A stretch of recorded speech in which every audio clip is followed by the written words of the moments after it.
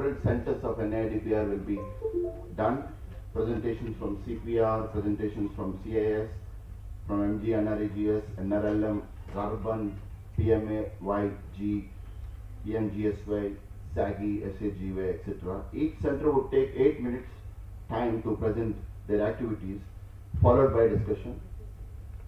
And probably all the centers might have come with presentations. They might go for more slides.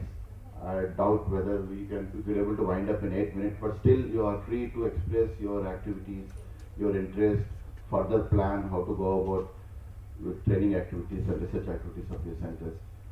So we welcome now DG NIDPR to give opening remarks and then chair the session in which all the centers would be giving their presentations and also discuss on latest developments at NIDPR.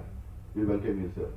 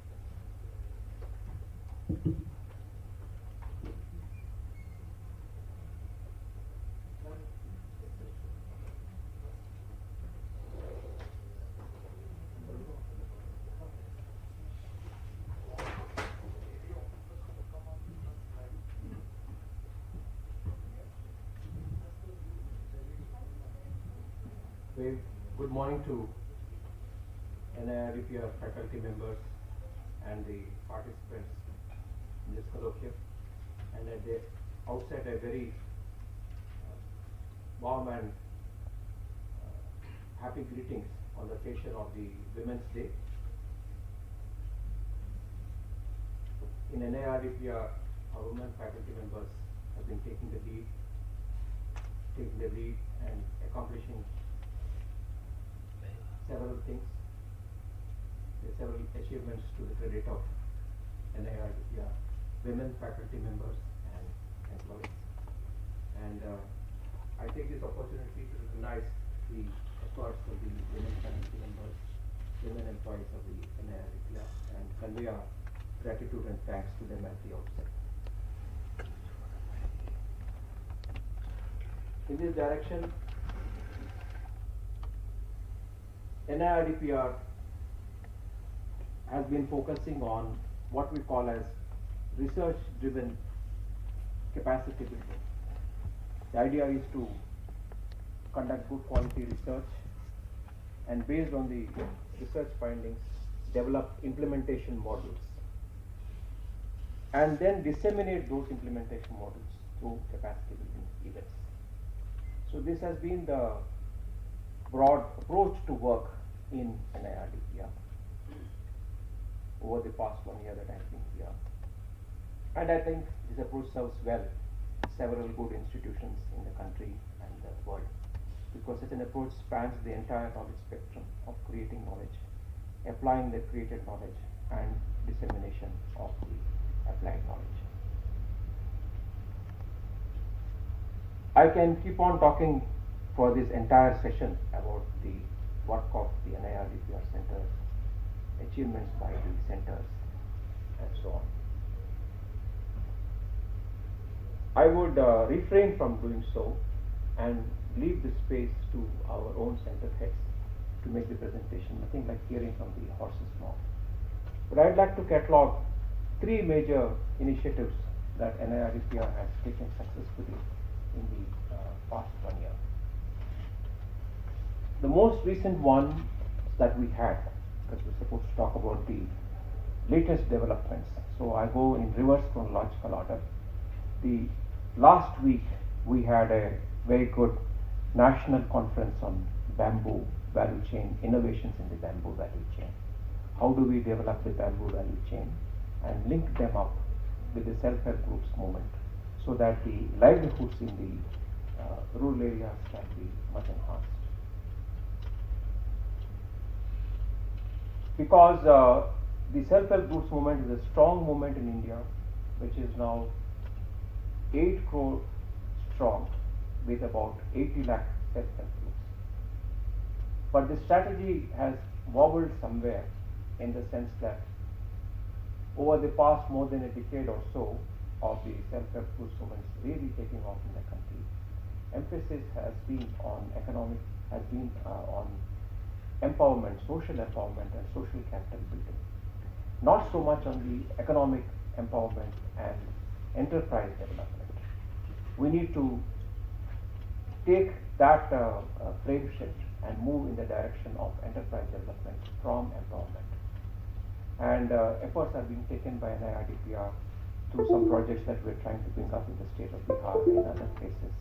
And also linking up with that, we had this national conference on bamboo value chain and innovations, on how we can develop those innovations, how we can develop good quality bamboo products to replace a lot of imported materials such as fuels, such as wood, and several other smaller products such as agarbatti sticks and so on. Even though India is the second largest producer of bamboo, we've not been found anywhere on the national stage, but we are still one of the largest importers of bamboo.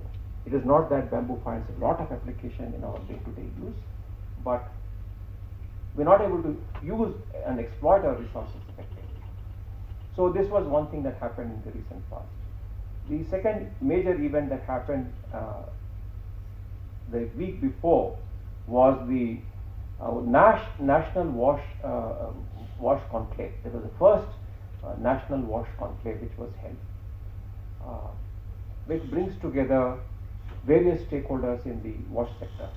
Until the first national wash conclave, we were having a regional wash conclave for 7 editions in the southern region. So we expanded this regional wash conclave to the national level in partnership with UNICEF.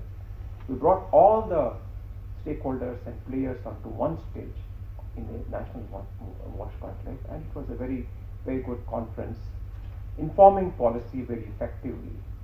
The informational policy is this, that the government of India through the Jal Jeevan mission is pumping in a huge amount of money, about 3.5 lakh crore rupees or so, to build up a lot of assets to take piped water supply to every rural household, to provide for solid waste management facilities and so on.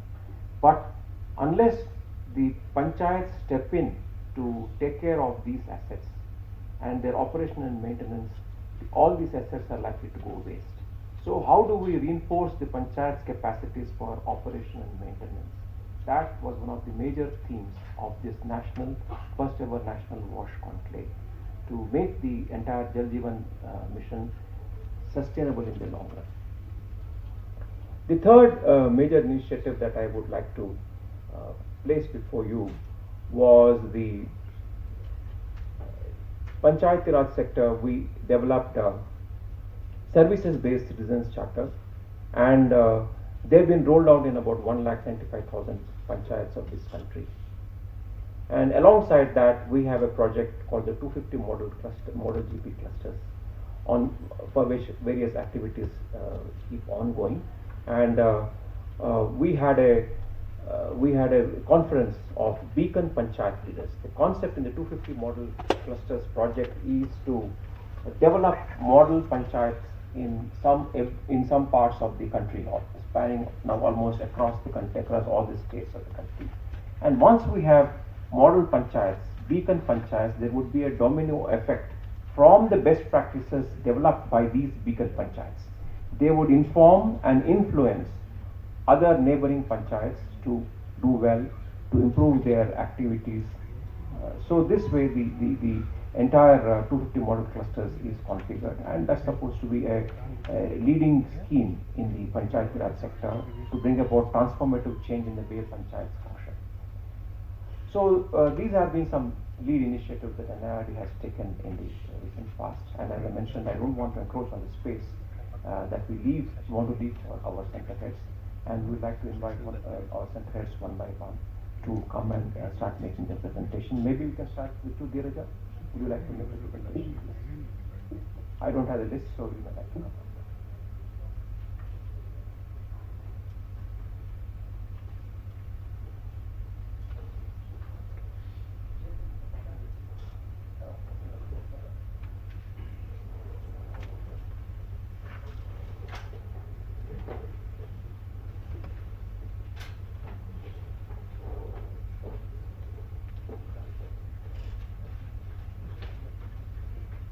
Okay, good morning to all. Good morning, DG sir, and all the respected guests and our co-faculty members. So I am Dr. Dheeraja, working with Center for Social Audit as well as Center for Wage Employment and Livelihood. I'll just like to throw some light on what the activities that Center has done in the past few years and what is the focus way forward for future.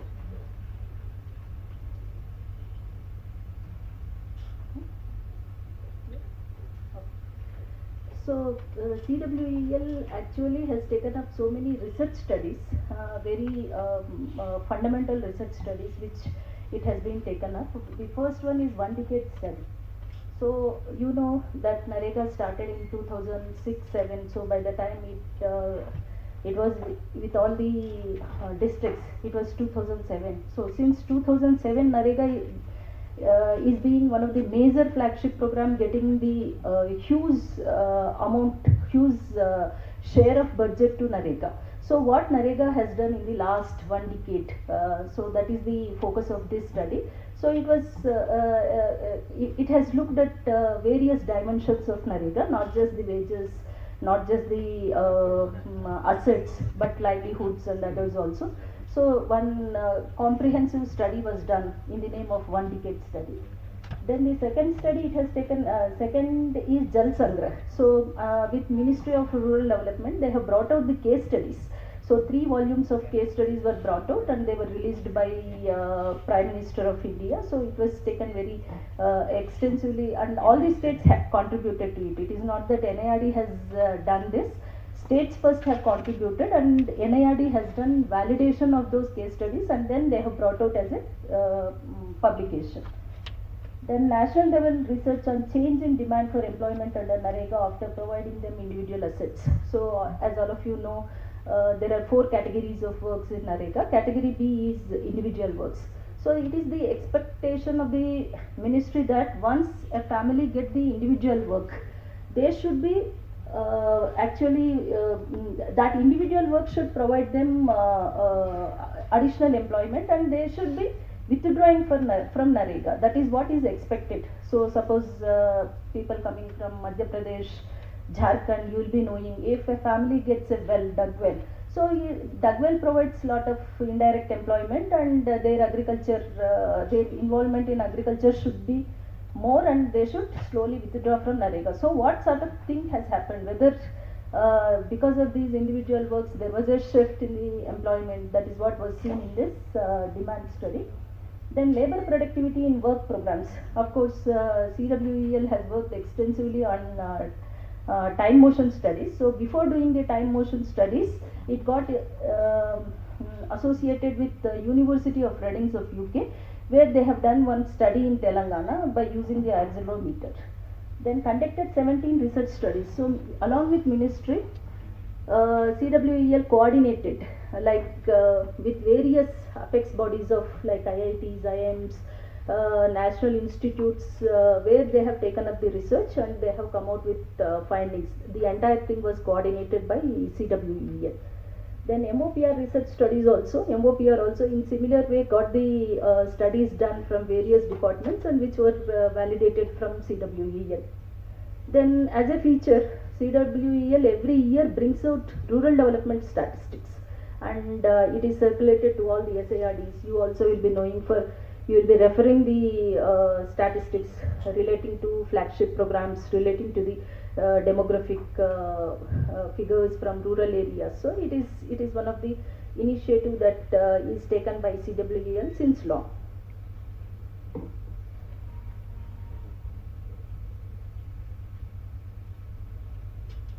Okay, when it comes to training, all of you SIRDs, you also got involved. BFT trainings have been taken up, barefoot technicians training, a 3-month certificate program which is well received from SIRDs also. Many SIRDs, Orissa is doing, many of you are doing this. So conducted 313 BFT trainings across India in collaboration with SIRDs and Mahatma Gandhi National Rural Employment Guarantee Scheme. And then conducted technical trainings also, because NREGA focuses more on NRM, natural resource management. So the technicalities that are required, so national level trainings were done, state level trainings were done, block level trainings were done, and this was also again coordinated along with SIRDs only. So 4,053 programs were done, and networking programs on convergence of GPDP and labor budgets.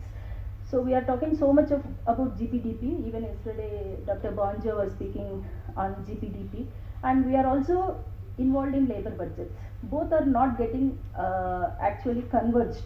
So many networking programs on how to get converged this GPDP and labor budgets, that also was taken up. Then additional programs conducting for Bihar, Jivika. Now Bihar SRLM, that is Jivika, they have come on. They have requested for a series of training programs for their functionaries to get NREGA training programs, because now the CFP program, Cluster Facilitation Projects program, which is which was very successful in Jharkhand, and now ministry is taking it to many of the states. So here NRLM, SRLMs as well as NREGA convergence, which is focus. So that is the reason why Jivika has requested for these programs, and CWEL has taken up those programs. Then conducted 2 workshops on the occasion of 75th Amrit Mahotsav, a 1-decade study assessment and way forward. So a lot of discussion went on that. Then application of rural schedule of rates for unskilled manual workers. So based on the TMS experience, this workshop was also done. And CWEL, now the focus is not just on NREGA but livelihoods also, farm and non-farm livelihoods. So for this, we are associating with centers here in NIRD itself, convergence, a sort of convergence. With convergence we are working. So next year we are taking animal husbandry programs, nursery programs, so which are like a lot of interdisciplinary programs are being taken up, focusing on farm and non-farm livelihoods. So other activities that CWEL is very closely working with ministry. Many of its capacity building requirements are met by CWEL itself, and even CWEL is coordinating the NREGA awards and Jal Sangrah awards. So NREGA awards, as many of you will be knowing, it is an annual feature of ministry, being February 2nd being the NREGA day. They give the awards to all the states. Different categories are there, some 9-10 categories are there. So how to of course they invite the nominations, but vetting the nominations, the presentations, as well as validating what the states are claiming, that all coordination will be done by CWEL.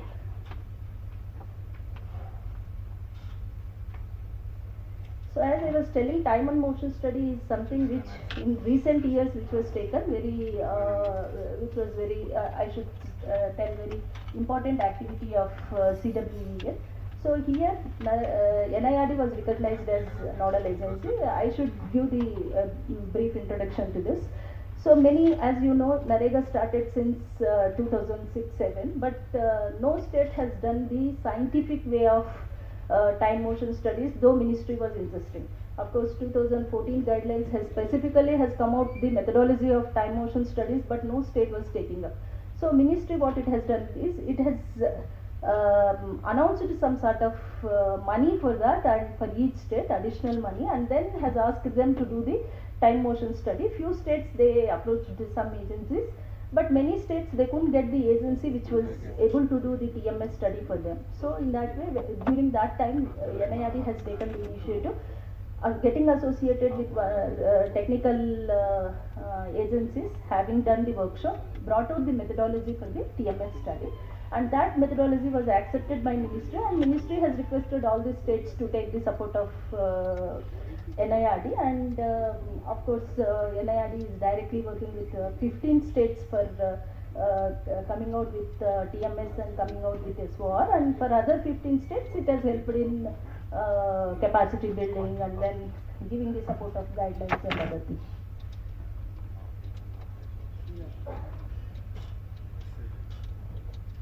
So these are the huh? These are the 15 states where NIRD has worked directly, and out of them 5 states. One state actually it was accepted by ministry SOR, and it has been incorporated in secure also. But for four other states, state has come out with the guidelines, but now it has submitted for ministry for the vetting of the SOR, and once the SOR is approved by body, it will go into the secure. These are the other states where they have either done it TMS technically, or they are taking the support of NIRD in capacity building and other requirements. But yeah, next page. So way forward. So now CWEL is coming out with annual action plan. So we have sent the letters to all the states requesting for their training needs. Of course, maybe one training need assessment which was taken up by NIRD, which is a general one. From that also we have taken clues, and we are also requesting the states for specific training need requirements, and then we are also interacting with ministry what are their priorities. So incorporating all this, we will be coming out with annual action plan maybe very soon by this March end. So majority of them are like GRS trainings, where the Secretary sir also was mentioning why it is so important for the GRS to undergo the SRTF certificate program. So that is one aspect which we are taking. And then secure and Unnati social audits. Of course, in social audits again series of programs have happened, and you people also know because we have done it through SIRDs only, like 1 month certificate program and other programs. So those also now, because these resource persons who have been trained, and in many of the states new SAUs have come out, new recruitment has taken place. So there is a demand now for again for 1 month certificate program, and that also will be taking, and geotagging and geospatial planning, these are also, and coming out with conversing with Yuktadara, and those are the few demands that have come out from the states, and we will be discussing with the MORD, and then we will be finalizing the annual action plan. Then NIRD trainings also are focusing, like as I was telling, because of livelihood component of this center, farm and non-farm livelihoods, we are in convergence with animal husbandry, nurseries, financial management, refresher training on AMCs, because many new project directors and field staff will be coming. So in that way we are taking up the refresher training programs also. So these are the, and again as a think tank component of NIRD, we are taking up many workshops also, like which are related to poverty due to COVID, and then coping strategies. Of course, now maybe COVID might have been relaxed, still the influence of COVID or repercussions of COVID still exist, and they are influencing the poverty. So what is these coping strategies that states are adopting? Then workshop on demand spike under NREGA.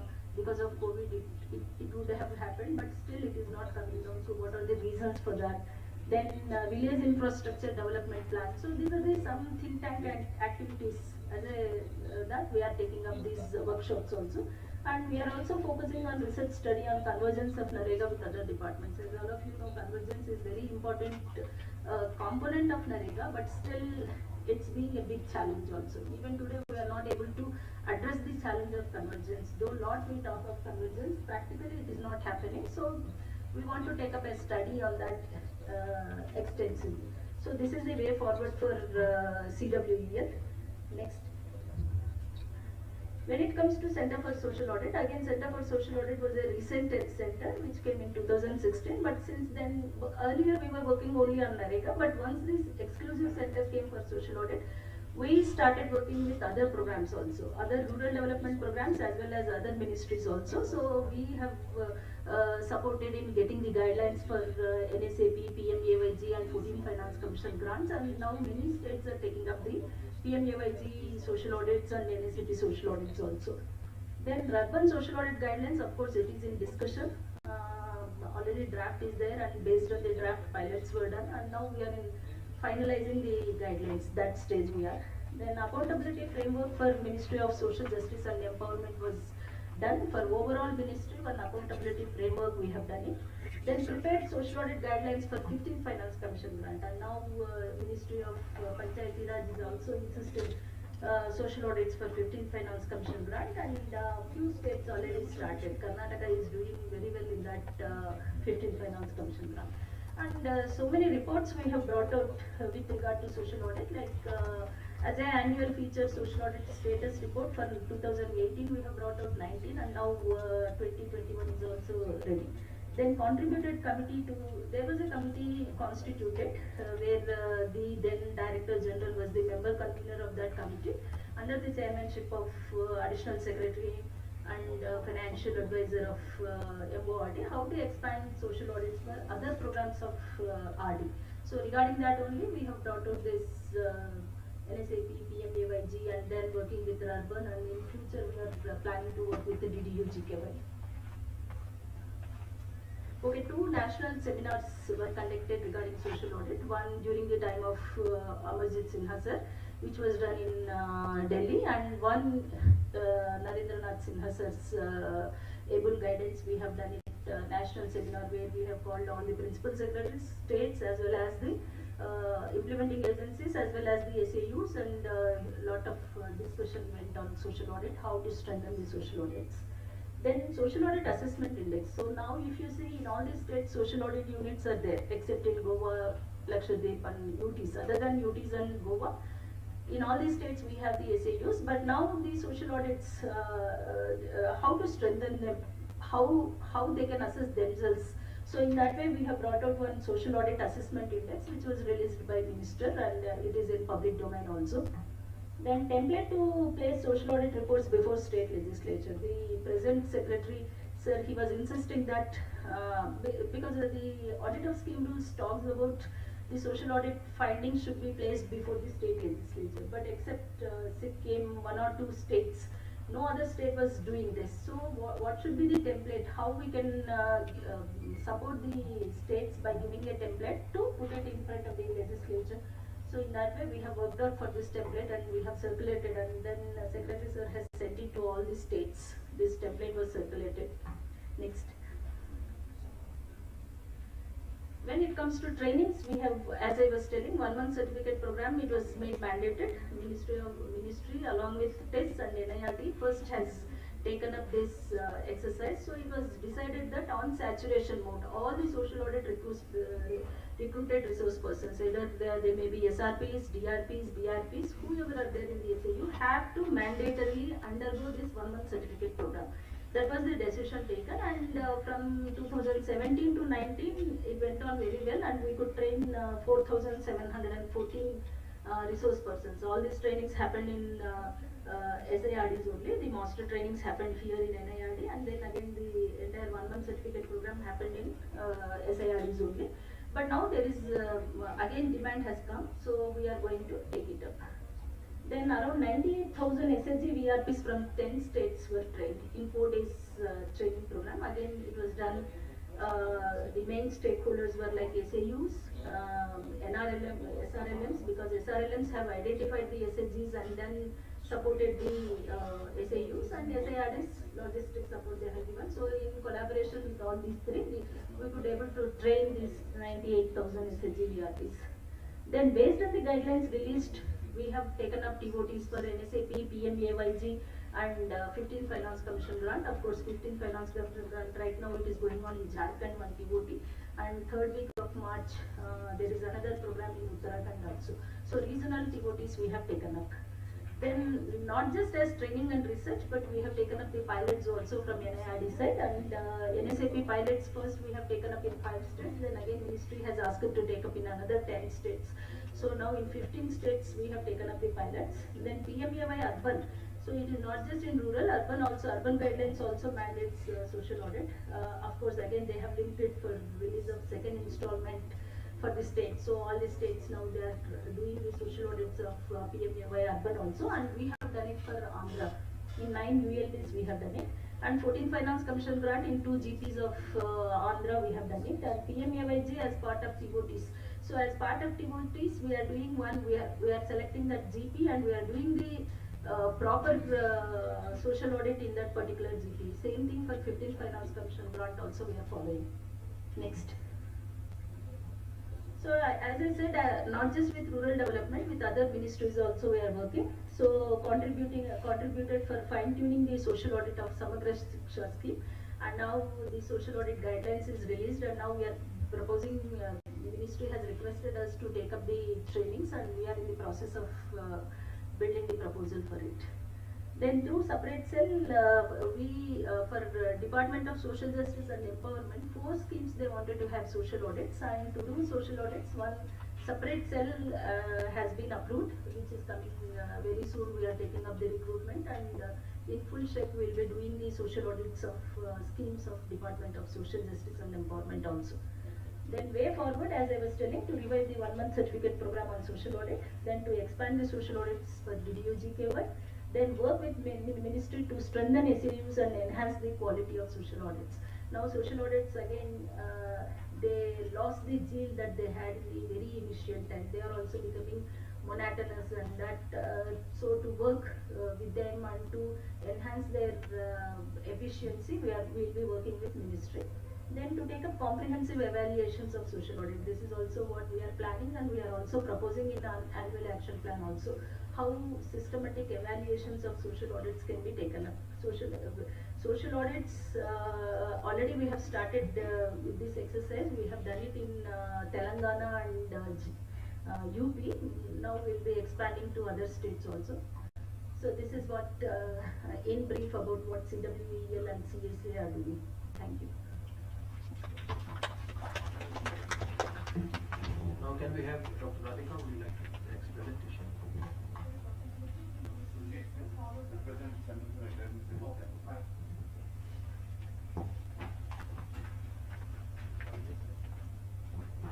Can I have the list to follow? What is the order to follow?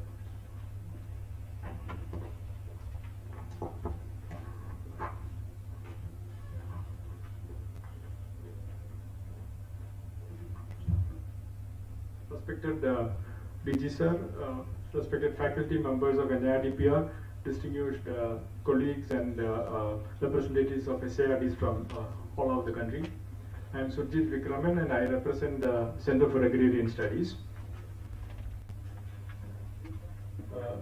To briefly explain the activities of the center focuses on the mission of the center is to contribute to evidence-based policy making through research and action research project. We also aims at introducing capacity building programs in line department functionaries, farmers and civil society organizations, which largely works for agriculture and rural development. Coming to the main focus areas of work.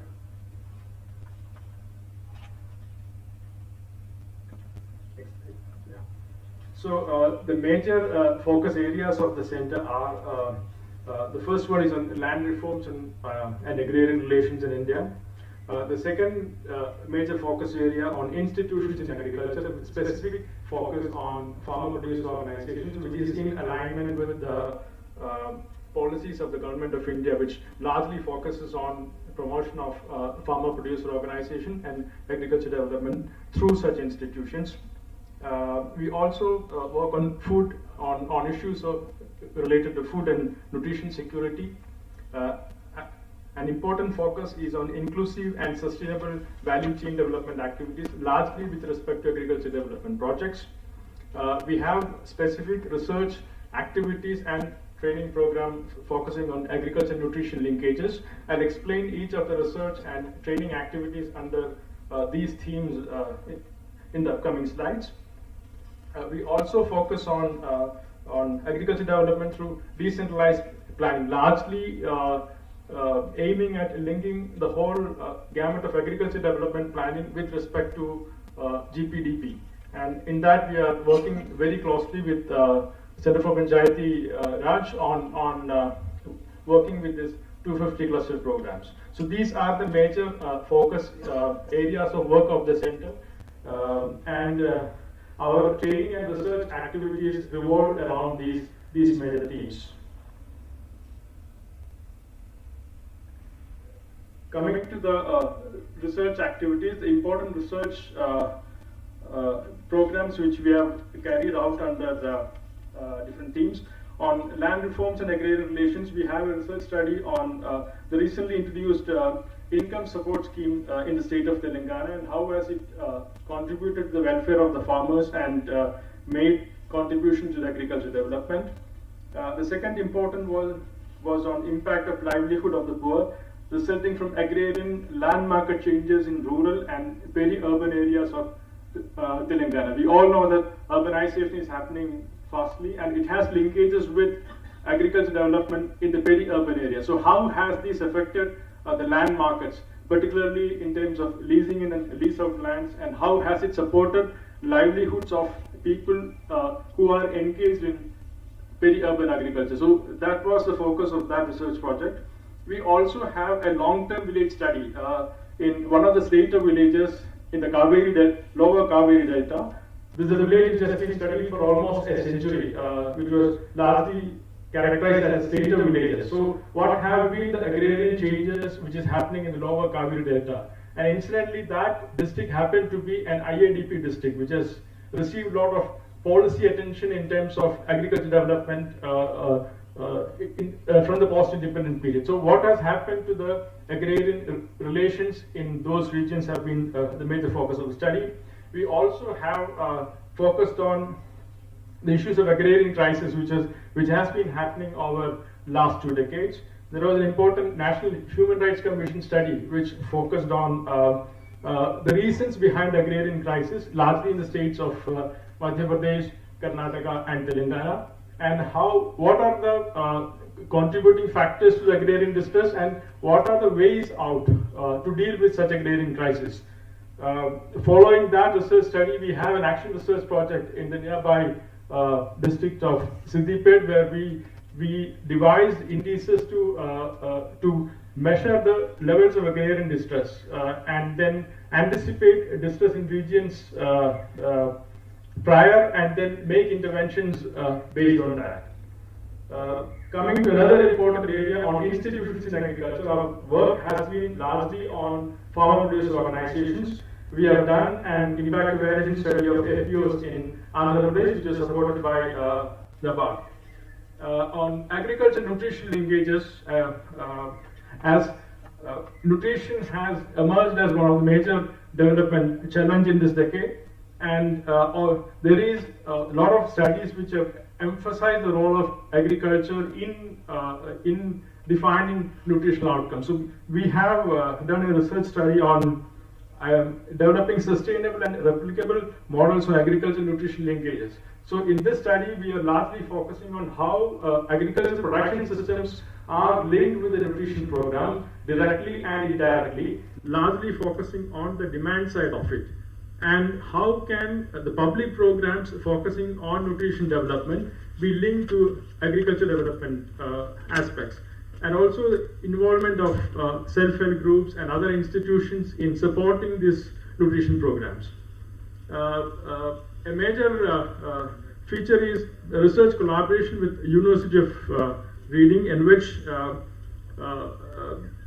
brings out another dimension of agricultural nutrition linkages, which gives a lot of insights in the role of socioeconomic parameters, the socioeconomic stratification influencing the nutritional outcomes, which was largely neglected in other research studies. So that was an important contribution from this collaboration with University of Reading. We also have the impact of capacity development programs of NABARD, largely on farmer producer organizations. Next slide, please. Yeah. Coming to the focus areas of our training programs, which is happening right now, we largely focus, as I said earlier, our training programs have largely been designed based on input from the research activities which the center have been carrying out on institutions in agriculture, land reforms, and agrarian relations, and on agriculture nutrition linkages and value chain development. So the focus areas of center's training is largely on farmer producer organizations. We work a lot on value chain development, both in terms of training and in terms of action research. We also focus on sustainable agriculture development strategies, taking into account the challenges of thrown out by the climate change and introduction of new methods of farming like natural farming and organic agriculture. We certainly focus on agriculture nutrition linkages based on our research studies which we have carried out. We also have training programs on promoting and maintaining common property resources through Panchayati Raj institutions. So in this training program, we focus largely, we go in a convergence mode with the Center for Panchayati Raj on the importance of common property resources and its contribution to sustainable natural resource management. In addition to these training programs, we are also the resource supporting agency of NABARD for developing farmer producer organizations in the state of Andhra Pradesh. Dr. Radhika Rani have been very instrumental in leading that research program and capacity building activities, and which has got a lot of impact on the status of farmer producer organizations in the state of Andhra Pradesh. We are continuing this process and hopefully will continue in the coming years as well. We also do a lot of network programming focusing on farmer producer organizations. We build capacity of farmer producer organization at the same time focusing on the institution building part also. We focus on the institution building part as well as the value chain development aspect of FPO development. In the network programs, we work with SIRDs, particularly we have worked with the states of Gujarat and Maharashtra in conducting network program on farmer producer organizations. Coming to the future areas of work, in the coming years, we plan to focus, our training activities plan to focus largely on capacity building on various aspects of setting up of farmer producer organizations, aligning development of FPOs with the government of India priority of supporting them. We also will be looking forward to work as RSC of NABARD for promoting these FPOs. The second important area is on sustainable agriculture development strategies, in which we will be focusing on the new methods of cultivation which is being popularized and prioritized by the government of India, particularly on natural farming and organic agriculture and the certification process. We also will focus on agriculture nutrition linkages, both in terms of capacity research and capacity building. Inclusive and agriculture-based sustainable value chain development to improve the livelihoods, in which we will be largely working with in convergence with NRLM, which provides capacity building support to SRLMs of various states. We also want to focus on integrating agriculture development planning with Gram Panchayat development plan. So this will be the new area of work which will be taking up this year. And in terms of research, next slide please. Our broad areas of work will be on the impact assessment of major agriculture development programs. We also are involved in developing a framework for self-help group FPO connectivity, which D. Sir was mentioning and emphasizing in the previous discussions. We also focus on impact assessment of Government of India schemes. We are currently doing an impact assessment of MKSP program. In addition to the farm-based programs, we also focus on non-farm programs, particularly the impact evaluation of AGEY is being carried out. Research on sustainable food system and agriculture development strategies. And in terms of action research, we plan to focus on value chain development, particularly with respect to development of bamboo-based value chains, as DG was mentioning earlier, and also on developing value chains on moringa-based products, which is a slowly emerging area. We also will focus on integrating agriculture development plan with GPDP, in which our our intervention will be largely on this 250 cluster program. So we'll identify certain cluster GPs from this program and then try to do action research on integrating the whole process of agriculture development planning with preparation of GPDP. So this is in brief the major activities of Center for Agrarian Studies on research and training. Thank you very much. Thank you, sir. I think you can visit it here so that there can be interaction at that level. We request the speakers to sit on the dais along with Director General. I'd like to now call upon Dr. Anjan Banja to make the next presentation for the CPR. Madam, please join us on the dais. So now the presentation, we will have discussions.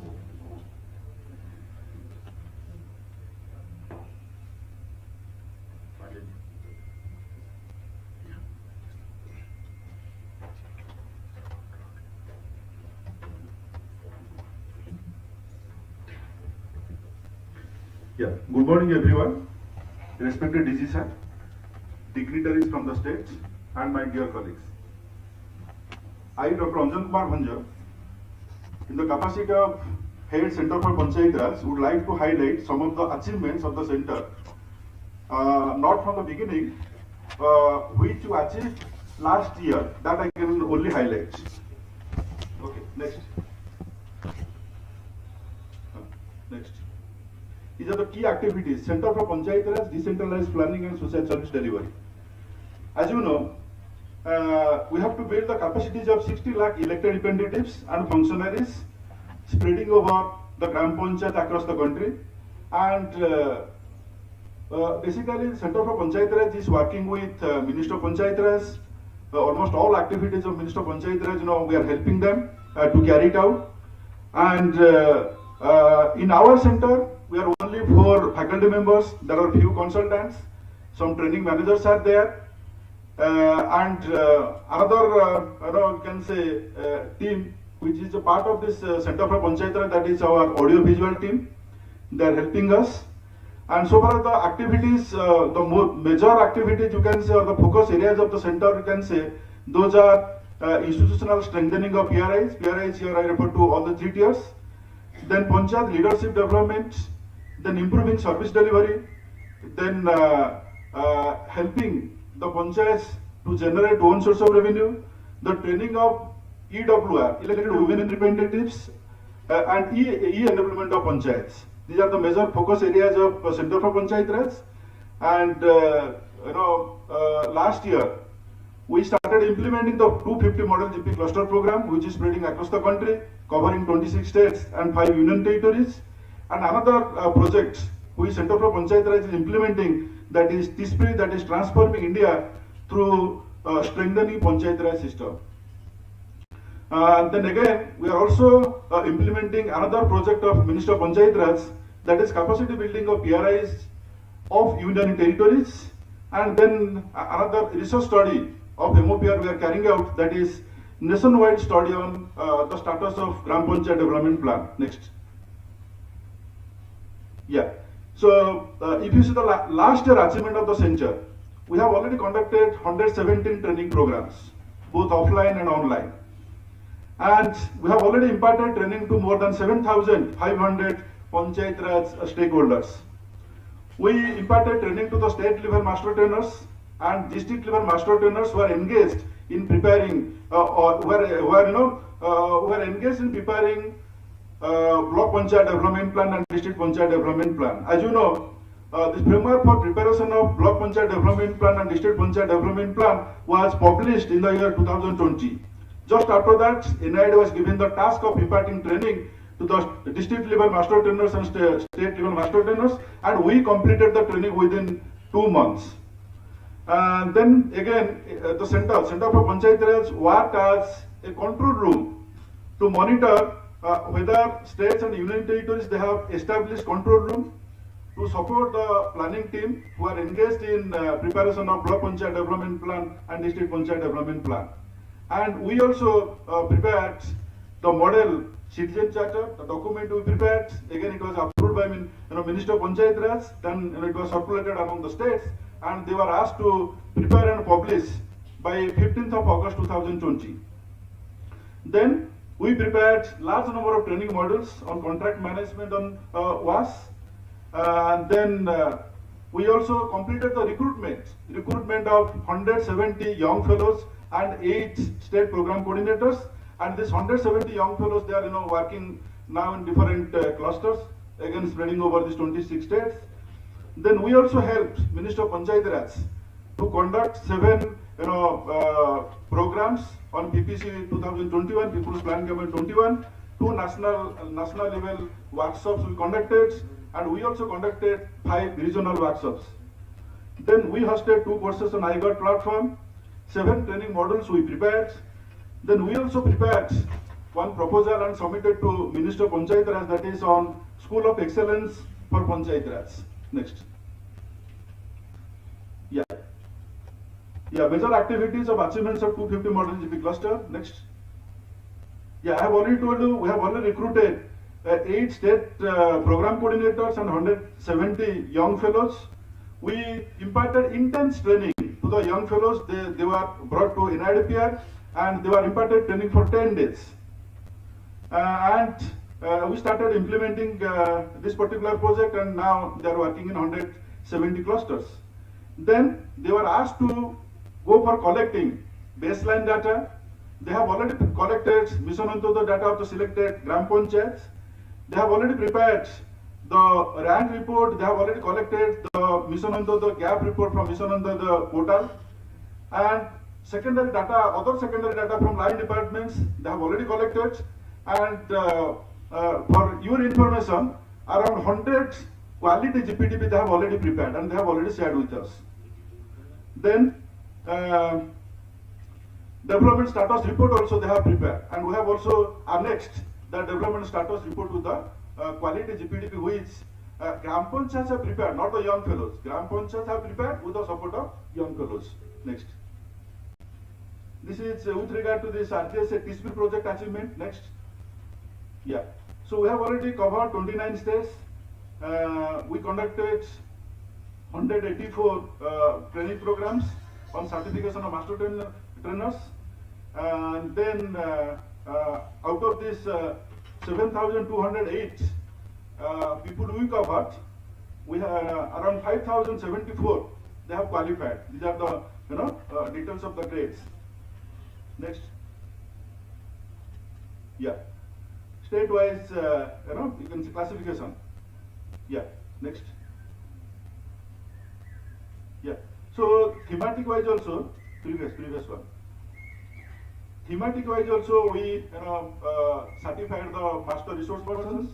These are the different thematic areas like local governance, financial management, panchayat governance, participatory planning. These are the different thematic areas on which different master trainers they were certified. Next. Yeah. Status of advanced TOTs along with the certified master resource person programs. We also conducted some TOTs. TOTs on these thematic areas. Next. Yeah. Utilization of master resource persons on PR training. So we wanted to know how far their services are utilized by the SIRDs or by the other training institutions. So around I collected information from 300 master resource persons. There you can see there's a lot of improvements.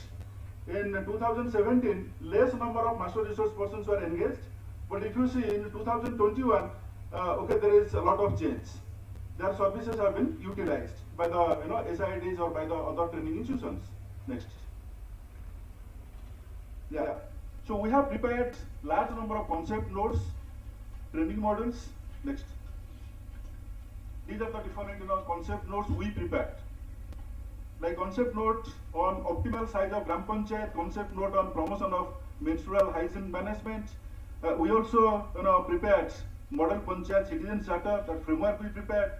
20 years of Panchayat Raj achievement and way forward. We prepared and we submitted to Minister of Panchayat Raj. Then again concept note on monetization of property ownership cards in rural areas. So like this, so many concept notes, policy advocacy documents we prepared and we shared with Minister of Panchayat Raj. Next. Yeah. Few more, like the pilot project or assessing the potential versus realization of OSR in Gram Panchayat, working paper on enhancement of OSR in Gram Panchayat. So like this, many concept notes we prepare, because there is a demand from ministry that we prepare this, that, and from time to time you are preparing and we are submitting to Minister of Panchayat Raj. Next. So these are the training modules we prepared last year. Role of ward members in Panchayat governance. Ward members are agents of change, sector enablers, training modules on online audit, facilitator training modules.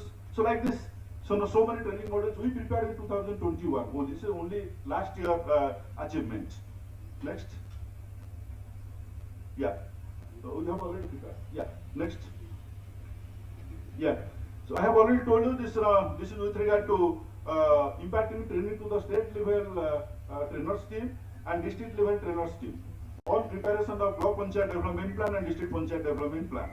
So we covered around 700 SLTTs and DLTTs.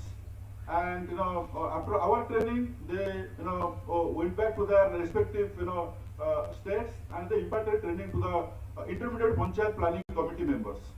Next. Yeah, training on e-gram Swaraj, online audit, gram panchitra. So through this online mode, we imparted training on these areas. Next. People's Plan Campaign, I have already told you, Center for Panchayat Raj helped the Minister of Panchayat Raj in conducting 7 workshops on People's Plan Campaign 2021. Next. Yeah, next. Yeah, these are the workshops. National Orientation Workshop which took place in Hyderabad, the National Workshop for Northeastern States that took place in Guwahati, and other 5 regional workshops we conducted in different places like Bhopal, Mangalore, Jaipur, Dehradun and Agartala. Next. Yeah, these are some of the pictures. Next. Yeah. So we are also the faculty members of Center for Panchayat Raj. Center for Panchayat Raj, we are in different committees, national level expert committees. Next. Yeah, these are the different national level expert committee.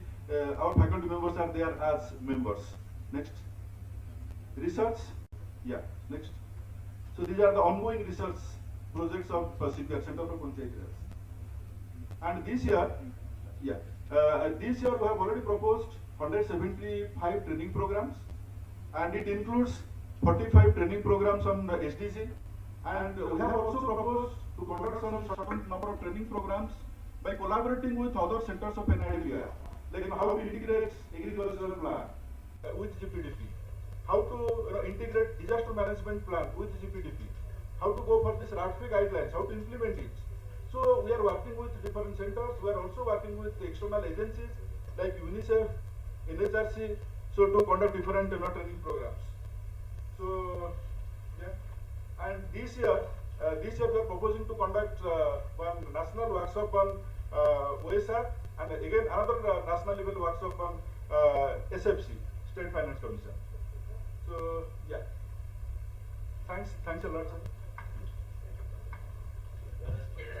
Session at the end of this. Now, presentation in NRLM by Dr. Radhika Rani.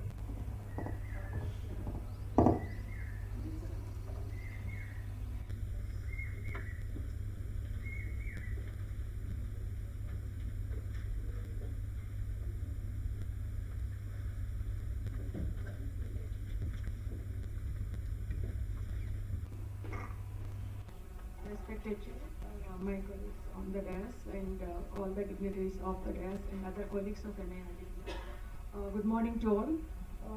So after the presentation on Center for Agrarian Studies, I thought easily I could traverse from FPOs to SHGs, which our center is working right now, that is NRLM-RC. So next slide please. So this is the principle which we have been following. I'm a faculty of Center for Agrarian Studies. Right now I'm director in charge for NRLM-RC. So it is not the strongest of the species that survives, not the most intelligent, but the one that is most responsive to change. It is by chance learning. And if you are teaching, this is the principle of the, I can say that motto of the Center for Agrarian Studies and now NRLM-RC as well.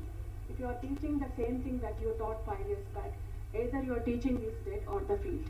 So in this context, Dr. Jyotish has also mentioned that in the Center for Agrarian Studies, we have been giving, it's in fact I should say, no institution or no organization in this country I don't think is giving a training program on common property resources. Government institutions, there is one NGO, that's Foundation for Ecological Services, which is doing a human service to the CPRs.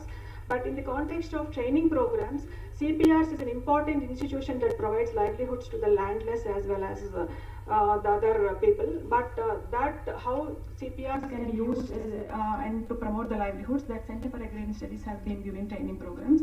Why I am stating this point at this stage is, this CPR now at present in the country, only there are 2 states which are protecting the CPRs. That is, one is Gujarat and another is Rajasthan. So in these 2 states, the Center for Agrarian Studies has been conducting off-campus training programs, and I hope we will continue doing the same in the coming future. And apart from that, we are conducting FPO training programs in Center for Agrarian Studies. And I can say that now in my coming presentation, the coming slides of NRLMRC, I will discuss with you what are the points of convergence with SIRDs, what is that we can do together in the context of training, in the context of research as well. Next slide please. And many of you might be aware that this ours is a resource cell for the National Rural Livelihood Mission. This was started functioning from 2013 here at RD&PR, that is in 2015 at Guwahati. And it supports SRLMs across the country in all the states and in all the union territories right now. Coming next slide please. So there are now 7 thematic areas under which, next slide please. There are 7 thematic areas the NRLMRC functions. That is institution building and capacity building, social inclusion, social development and convergence, financial inclusion, farm livelihoods, non-farm livelihoods and MIS. Now I'll be sharing with you what are the focal points of each of these thematic areas and what we are doing at present and what is that we can do together. So next slide please. So in the context of the first thematic area, that is institutionalizing, so all these training programs, we are doing right now with a pool of resource persons. The pool of resource persons we have empaneled national resource persons, and state resource persons, community resource persons, as well as national community resource persons. See, if you look at the data of NRLMRC, I didn't present the data here. It is like more than every year we are providing training to more than 20,000 participants across the states, and just not possible for us to provide this through the existing project faculty of neither at NRLMRC Hyderabad or not at Guwahati. So in this context, we are engaging the NRPs. Our empaneled list of NRPs is placed on the website of RD&PR. So my suggestion to you is maybe you can just see in your respective thematic areas where you can utilize these NRPs also for your respective training programs. So next slide please. And then for this NRLM, if you look at the whole canvas of NRLM, there are we are providing training to the national resource persons to bring them into this capacity building programs. State resource persons, not only that, there are about 3.5 lakh functionaries across the states that we need to reach out. So if we look at the whole, at the SFG level, there are bookkeepers. At the VO level, there are different, pool of functionaries as well as resource persons that we need to provide training. And now at the CLF level also, there are pool of, functionaries as well as the resource persons which you have been training in all the thematic areas, not just now I have mentioned. And so we have CRPs, community trainers, senior CRPs, PRPs, and so on and so forth. There are, as I said, there are about all these coming together. It comes to around 3.5 lakh functionaries. So this is the whole canvas of NRLMRC that we are trying to meet. Next slide, please. So coming to the thematic areas, of course, institutional capacity building. Now I need not have to hear all in the field only. What is, how the SHGs federated into VOs and VOs into the CLF level, and what is that we are working with the context of institutional capacity building. Next slide, please. So, but main focal, if coming to this, this thematic area, so as I said that we are working with 29 states or the union territories, but in the context of capacity building also, different states are under different levels. We have well established or NROs like Andhra Pradesh, Telangana, SIRD, or Gujarat, we have good SRLM, we have Kutumbashri, we have so on and so forth, good Jivika and all, where we have good network of SHGs, and where they are federated to the level of cluster level federations. So those states we are focusing on providing training programs on model cluster level federations. But there are some states which still struggling. For example, just now we got a call from Ladakh. Now we are working on how to strengthen or handhold the SHGs in the Union Territory of Ladakh. So similarly, now we have a plan and we are doing that. Similarly, I just want to share with you all that, for example, states like Jharkhand, just now I have received a 10 days back one WhatsApp call where Koderma, where mining is there, where a lot of mining is there, where they are utilizing girls of less than 10 years of age to utilize to the mining operations. Maybe those states, those districts, those such type of districts, we need to focus more on even the institution building SHG network also. I request now SIRDs to look into those areas, in the context of SRLMs, where institute capacity building more focus is required, or else coming out with some case studies or research studies also. Why Koderma, why the SHG network, what is to be improved further, what is that we can do together. If you can write to NRLMRC also, that we can work together in the context of IB and CB. And of course, Panchayat and SHG convergence, as I said that now we are also, now it is, the whole capacity building of NRLMRC is not just static, it is dynamic. While we are focusing on still the key areas which the country has been focusing in the last 4 decades, that capacity institution building of SHGs, as I said, we are doing in some states, but we are coming out of that, coming out with the new areas. For example, Panchayat and SHG convergence. Last year we have done in the state of Telangana, but now we are planning to do it across the country, maybe in the clusters, selected 250 clusters, maybe we have to come out with that. Such type of, new programs under IBCP also we are focusing on. Next slide please. Then social inclusion. So social inclusion mainly comes up bringing them to the network of primitive tribal groups, elderly groups, or other groups also. So what is the present status in this country or in your respective states? Present status of these groups, or what is how can we bring them into the fold of SHG network? Can we do some training programs together, or can we do some research together? It is I'm leaving to you to ponder upon. Next slide please. Then coming to the social inclusion, social development deals with gender and FNHW. Similarly, in all the states, in all the SRLMs are now coming, they're conducting the workshops and coming out with gender integration policy, gender integration and gender sensitization. Then of course, under FNHW, promoting agri-nutrient gardens is one of the major focal area. Social action committees we are now promoting across the states and across the districts. And of course, on FNHW interventions. Of course, COVID is sometimes like a blessing in disguise, but many of the SHGs have come out with lot of livelihoods like sanitizers, masks and all. This is all there, but now we have to see what is that now they can do under the conditions of, I don't know what I should say, new normal or back to normal.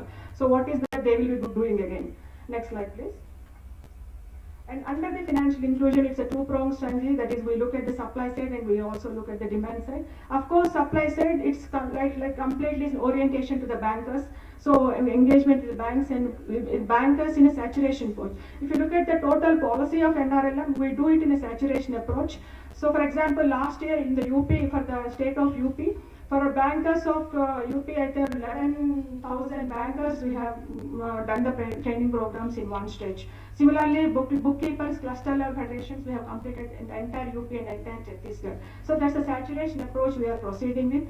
Then in the context of demand, of course, bank sakis, then bank coordinators. There's a pool of institutions that we need to further train on. Then community-based repayment mechanism, how it is to be strengthened further. And of course, under financial inclusion, the new tools that are emerging are digital financing and enterprise financing. And still we are looking forward to the support of SIRDs. If you have any expertise in this context, you can join your hands with us and we can take this forward.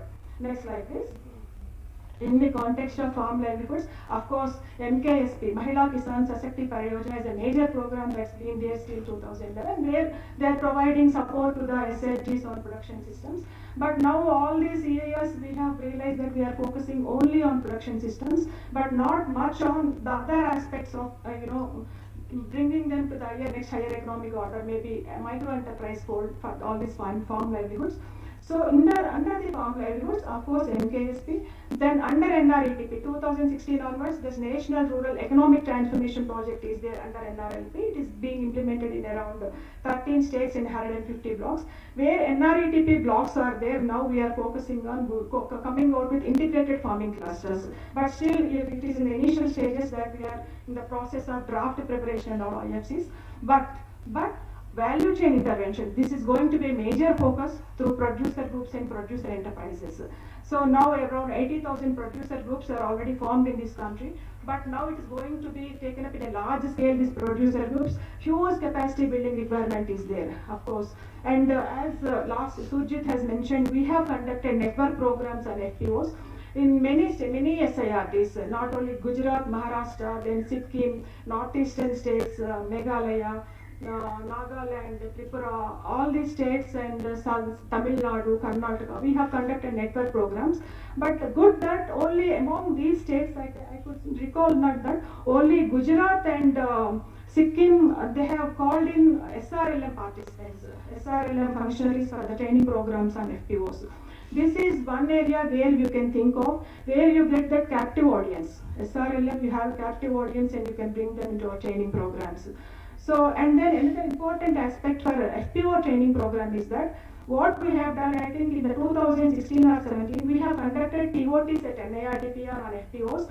We have called in the faculty of SIRDs to attend our training programs, and wherever the faculty of SIRDs have joined with us to attend the TOTs, those SIRDs only we have given the network programs. Not that the faculty after attending one program, they get specialized in the program, at least they know what they are doing. So that was the intention. Now, I think 7 or 8 states we have conducted these network programs.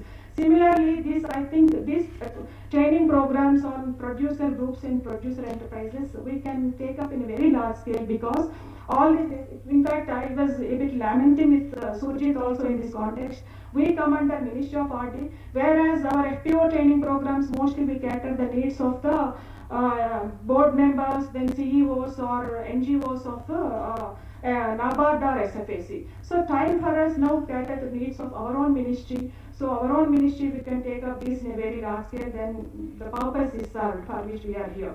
Then non-farm livelihoods, of course, entrepreneurship development programs. Of course, under startup village entrepreneurship, something is going on, but I think future is that we need to take up in a very large scale, that we are focusing in this center right now. So how we can take up these entrepreneurship development programs in various sectors. So next slide, please. So this is all our training programs. This year we have covered around 20,000 participants in 397 programs under various thematic areas. Next slide, please. Yes. So in this context now, this is my last slide. So for this next year, what we have done is we have taken the demand from, we have asked all the SRLMs their requirement. So lot of requirement we have received. We have received the requirement for about 50,000 participants to be covered in the 7 thematic areas which I proposed. But just impossible for us to cover the 50,000 participants. So we have come out with what are important TOTs that we can conduct here at RD&PR. Off-campus programs we can conduct with SRLMs, and other SRLMs they can take on their own. So in this context, maybe if you are interested, you can join your hands with us, so that we can take forward through our SIRDs also some of the training programs. And then another important area is micro enterprise promotion. DG sir, after joining, is very much interested in taking these SRGs into the next higher economic order. His entire passion is that is entrepreneurship and micro enterprises promotion. So now we are also working on that across the states. What are the major, micro enterprises that we can promote? Can we collate some designs, training modules around that, and we can provide training programs.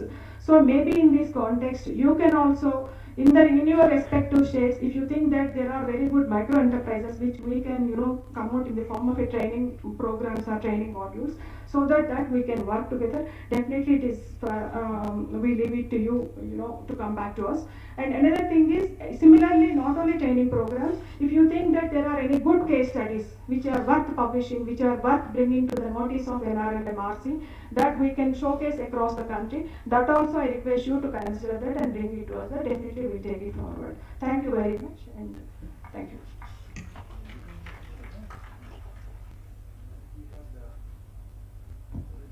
Ramesh, presenting the work of Urban and the Center for Rural Infrastructure.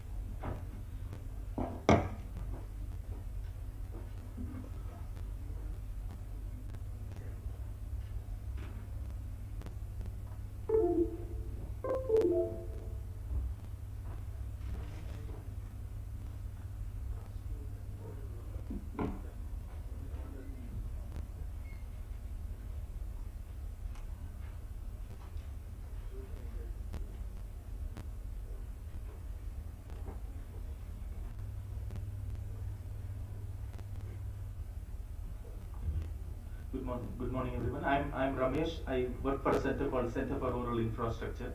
The center primarily focuses on all rural infrastructure related, and we give priority to water sanitation related programs, because programs like road is looked after by another center called SIRD, and housing is looked after by another center called Center for Innovation. So Center for Rural Infrastructure focus on water sanitation related programs. That's number one. And number two, we are connected with the urban mission. CRI is connected with the urban mission in the ministry, so we focus on that. And here, I'm here to present in 5-6 minutes what urban mission is about. And I think this is a need, because urban mission, I'm sure that many of the CRIs are not conducting urban mission related training programs, and nor do we do that. And the reason is that the urban mission, national mission unit, management unit at the ministry, they were doing all the training programs, and from April 2022 onwards, they request NARD and also SIRDs to be involved in urban mission related training programs, and that's the reason I'm here to explain what this urban mission is about. So just in about 10-12 slides, I'll just briefly tell you what it is about. Please move on. This is about identifying potential economic growth centers, and go to the next one. Go to the next one. Next one. Go on. Go on. Go on. Go on. Yes. So we have always been working with gram panchayats, and the approach of the urban mission is that let us focus on cluster of gram panchayats.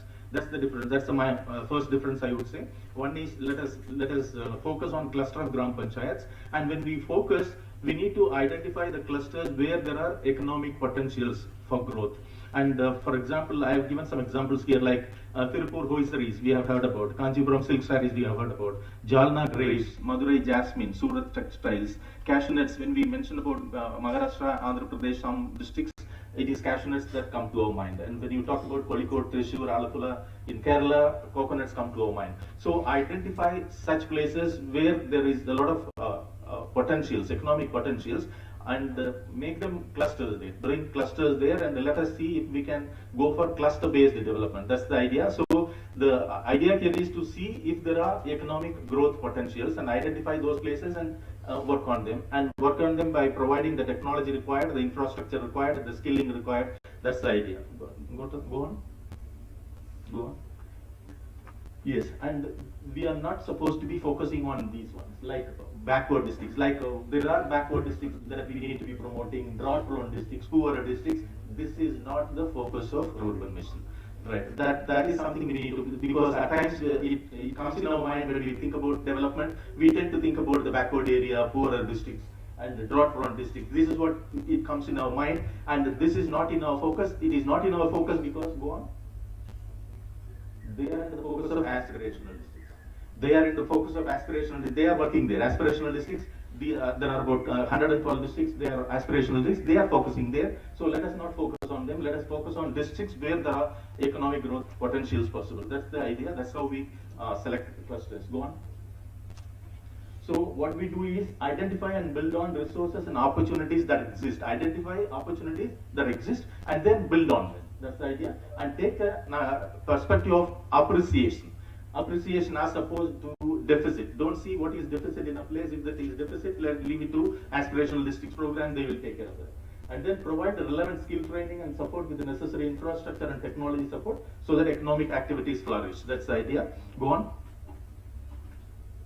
So urban mission, it was started in 16-20, phase 1 completed, and then in 21 to 24 we will be in phase 2 now. And this is mainly a convergence-based program. Convergence-based program means it aims at covering about 70% of the funds through 14 other central and state programs, and the critical gap of 30% that comes from the urban mission. Meaning, if you are planning for developing a cluster worth about 100 crore, for example, out of the 100 crore, 70 crore must come from convergence programs, various programs, and the remaining 30 crore will be urban mission's contribution. I mean, of course, state and central on sharing basis.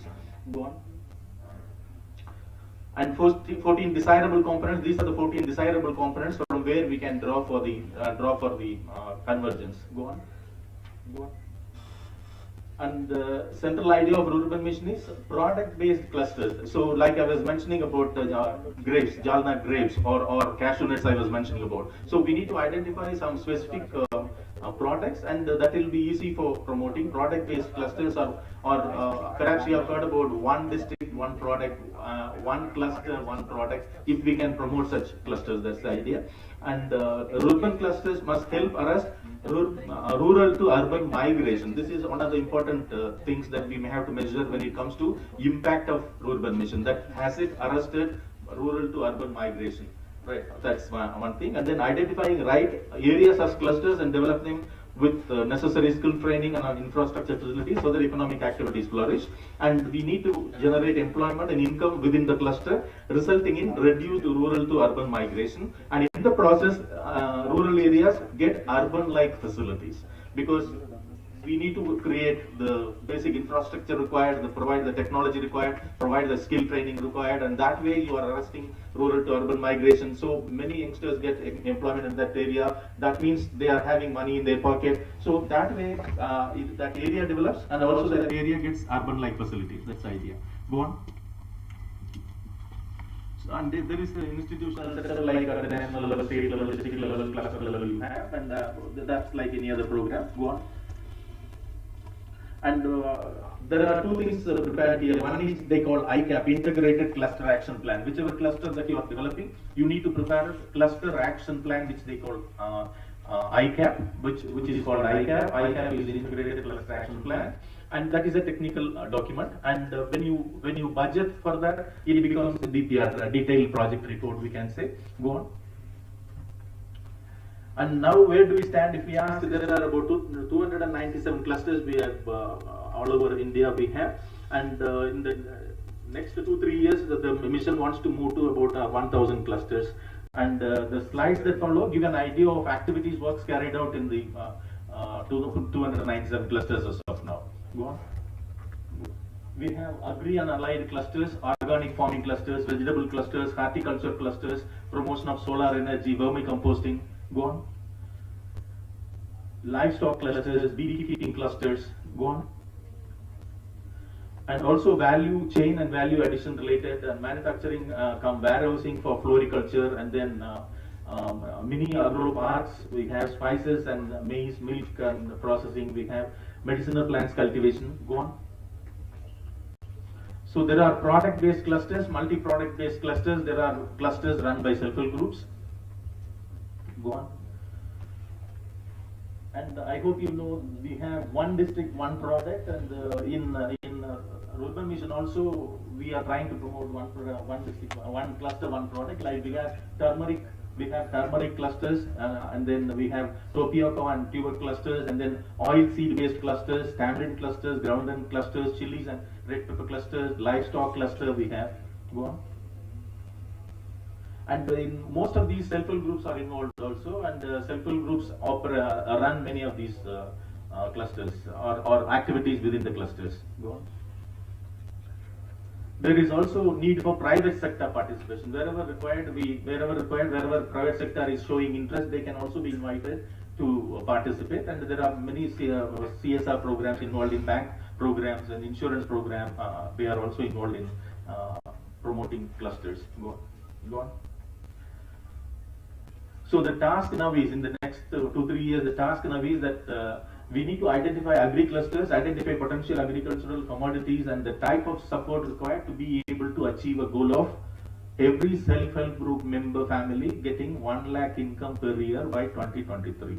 I mean, this is a task that the mission has been given, that if a self-help group member is involved in this mission, and can you promise to them that because of their involvement, they are getting at least 1 lakh more income, and that way will you be able to plan? That's the challenge before us, and we need to work on training or capacity building and research, and we need to work on those things. So we need to bring in value chain approach, international best practices, and meeting the domestic as well as international market demands in agri commodities and value-added products, and which area, what commodities to focus, what is likely to succeed, what management models to suggest, value chain linkage. All these are the areas that we may have to work on, either through research or through training. That's it, I think. So thank you very much. Thank you very much. I think, thank you, Dr. Ramesh. And the slight change in the program, there's so much work that our centers keep doing that we've taken more time than we had budgeted. So what we will do is we will take a break in this session and then go on to the next program, the Women's Day celebrations. And before that, if there is any quick questions for our center heads, you are able to ask more questions.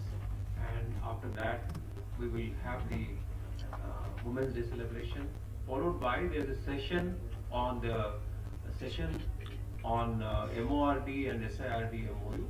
That will be done. Then we have a tea break after that. After the tea break, we will recommence this session. There are another 3 presentations to be made, and we will follow it up with the discussion. But quick questions right now. Sarandas. So it's really good to listen to all the centers do work, and but inspiring also to know about these things, and it's such a good exposure to all of us. But I have certain suggestions for all centers also to NIRD. So what is more important along that SIRD being like a junior partner to the NIRD, there is absolutely need for more networking program and collaborating program. It can be just pointed to. And secondly, the research findings, whatever are there, let it be shared also with all SIRDs. That may also help them to look into the local conditions.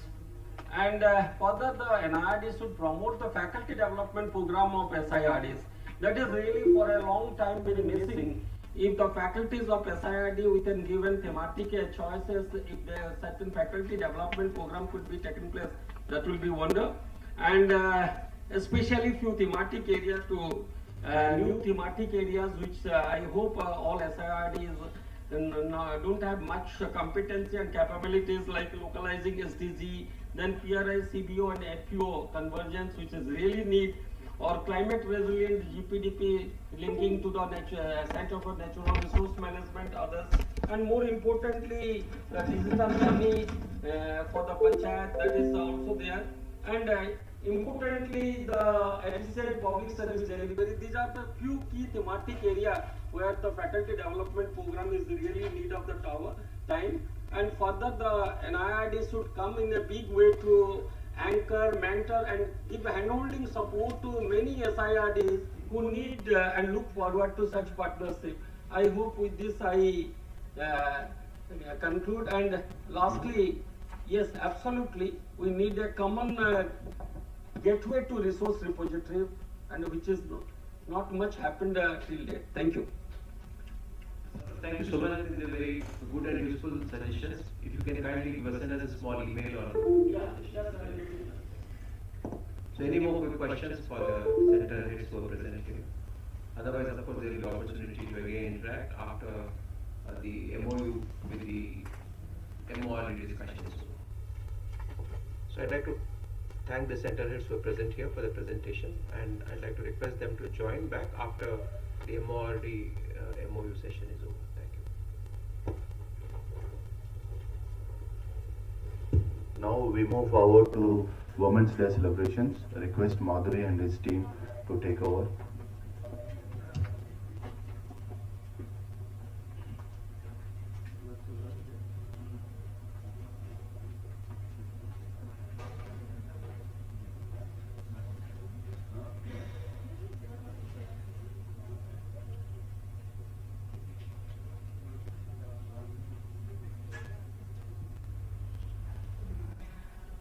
respected Director General, participants of this SIRD colloquium, colleagues and my friends, and especially all the women employees of our organization.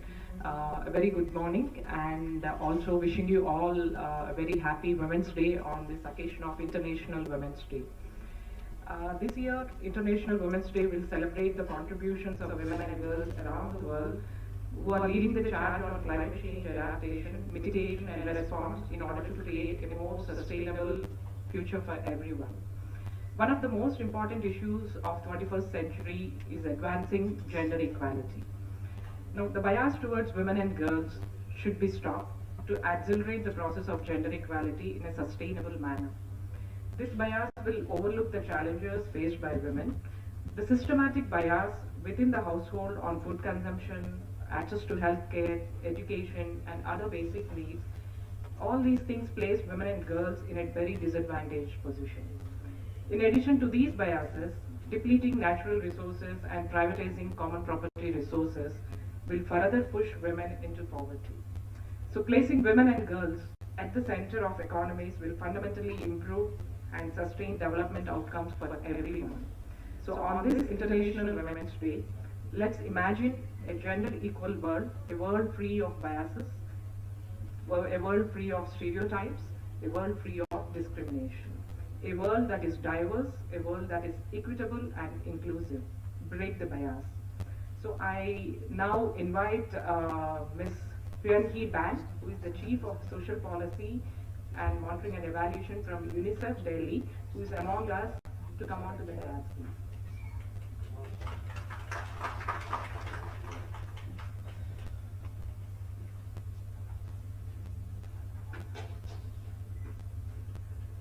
Thank you for the flower, and happy International Women's Day.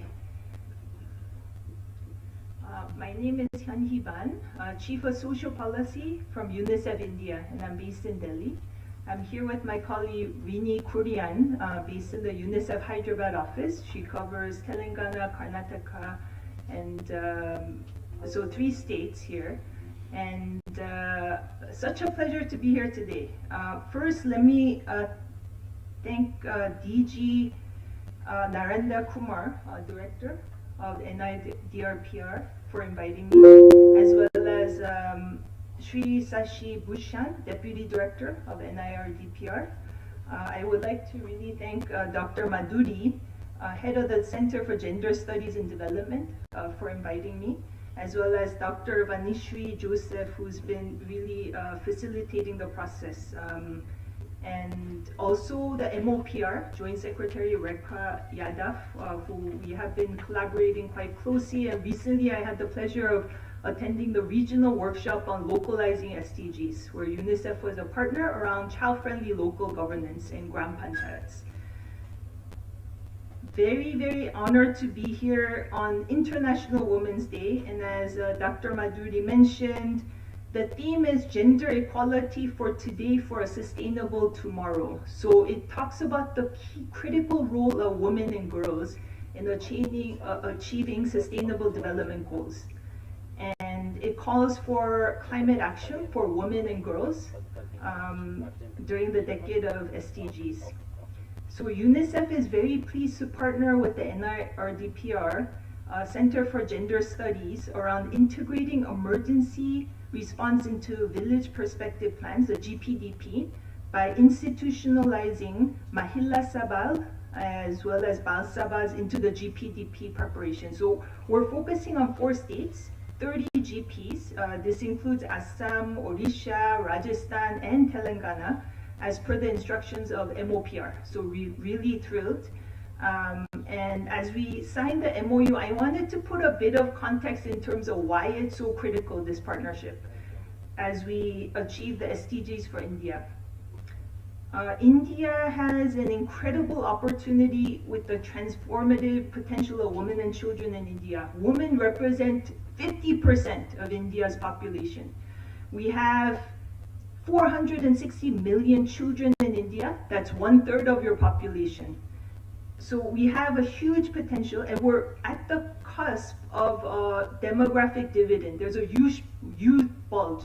So in all of the villages, we have youth, children that can play a very, very active role in the community to ensure that their rights are realized and they can contribute back to the society.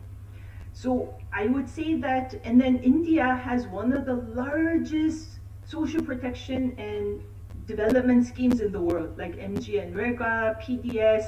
There's a huge potential to really make a difference in every village across the world. And I would like to say that as we talked about climate change, women and children are one of the most vulnerable, and we've witnessed this during the COVID-19 pandemic. Social services were severely disrupted, especially education services. We had school closures for over 600 days in Delhi. We estimate as of November 2021, around 286 million children could face learning loss. So this, I would say, is a learning crisis, not only for India, but all over the world. At the same time, we talk about climate change, which is one of the themes of the International Women's Day. Children, girls, and women bear the brunt of the impact of climatic shocks like floods and cyclones. So India, you may know that is in a report that they issued in 2018 or 19, they said that India is the 5th most vulnerable to climate change in the world. And if you just put this in context, in 2018, they estimated India lost nearly $37 billion due to climate change related shocks like cyclones, floods. And Niti Aayog in 2018 estimated that more than 600 million Indians will face acute water shortages. And I know the situation in Rajasthan, where UNICEF recently developed water-free dry latrines. So they're looking at climate resilient solution to tackle the issue of water shortages. And we've seen rise in sea surface temperature, and in many parts of, it's not only the southern states, but everywhere we face floods and cyclones. So this is a serious issue. And I would say that the most impactful solution to tackle climate crisis is educating girls. We talk about when we empower girls and women, they can develop local solutions that are climate resilient, mitigate risk of climate change to make a difference in their villages. So this is something that we want to focus on in our partnership with RD&PR. And then we talk about the impact of, during the COVID-19, access to healthy diets. India was able to put together great programs like Angawadi systems and the work under the Poshan Abhiyan, as well as maternity benefits to kind of support the community. And I would say Gram Panchayats had played a very, very critical role in terms of COVID-19 appropriate behaviors, outreach to communities to ensure that they're aware, like self-help groups, ensuring that community members are aware of their social protection entitlements. So they play a very, very critical role. So we are very pleased. We work with 13 state offices across 16 states. And I'm very pleased to see so many SIRDs represented, because we would like to work with you. I mean, I think you may be already working very closely, some of the states with UNICEF state offices. But we want to focus around our partnership around child-friendly Gram Panchayats. So in order to localize the SDGs. So UNICEF talks about 44 child-related SDGs. And we are custodians and co-custodians in terms of the UN-wide kind of division of labor in terms of supporting governments. Around these 44 indicators. So in a sense, if we don't realize child rights, we won't be able to achieve the SDGs. And that's why it's so important through the partnership we have. We focus on child-friendly Gram Panchayats.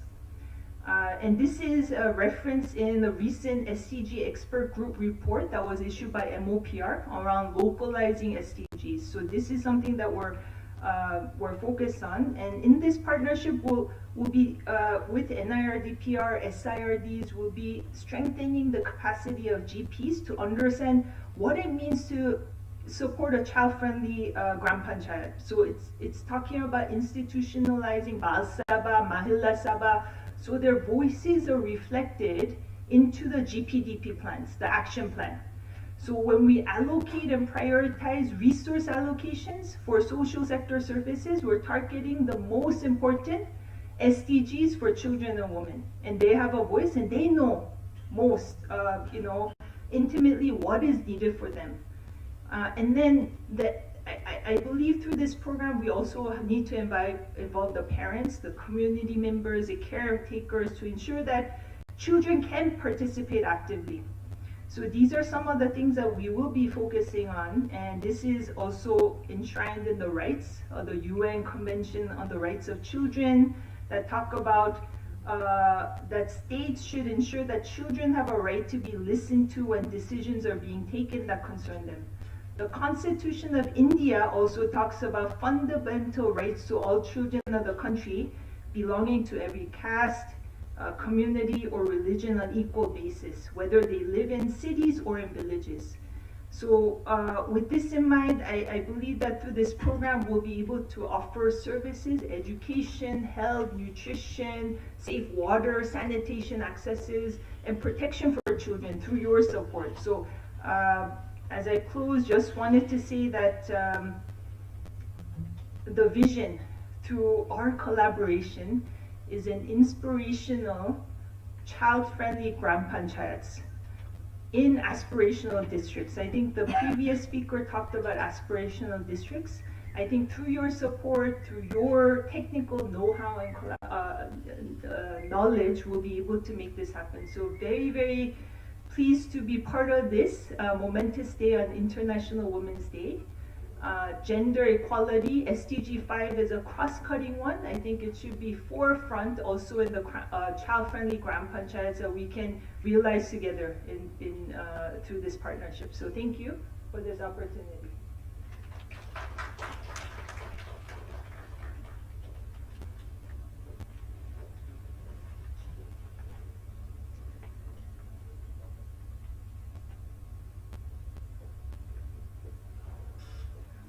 I now request our Director General to say a few words on this occasion.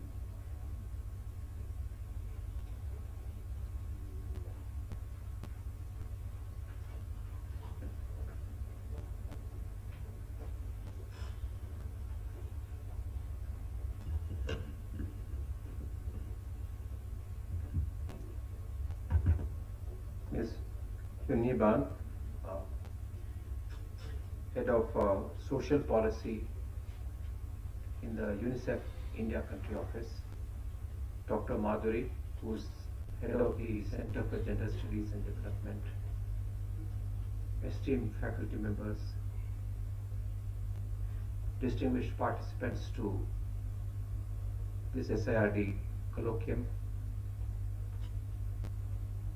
I'd like to make use of this opportunity to once again convey my greetings on the occasion of the International Women's Day. It's also an opportunity for us to recognize all the good work done by our women faculty members, our women employees, in spite of the burdens that they have to bear on the family front.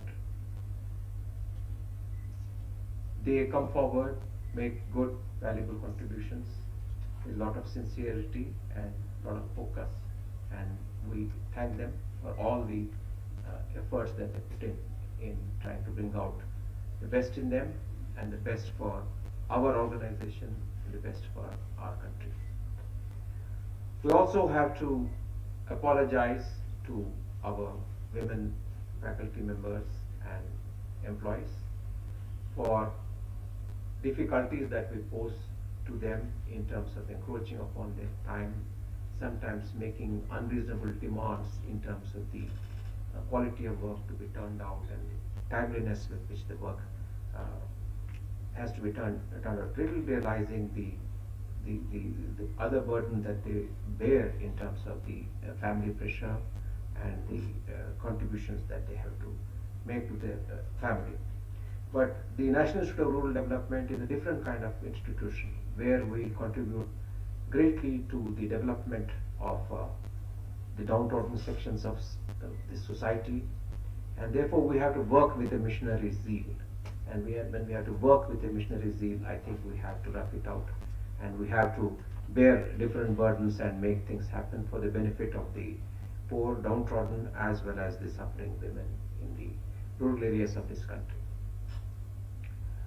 It is in this spirit I think we should see our work and take forward the agenda for women's development in this country. Not only women's empowerment, but women's development in the country, so that they can stand on their own feet and be equal partners with men in the country's progress. With UNICEF, we've been having a very long-term relationship, and we thank the UNICEF for giving us various opportunities for collaborating with them and working with them on the path of national progress. So we have had the communication resource unit based in RD&PR for some time, and that was mostly functioning at a regional level, focusing on the southern states, Telangana, Andhra and Karnataka. This year we've taken the effort with support from UNICEF to move the communication research unit's activities to the national level.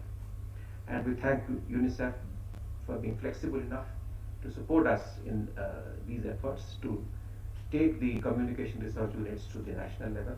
And a lot of work that the communication research unit does also focus on women's issues and women's development issues, such as the behavioral change issues, such as Poshan Abhiyan issues, and so on and so forth.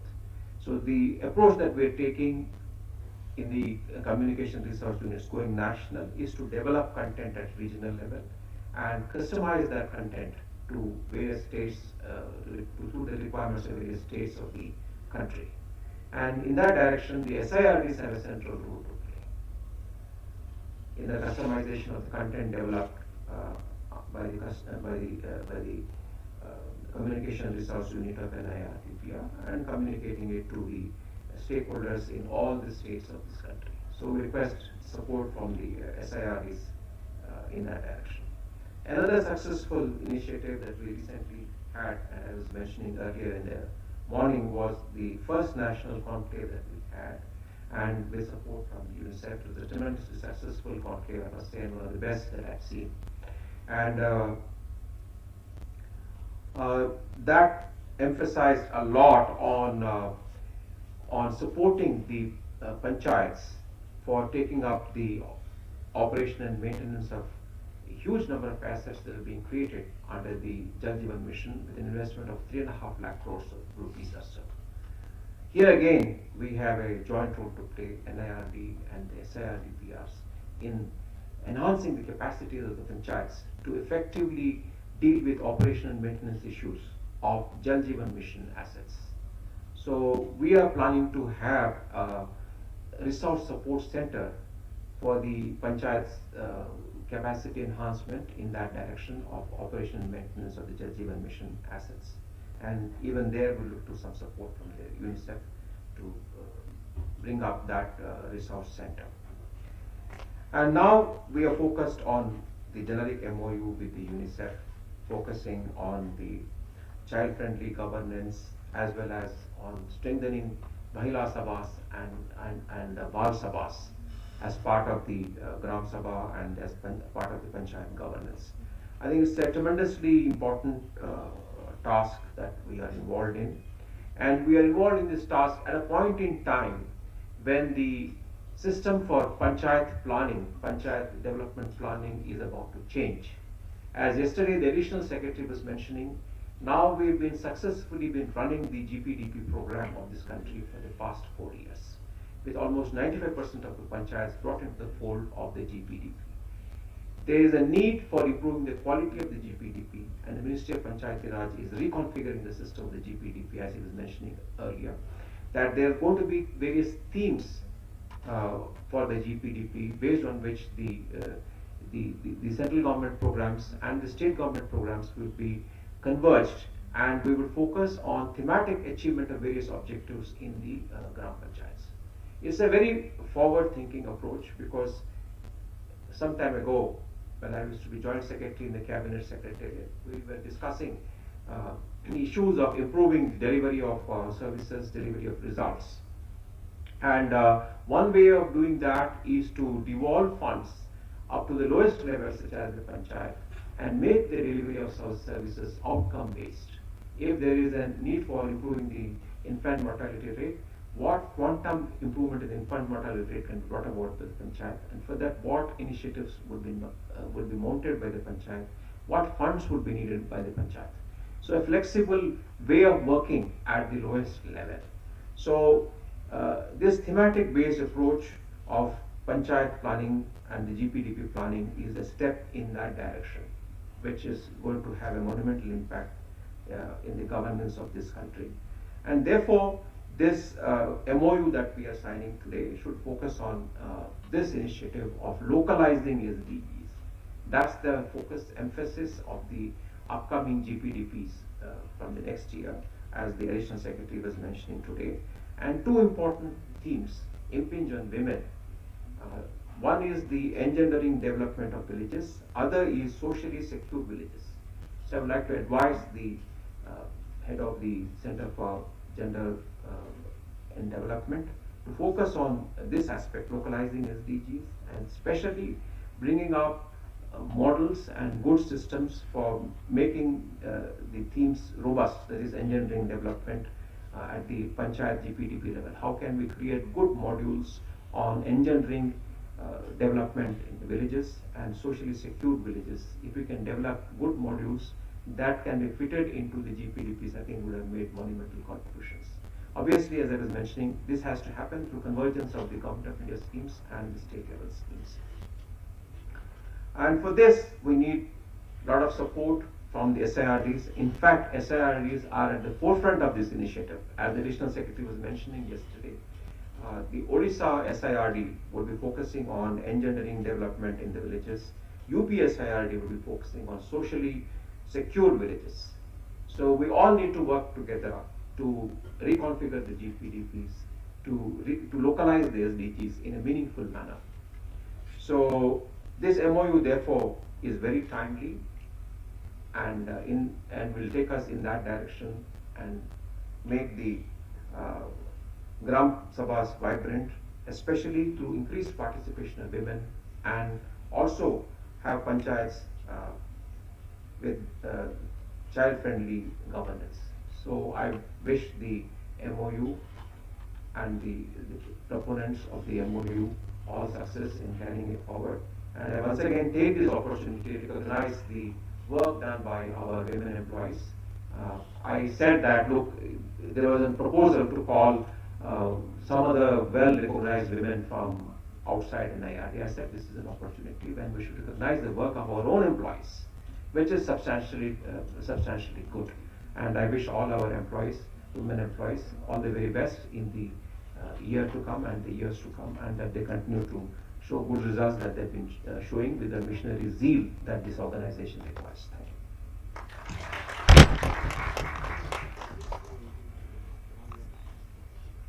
Thank you, sir. Thank you for those good words and showing us the way forward. On this occasion of International Women's Day, we are pleased to be here for signing the MOU between the RD&PR and UNICEF on our comprehensive partnership for strategic engagements for the period 2022 to 2027. UNICEF, as our Director General was mentioning, has been a very long-standing and trusted partner of RD&PR over the last 5 years. It has supported RD&PR in establishing the Communication Resource Unit and also the Child Rights Resource Unit. As a part of Communication Resource Unit, we have collaborated to provide need-based strategic communication support to different government departments and NGOs. Likewise, the Center for Gender Studies and Development at RD&PR has established a Child Rights Resource Unit in collaboration with UNICEF in 2019, and this unit has been undertaking training and capacity building activities as well as supporting research on various child rights with the aim of advocacy at various levels. In this year as well, CDSD at NARD&PR has undertaken a project focusing on institutionalizing Mahila Sabhas and Bal Sabhas. So in this particular project, we will be working with 4 different states of Telangana, Assam, then Rajasthan, and also Odisha. So we would like to see the continuation of our joint efforts for building a very long-term and strategic partnership between NARD&PR and UNICEF. Today's event comes at a very important juncture where we enter into an MOU to further advance our partnership and support. UNICEF's commitment towards the protection and development of children and NARD&PR's commitment towards integrated rural development with focus on women and child development will be further strengthened through this MOU, which is a continuation of our earlier collaboration and earlier MOU. Through this MOU, we agreed to work on joint research projects, capacity building programs, national policy advocacy workshops in subject areas of mutual interest.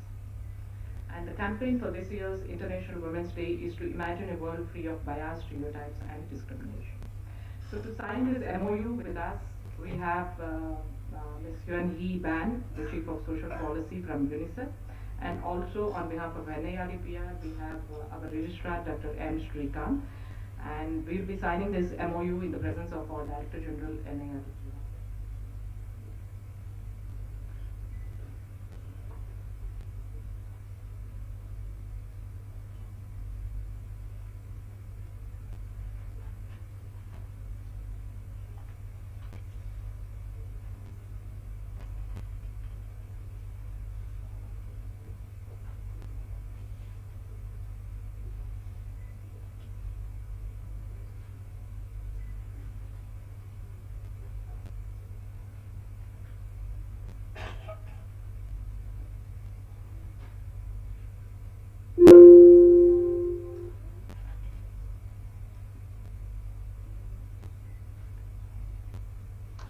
I also request Rini from UNICEF to come on to the lab.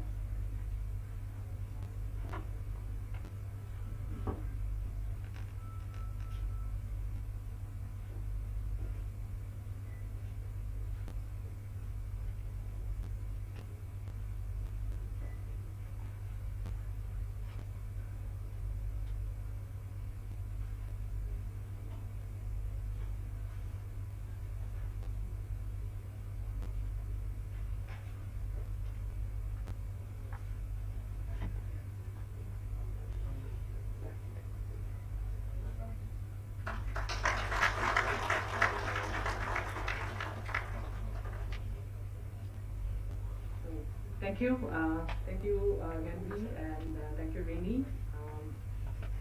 Looking forward to a very fruitful and long-standing collaboration with UNICEF. Thank you, one and all.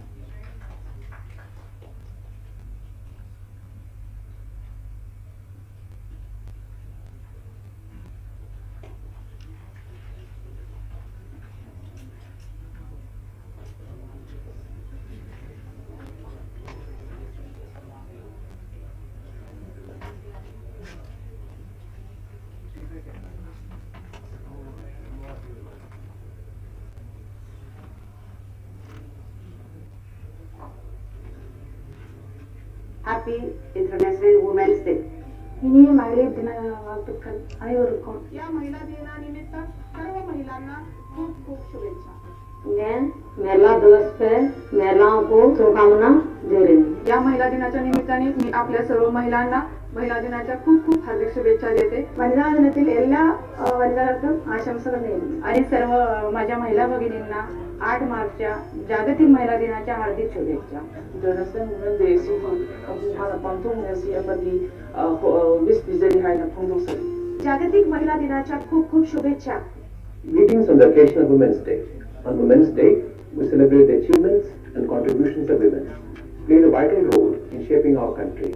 Every year in our rural India, we see women from all walks of life rise up and speak out for nation building. It's also an opportunity for NARD&PR to join together with these women to take the country to new and greater heights. It's felt that the COVID situation may wipe out 25 years of efforts towards gender equality. Recognizing a similar challenge in the form of climate change, the fourth session of the UN Environment Assembly in March 2019 acknowledged the disproportionate burden of climate change on women. In furtherance of this, the United Nations have chosen gender equality today for a sustainable tomorrow as the theme for this year's Women's Day. Let's celebrate. On this occasion, the contribution of women and girls to lead change, especially on aspects related to climate change. Many of these changes led by women can only become self-sustaining when women have avenues for economic empowerment. As a major step in this direction, the Ministry of Rural Development is leading the change from women empowerment to enterprise creation under the self-help movement, which will benefit a large number of the 8 crore women of our country who are members of the self-help groups. We in RD&PR are also taking small steps in this direction for transformative economic empowerment of women in rural areas. Let's take this opportunity to recognize the efforts of these enterprising women to lead the change for national development. A very happy Women's Day to our mothers, daughters and sisters.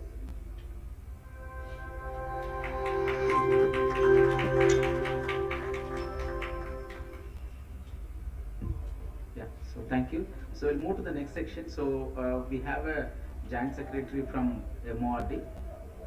So would like to discuss on the MOU between MORD and SIRD&PR.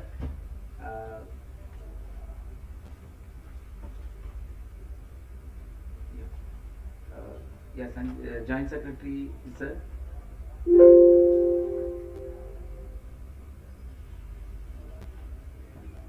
Yeah.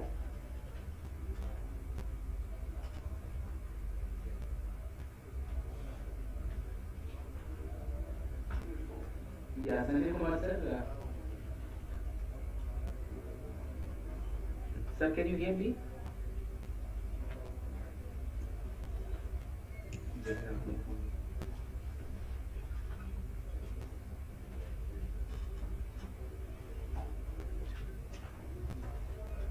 Sanjay Kumar, sir, can you hear us? Yes, sir. Yes, sir. So thank you, sir. We have all the SIRD's representatives, directors, and few DGs and additional directors and faculties.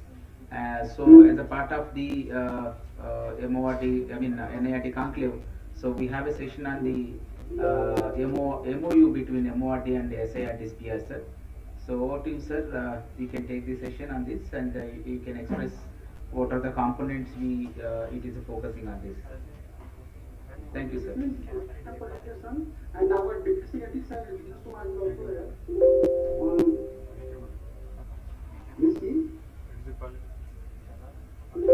Yes, sir. Please go ahead, sir.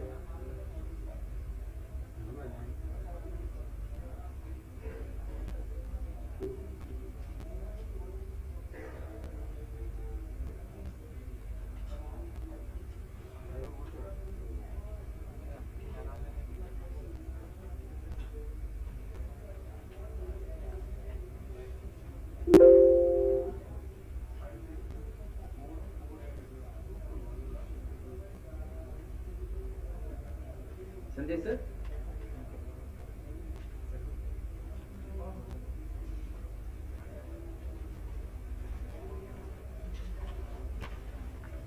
Babu, then focus here. You can focus here, so they feel that they are not. It is automatic. You can go to the audience. Focus to the audience.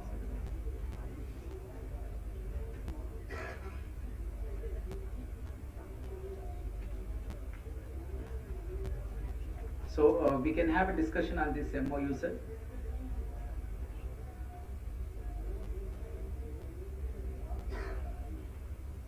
Sanjay ji.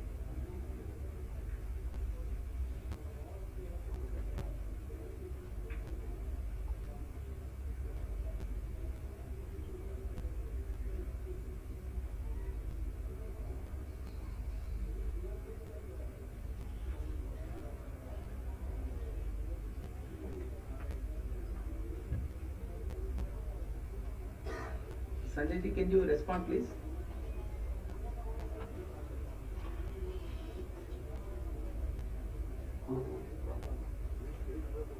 Other give the presentation on the MOU, our DSC also joining after some time. Okay, so how much time, sir? Can we wait? You give the presentation on the MOU whatever. So can I give the tea break now? कितना time लगेगा sir? DSC will join in 5 minutes. 5 minutes. Okay, we will wait 5 minutes, sir. Yeah, thank you. You wait for 5 minutes. Yeah, thank you. Yeah, so after this section we'll take the break, and I have a small instructions over here. So anyway, you have all scheduled. So we'll continue the presentations by the various section heads. Then we have a training need assessment presentations and RD&PR functionaries. Professor Jyotish is going to take it. And we have a presentation on best practices from the few SIRDs we'll listen. And after that we have working group presentations. I could see many people have done all the presentations. So we'll have after lunch break, and followed by the concluding section. So we have like a small city tour also we planned. So kindly give the preferred places so that we can split the two teams if required. In the registration desk you can inform during lunchtime or break time. Okay. So this is all about this. All the presentations and the reading material I will share through Google Drive to the SIRD and ETC group. So you can also download those information. So whatever the presentation made by the head of the departments, as well as all the presentation best group discussion presentation, and SIRD presentations also I will try to share in the Google Drive, and those Google Drive also I will post into the in the WhatsApp group. So I hope we have a good, yeah. So we will wait for the few minutes for the from the MORD and the MOU between the MORD and the SIRD&PRs.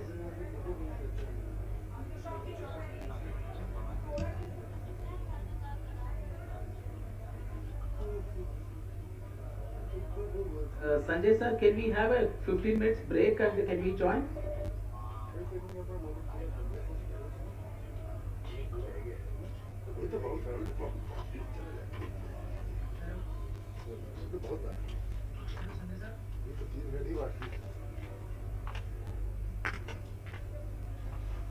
Sanjay ji,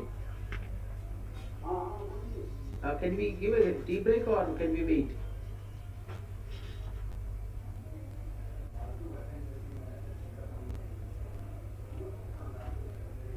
So we are giving a tea break 15 minutes, then we'll join quickly after 15 minutes. Sanjay Kumar ji, is it okay? By 11:30, अभी 11:15 हुआ, 15 minute. Okay? ठीक है ना sir? Yeah. Please inform to sir also. Yeah, thank you. So we'll have a quick break, a tea break, and come back by 11:30. Please. Thank you.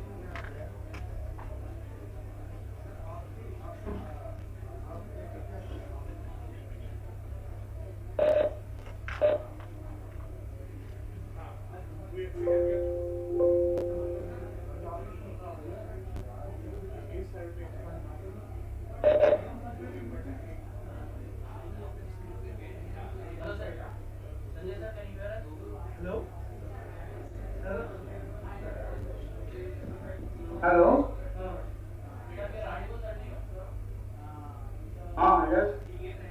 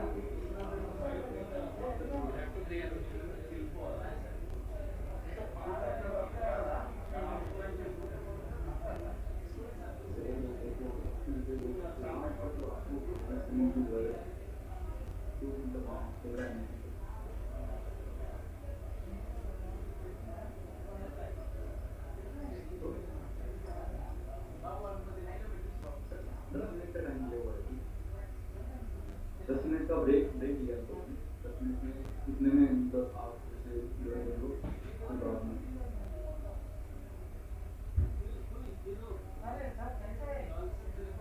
हाँ sir break अरे वो जो video है ना उसको थोड़ा पुश करो ना ब्रेक इससे पहले जो मतलब ब्रेक हो जाएगा आप लोग क्या टाइम यूज कर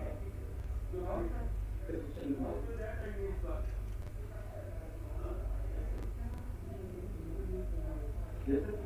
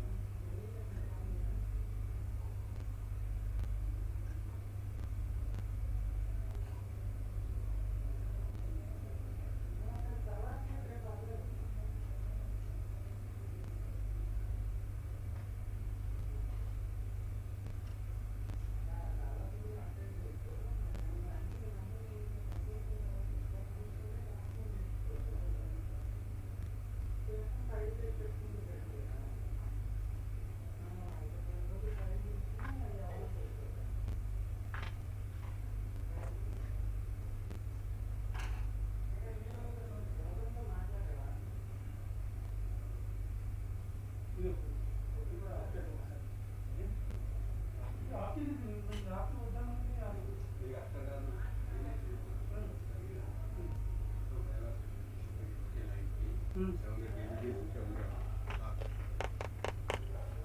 ఇప్పుడు ఇది అయిపోయింది చూడు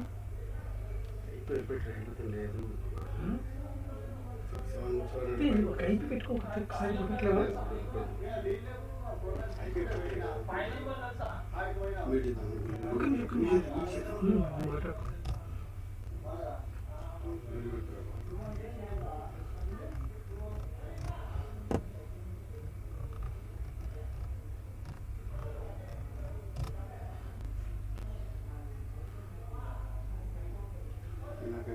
అయిపోయింది వచ్చిందా రాలేదా మరి ట్రై చేసుకోరాదు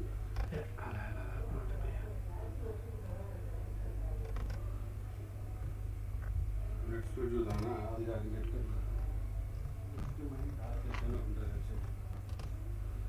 అర్థమైందా లైవ్ వస్తుంది ఏం చేయలేదు టెస్ట్ పోయి ట్రాన్స్లేటర్ ఉంటుంది గుడ్ వచ్చింది చెప్పి 700 చేతుంటే గుడ్ వస్తుంది 640 కింద పోయిందనుకో దొరుకుతాయి వచ్చే బండి ఇట్లా కొట్టుకుంటూ ఉంటుంది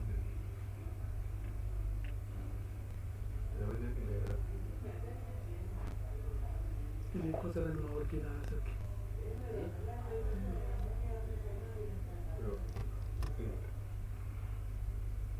ఎంతో చేసి ఎప్పుడైనా స్పీడ్ ఉంటుంది స్పీడ్ ఎక్కుతుంది దాంట్లో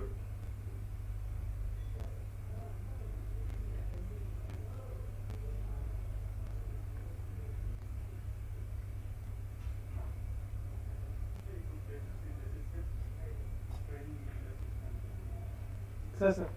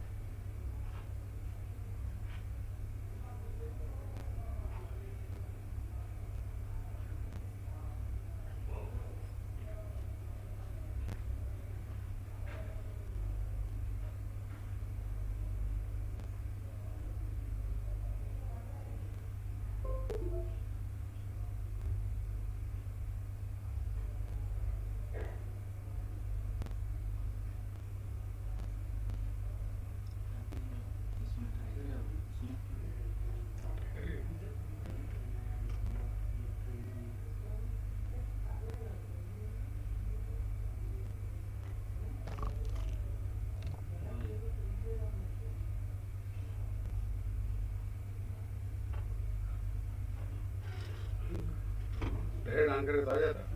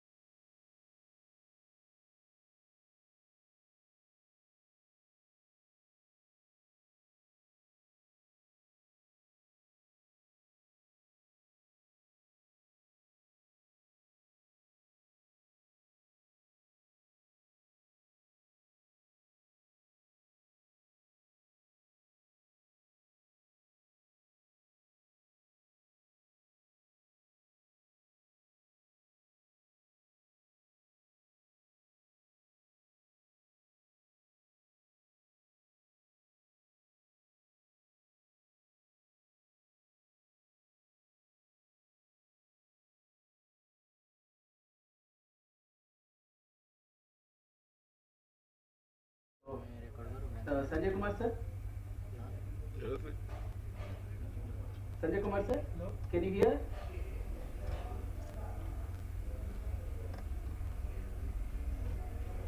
Sanjay Kumar ji?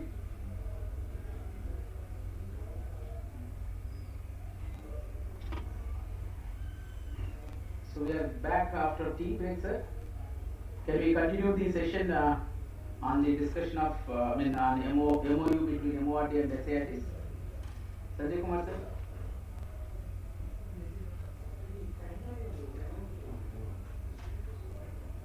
Sir pendrive किसी ने भूल गया है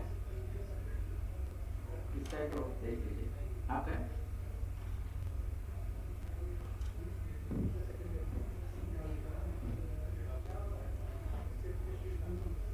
Sanjay Kumar sir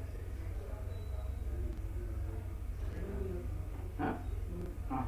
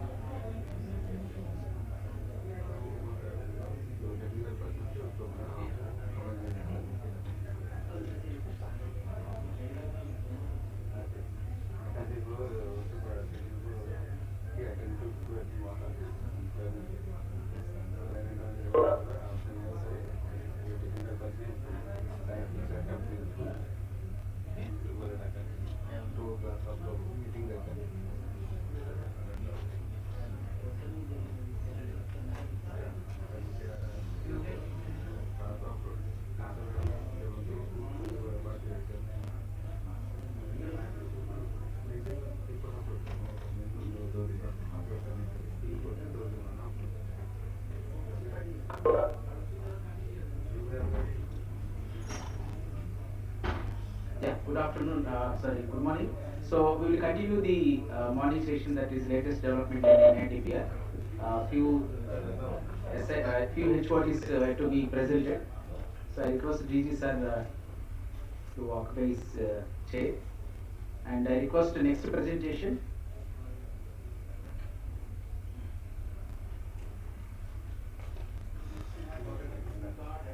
Yes, sir.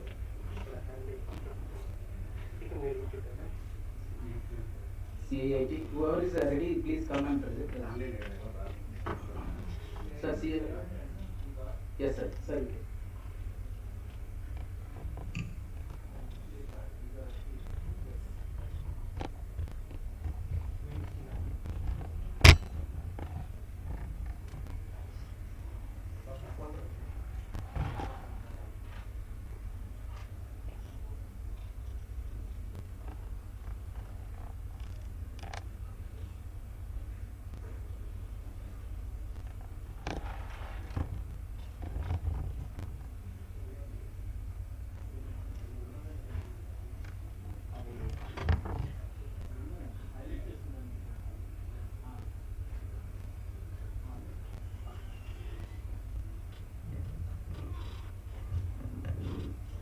Respected DG sir, directors, deputy DDG sir, and directors and other invitees from the SIRDs, dear colleagues.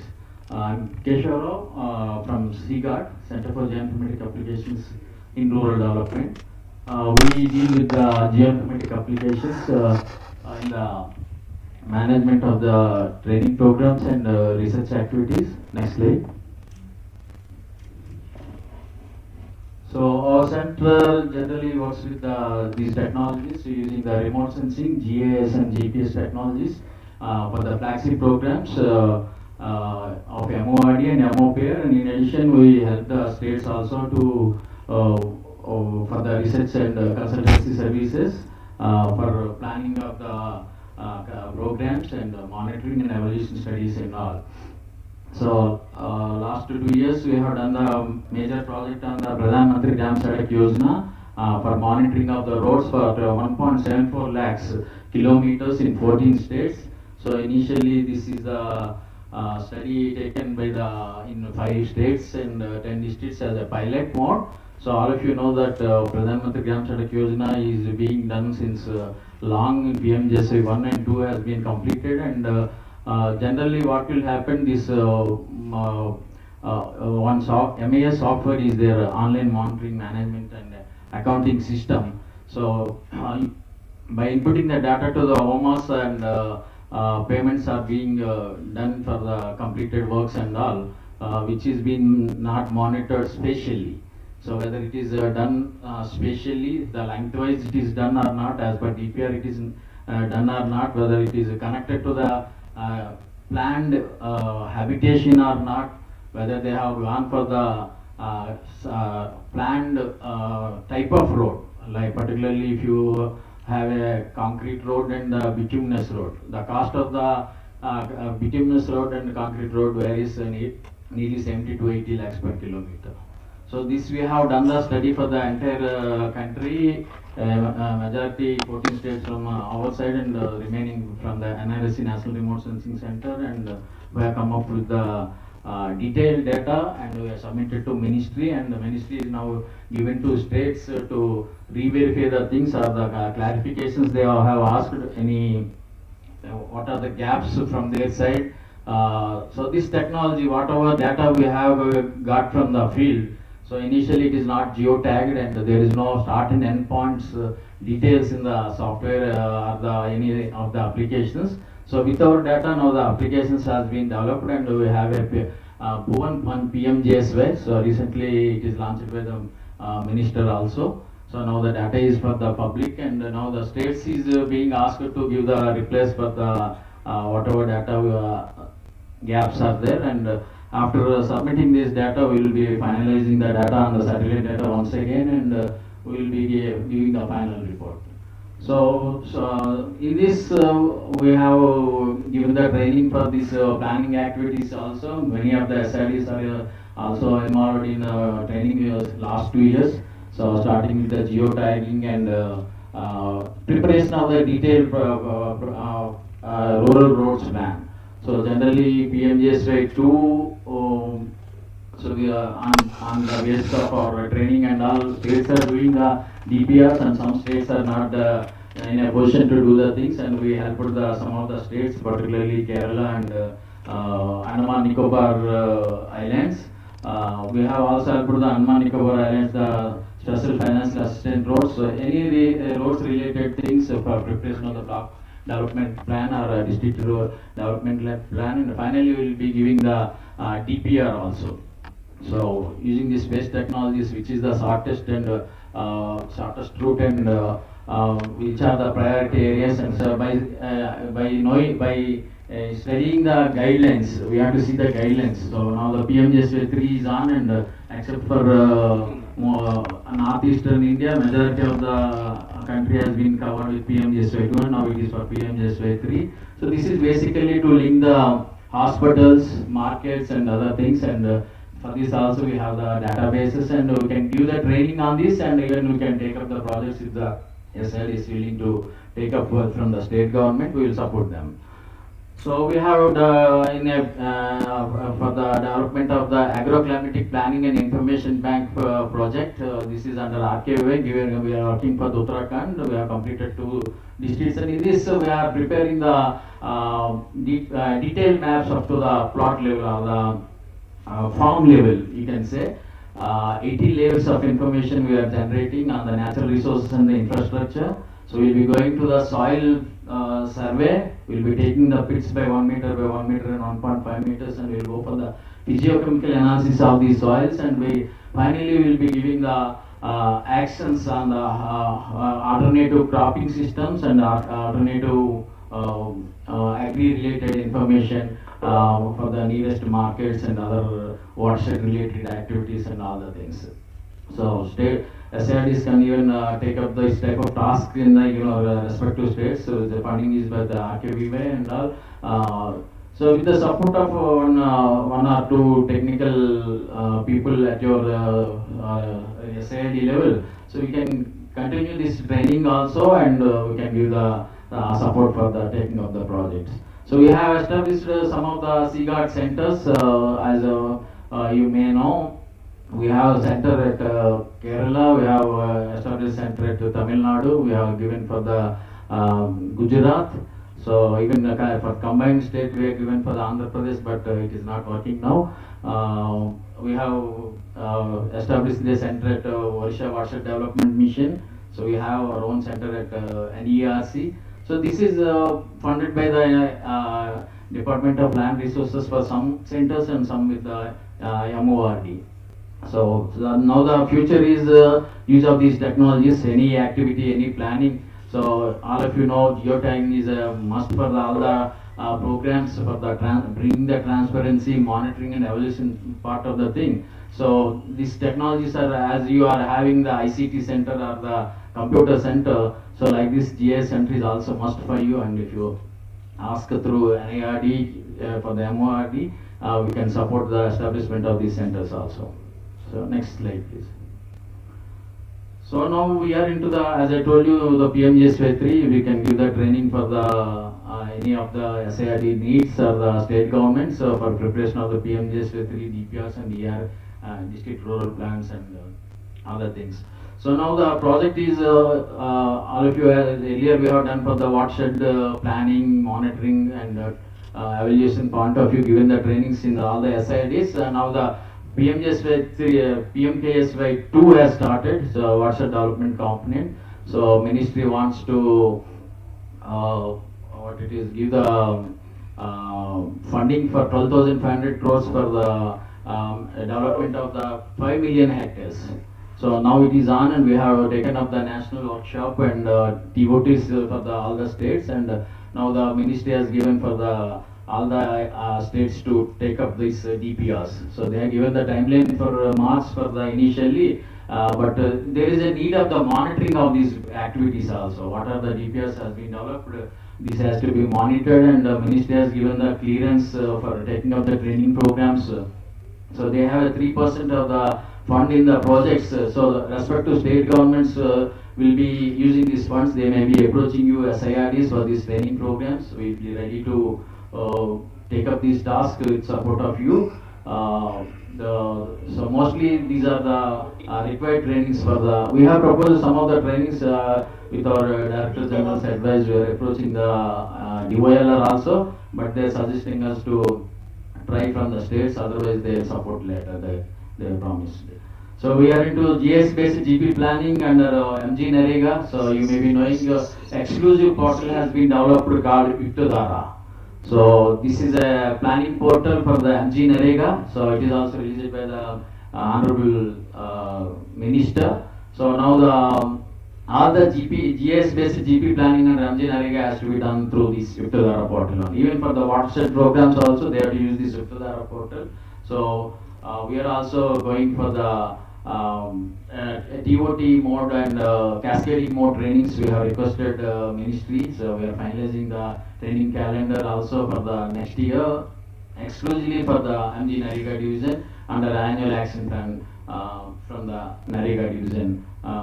We are into that. If that comes, so you have to do a lot of training programs. So it may be a networking, maybe it is a up to block level we need to give the training. So that is the requirement we can say here. So we have a spatial planning for GPDP.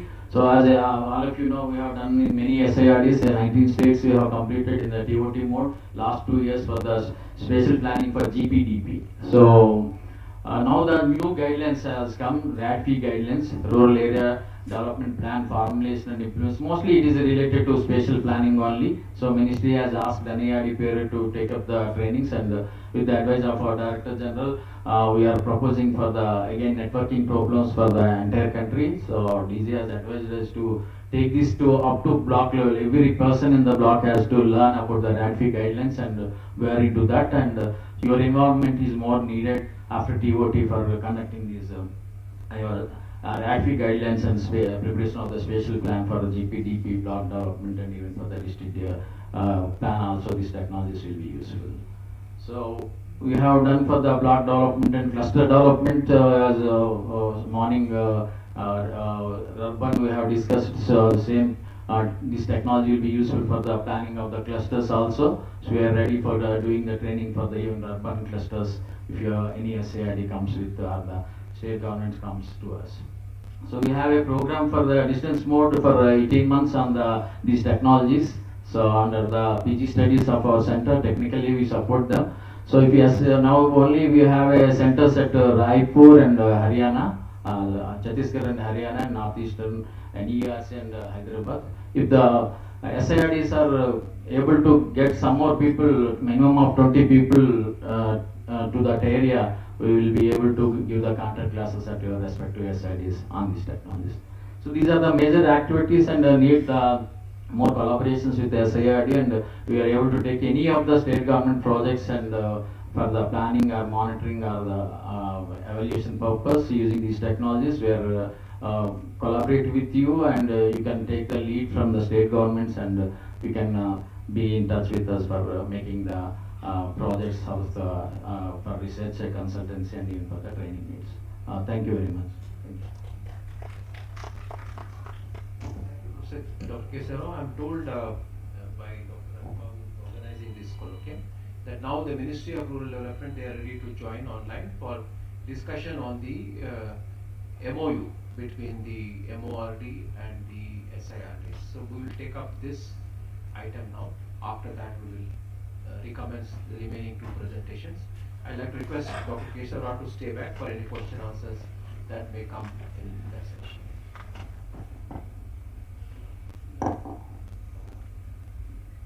Yeah, Sanjay Kumar sir, you can present now.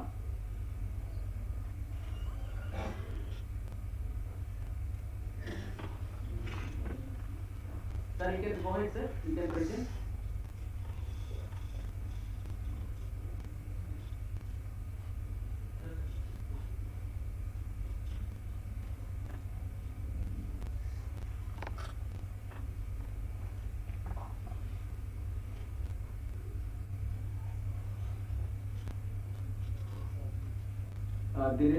Dinesh, you can please present now.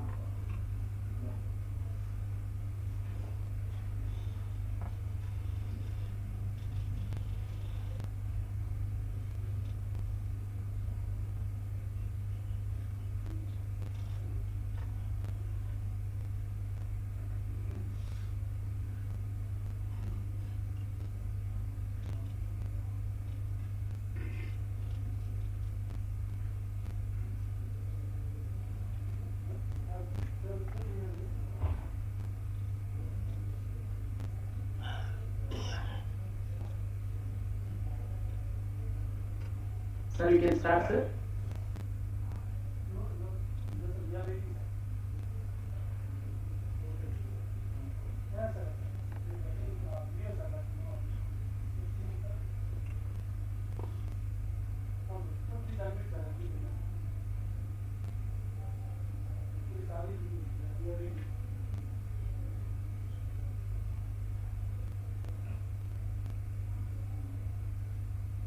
Yeah, hello? Yes, sir, please.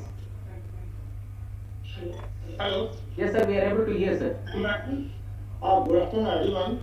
I'm sorry I could not connect earlier, but there were some technical issues.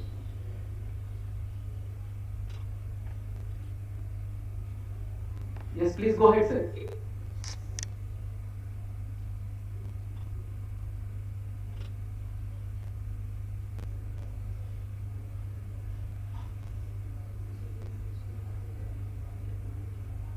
Sir, you are on mute. Unmute, sir, now.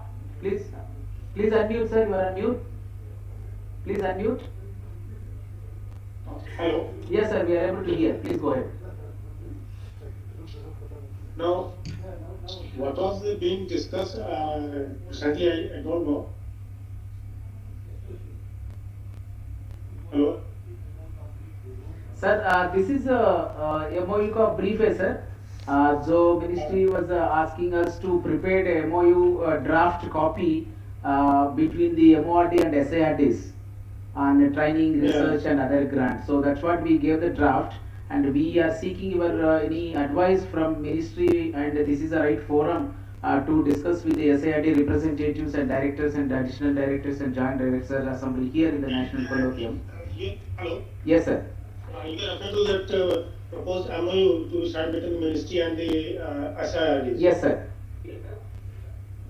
And the draft MOU which NIRD had sent to the ministry, we have got the approval of the competent authority here. We will send you. If there are minor changes, Sir, you would like to just share a few points from your side and what they are also expecting from that? Pardon me? You would like to share a few points which MORD it is mentioned in the MOU, and what are the training and research points you are looking for from your SIRDs also. If you would like to please discuss on that also, it's great, sir.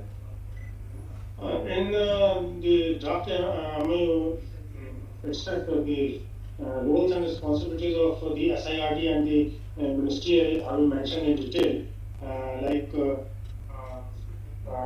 training, research, education, and some other points. And as regarding the roles of Ministry of MORD,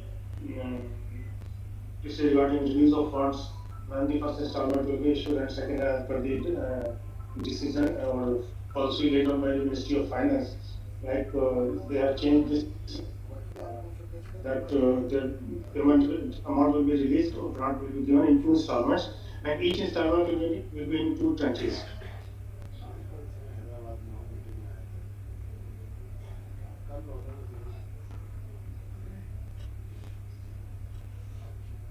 Okay, so you mean to say, sir, once it is fine with you, so you are going to share directly to the SIRDs, right, sir, for their concern or for their comments?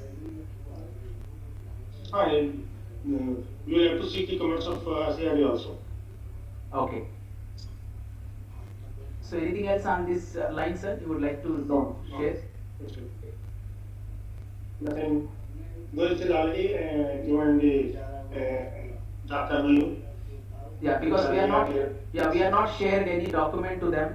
So we seek your directions only. You can please communicate with them, sir, for their answers. Because see, there are some gaps in the draft MOU which have to be filled up by the concerned SIRD based on the objectives given they have. Okay, sir. Like the number of training programs, number of candidates which will be given the training.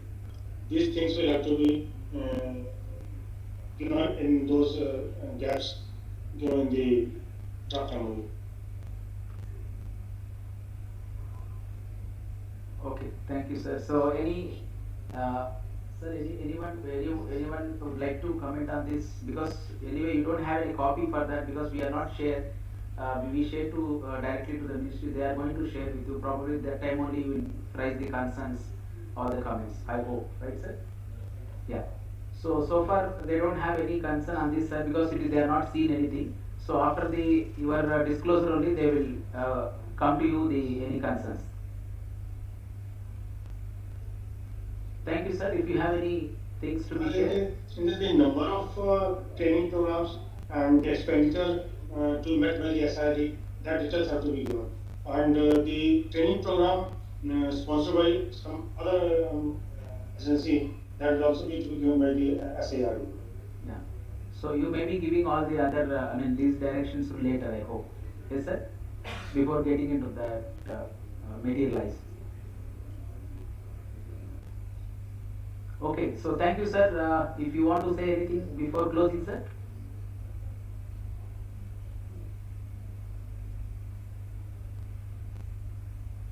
So any other comments, sir, from your end? No. Yeah. Fine. Thank you, sir.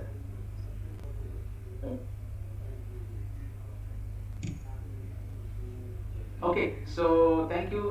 So we'll continue our HOD's presentations. DDG sir, can you please come and take the chair so that next HOD will go for the presentation.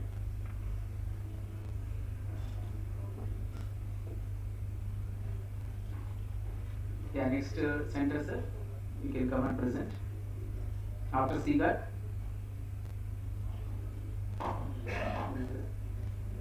Kiran, who is that? Kadri sir, yeah. Any question and answer from CGAT center? SIRD? Keshav sir, please come here. SIRD का कोई query है?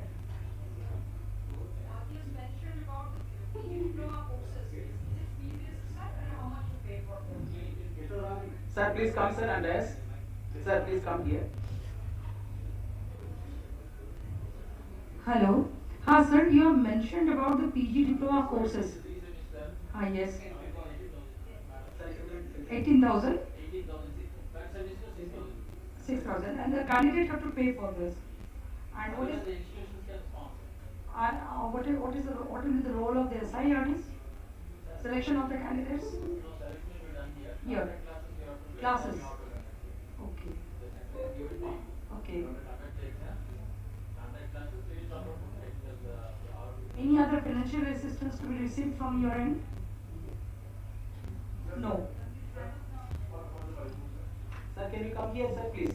Sir, Keshav sir, please come here. From your state, if you have 20 people, our PG studies can give the center for you, so that we can support you there for the being a center, and at the same time will support with the technical things.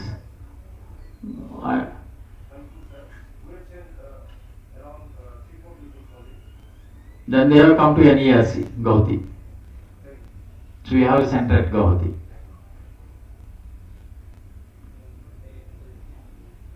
So best thing is you propose for CGAT center to the ministry, so that you'll equip with all the basic supports.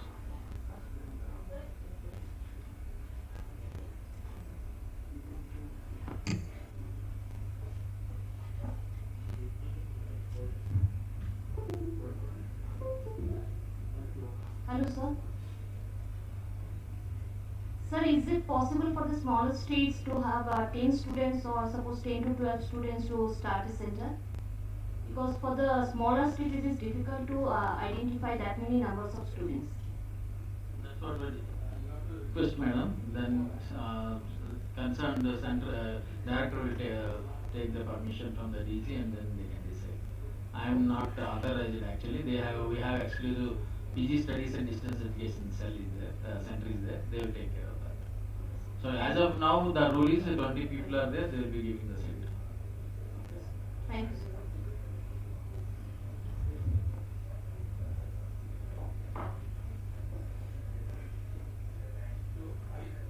I hope there is no other query. And what was the answer to Madam's question?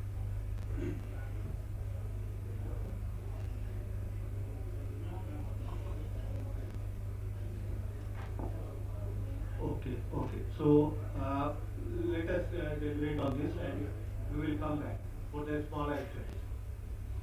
So keep aside. Let us move to the next program.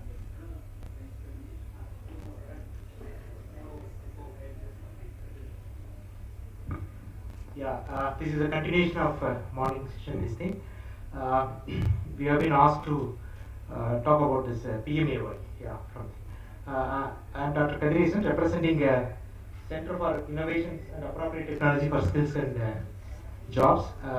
In that morning, many people have visited our RTP Center, Rural Technology Park.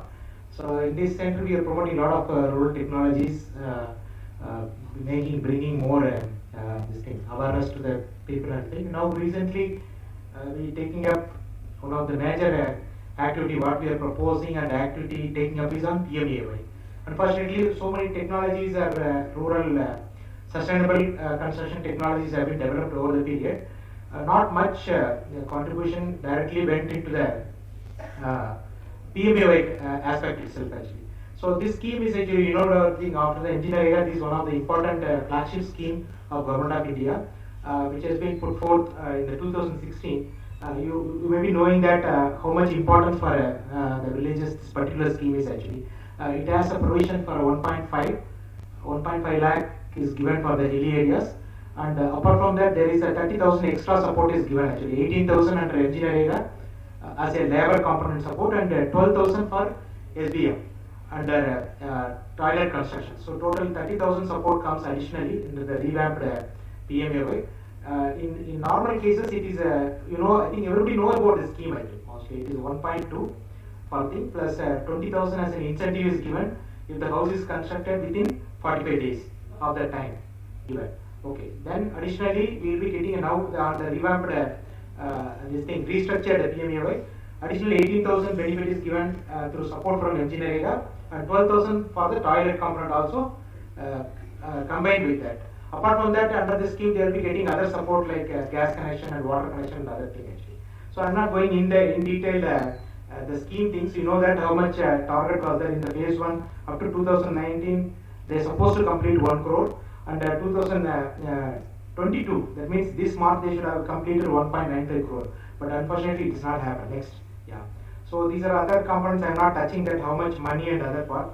Under the restructured rural housing scheme, from earlier 20 square meter to now it is increased to 25 square meter. That is housing, and state to state it varies actually. Some states they are supporting apart from the central component, whatever the scheme fund they are getting, they are putting additional. For example, Tamil Nadu additional 1 lakh is given for the roofing component. Like that, every state has its own modified version of the housing scheme. But these are, I'm talking about the central component, central government support only actually. Next. So in the recent, this is the update actually. Friends, this is as I told that the total target was 2.95 crores, supposed to be completed this March 2022. But so far as on the 1st March, only 1.73. In that 1 crore is already completed, and 1.95 crore was the pending. Out of 1.95 crore also only 1.73 sorry, here the topic is 2.95 crore was the total this thing. So far as on today, 1.73 crore has been completed. So considering that importance, I think this budget also is announced. Now it has been extended to 2 more years. You might have seen the news actually. So it is the ending scheme ending at 24 actually. Okay, 31st March 2024. They are supposed to be completed 2.95 crores. That means there is a pending of another 1.22 crore. 1.22 crore number of PMI houses has to be constructed all over India. So this is a very mammoth task actually. They are trying to bring down the cost and other things like that. So next. So you know very well that the ministry has brought out a compendium of house design typologies actually. Our RD&PR also supported in designing certain house models from our side, and it has brought out from ministry, and many of the states are trying to follow these typologies. Not 100%, at least they try to adopt wherever that particular state that model suits. They are using these typologies. The total 108 typologies have been put forth in that actually. Next. So what our the initiatives done from RD&PR side, RTP side to support this scheme actually. So initially in the initial years, I think there was not much work on the housing technologies directly linked to the PMA was not happening, but our NID was known for bringing out a compendium on appropriate sustainable construction technologies for Gram Panchayat Bhavans and Anganwadi buildings based on series of consultative workshops happened in 2016, 17, 18. So this particular book released in 2018, many SIRs also might have got actually. These designs are adopted mainly to promote how using a sustainable mud block technology and other low cost technologies, how the Anganwadis can build and Gram Panchayat Bhavans can be built and now we are trying to use those technologies, adapt those low cost technologies to promote EMI concept also. So during that time actually, even that our center in RD&PR, they come out with a model that compressed stabilized air blocks, CSC blocks. You might have, some people in the morning they seen this while walking down to RTP also. It was a demonstrator actually. This technology is available, but here we went to a lot of awarenesses created from here. Some of the locations they adopted. Some of the states which adopted is MP, Maharashtra, Telangana, Andhra Pradesh and Jharkhand. So this is our strong what is the point what we are having now. So we can very well translate the technology of developing a what is that, a cluster level approach where they can bring these bricks actually. I'm happy to note that Assam is coming forward. State of Assam, Pavitra Kalidasa here is always discussing with me that they want to take it up in a big scale. This particular technology, particularly for many aspects, including Panchayat Bhavans, if I am correct, and also PMAY houses for the states actually. So this is one of the opportunity we are looking to collaborate immediately with the government of Assam actually. And also we conducted trainings, programs for masons and engineers on these sustainable housing technologies. So that has been our achievement over the period of 3-4 years and documented so many things actually. The model houses are built to demonstrate technologies. Model house in rural building center, in RTP you can see few model houses built on these technologies, and our DG bungalow also to showcase this how best this particular technology works. Compressed mud blocks and mud plastering, and lot of technologies integrated model has been built to showcase to the public. Next. See the recent initiatives, if you say that what we are doing last 6 months to take it forward and how these technologies, rural sustainable housing technologies can be used for PMOA. We have started initiated a lot of consultancy, that means expert consultancy meetings have been happened actually. We had 2 important expert consultation workshops happen. We could arrive some new ideas, something, because so many organizations are working, you know very well that architects, people are working, people working in bamboo technologies, people working in structural engineering, so many people are working in these domains, but integrating them, bringing them into this domain, how best we can bring it within the cost of 1.8 lakhs or 1.7 lakhs is the biggest challenge. So that we are trying to do this thing, where the material availability, all these issues are there. All the things are discussed in the 2 expert consultation meeting. And we also now, based on the advice and the suggestions, we are building 2 model houses in RTP actually, to showcase the people that this can be in the little reduced cost, we can build these houses, and what are the technologies can be adopted by states actually. Initially we are doing this 2 houses here in RTP. We are going to extend this model to other states also actually. And we have planned a series of ride shop, again discussion in consultation from the April onwards. We are going to have 3 ride shops. It's like you know that what is ride shop, and a total discussion to come out with the models actually, sustainable house design typologies for PMOA. The similar way like Pahal, the government of India has brought up this thing. We wanted to bring it on sustainable housing technology based designs actually. So this will definitely help the region wise people to adopt these designs and take it forward actually. And also we are going to conduct a series of TOTs based on the outcome from the ride shops. We are going to conduct TOTs, training for the states actually. We have planned 4 TOTs regional wise. So we prepare Northeast separately 1 TOT also. Next. So these are the things what we are planning to showcase in the model, what is that, the PMA house in what we are building in RTP here. So we are building 2 houses, one with our own RD&PR model, some technologies we are adopting, and we are also taking the help of one organization called CED in Varda. They are very good. They have done a lot of work in this type of housing models. These are some of the examples of technologies what we are going to use it, like rat trap model, mud blocks, bamboo walling, to save the cost actually. The construction, mainly here the biggest issue is we are going to get only 1.2, that means 1,20,000 only for construction cost. So other than labor and other things like that. So it's very important how much we are going to save in the construction material. That is the things which is going to result in the ultimately overall budget of the house actually. So it will be a biggest advantage for the beneficiary also, because most of the labor comes from the family or from engineering support. But the unavoidable component is the construction material and other things. So these technologies we are trying to showcase here in these two model PMA houses. Rat trap model, mud blocks and bamboo walling, and for roofing we are going to adopt filler slab roofing and also one house in the conical tile model actually. So which is also CED Varda is going to help. And painting of walls. For every area we are trying to adopt a new model, new technology something. Instead of normal cement painting or anything like that, is it possible for mud plastering with a minimum level, at least 30% cost reduction basis? Is it whether it will look good or not something? All the things we are going to showcase here. And for painting purpose, suggested by our Honorable Minister, which is already we have seen some model houses in Rajasthan and all. KVIC has developed a material called Prakratic paints actually. Somebody might have from Rajasthan, they will knowing very well. This particular paint, it is a cow dung and cow urine based product which is available in the market, 2,000 rupees per 10 liter. That is the thing they are giving, I think 2,500 if I'm correct. Sorry. So that is a thing we are purchased already. Now we are going to use this for this house also, painting this thing. It looks very nice. After finishing this house looks like a normal painting with a yellow painting or something like that.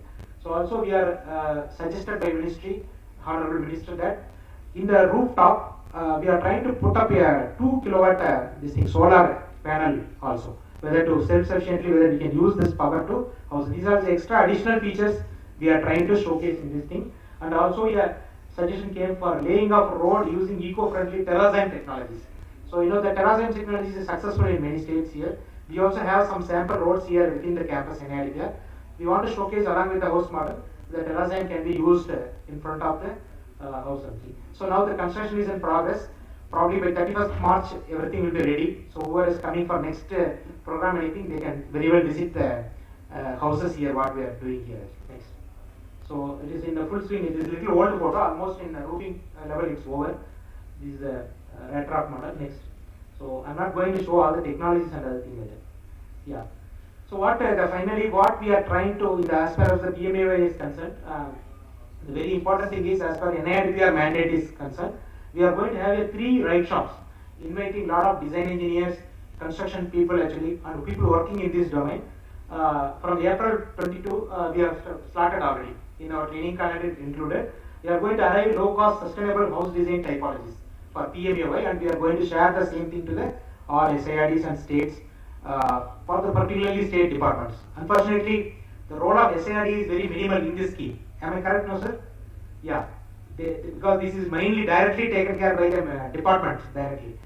This program actually. So PMAY training may not be happening in SIRD, but for your information, any SIRDs here you are interested really, we can work together. We wanted to come and we wanted to have a collaborative training also, because we are going to start the TOTs also based on the technologies in-house.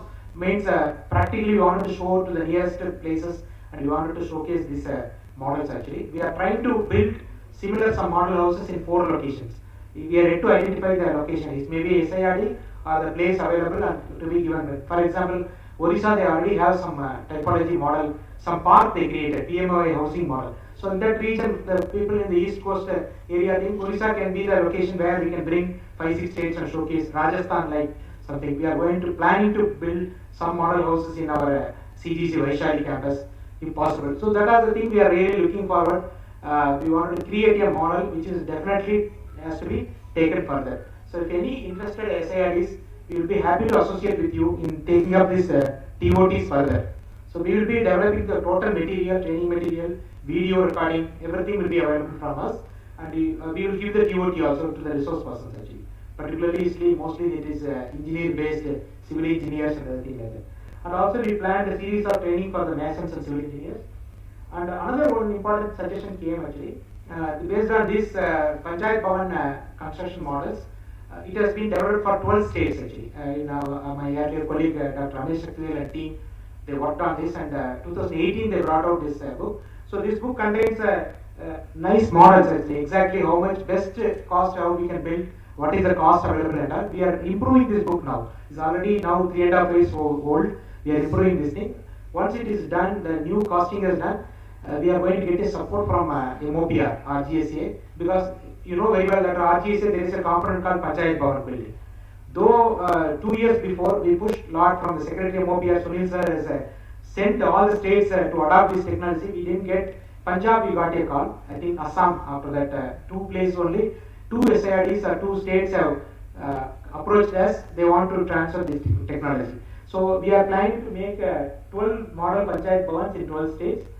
We are writing to the MOPR for funding support, because it's RGC, one of the component is Panchayat Bhavan construction. In a gradual manner, every year they are giving some this thing. So if these technologies has been promoted properly, whatever the effort we made in NID&PR should not go waste actually. So we definitely look forward to your support. Anybody is interested in this domain, in the particular scheme they are directly working, we are here to support you and we can work together. That's all.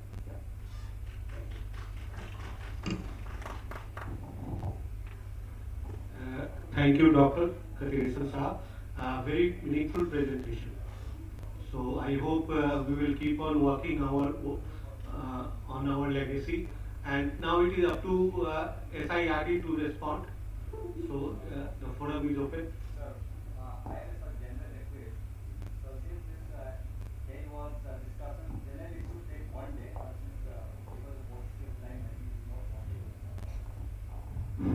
I'll request that all the PPT should be shared to us along with the name of a contact number of head was, because I've gone through, like, there are so many things that we need thorough discussion with our faculty. For example, in Arunachal Pradesh, for your kind information, like for the first time in history of AP, like real-time devolution of power to the Panchayati Raj have been given this year only under a very unique model of SPICE model, where component like gender budgeting, green budgeting is mandatory to be included to get certain grants from the state government. So there are so many things to be done, and I could go through that. There are many things from some heads where we need some thorough discussion to be included in the next training calendar for ISTET. And in this year also, like SPICE model of training has been synchronized with all the training model of SID here in Arunachal Pradesh.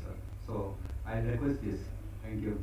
Yeah, we are sharing all presentation material, whatever it is discussing here in the Google Drive. I'll post into the WhatsApp group also, and send email also. Yeah. Next presentation by Saki. So after that we have a TNE presentation by Professor Jyotis, and maybe we will reach the lunch time. So best presentation by the various SIITs, Sikkim, Maharashtra, Karnataka and Kerala. I hope they are all ready. So they can copy also later in between.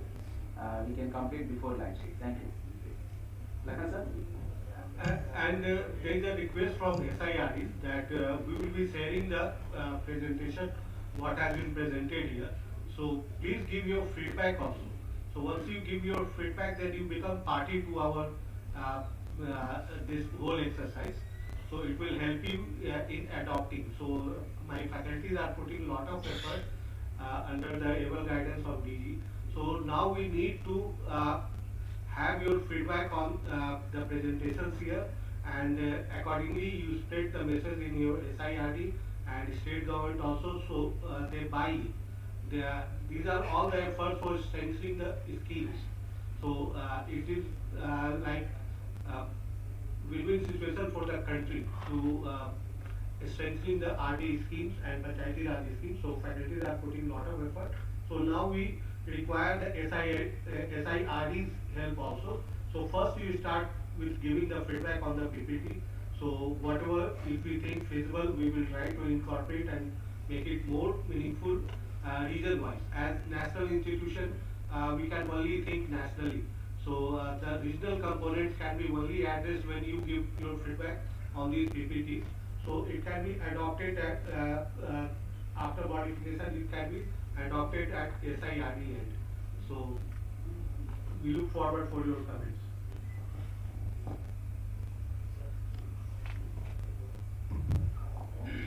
Thank you, sir. Good afternoon, DDG, sir. Esteemed participants and dear colleagues, I have been asked to talk on Sansad Gram Yojana. Next slide, please. I will not go in detail. I have prepared only 6 to 8 slides, so I will take not more than 6 to 8 minutes, because after me, Professor Jyotish has to make a very wonderful presentation on TNA. So I think many of you have been involved with the Sansad Gram Yojana as a state team of trainer. And we have done so many rounds of capacity building program for state team of trainers. So basically my presentation has objective of that what we are expecting from the SIRDs. So goal, the Sansad Gram Yojana revolves around the concept of Mahatma Gandhi ji. I will not take much time on this. And the aim is that it is not like that you can continue the SAGI work coming 2 years or 3 years, 4 years. We have to complete whatever we proposes the work in SAGI, we have to complete in 1 year. So it's a time-bound activity basically. Next please. And many of you, those who are not involved, for them it is a refreshing one, information. So up to 2019, 3 Gram Panchayats, not village, right? Not village, Gram Panchayat has to be, adopted by honorable member of parliament. And then 2019 to 2020-24, another, the 5 Gram Panchayats. So total approximately 8, but that is the minimum. Any honorable member of parliament can go more than 8, but it is not being seen. Okay. So next please. So as of now, please go back. So as of now, almost 2,600 Gram Panchayats under the SAGI have been identified. It's a good number, but because of last 2 years, the COVID has hampered a lot. So that's why the number is not very equal to the target one. Next please. And of course, I think you all know that the SAGI has no money at all. There is no budget allocation for SAGI. So the entire scheme has approach of convergence. So many of us as a trainer, we know that almost 2,000, the central as well as the state government, the schemes will be clubbed together. Almost 2,000 programs are there at the Gram Panchayat level. So that was the basic idea that why we have to go for another, scheme for the SAGI. And it was a kind of a model which was being tested, whether the convergence can be a successful model. Personally, if I have to speak on this, I can vouch for it that yes, SAGI is the best model for this convergence. So next please. So almost 22 departments of different ministries we have. The MORD has done the the convergence, and every department is giving the priority to the SAGI GPs. Next please. Next please. Just to show you that whether really the SAGI is working at the grassroots level. I am not talking about the model Gram Panchayat, but of course in terms of the achievement and the number. So if you take the 100% work which have been projected under the village development plan of SAGI, so 72% work have been done. So it's more than satisfactory.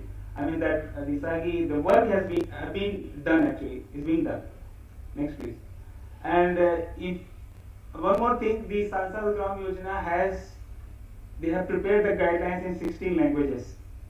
16 languages we have the guidelines, best practices, compendium. We have very huge, the ready materials available with us. It all are available on SAGI portal. Everything we can download it. And in guidelines, it is very clearly mentioned that the SAGI does not much, advocate for the infrastructure development.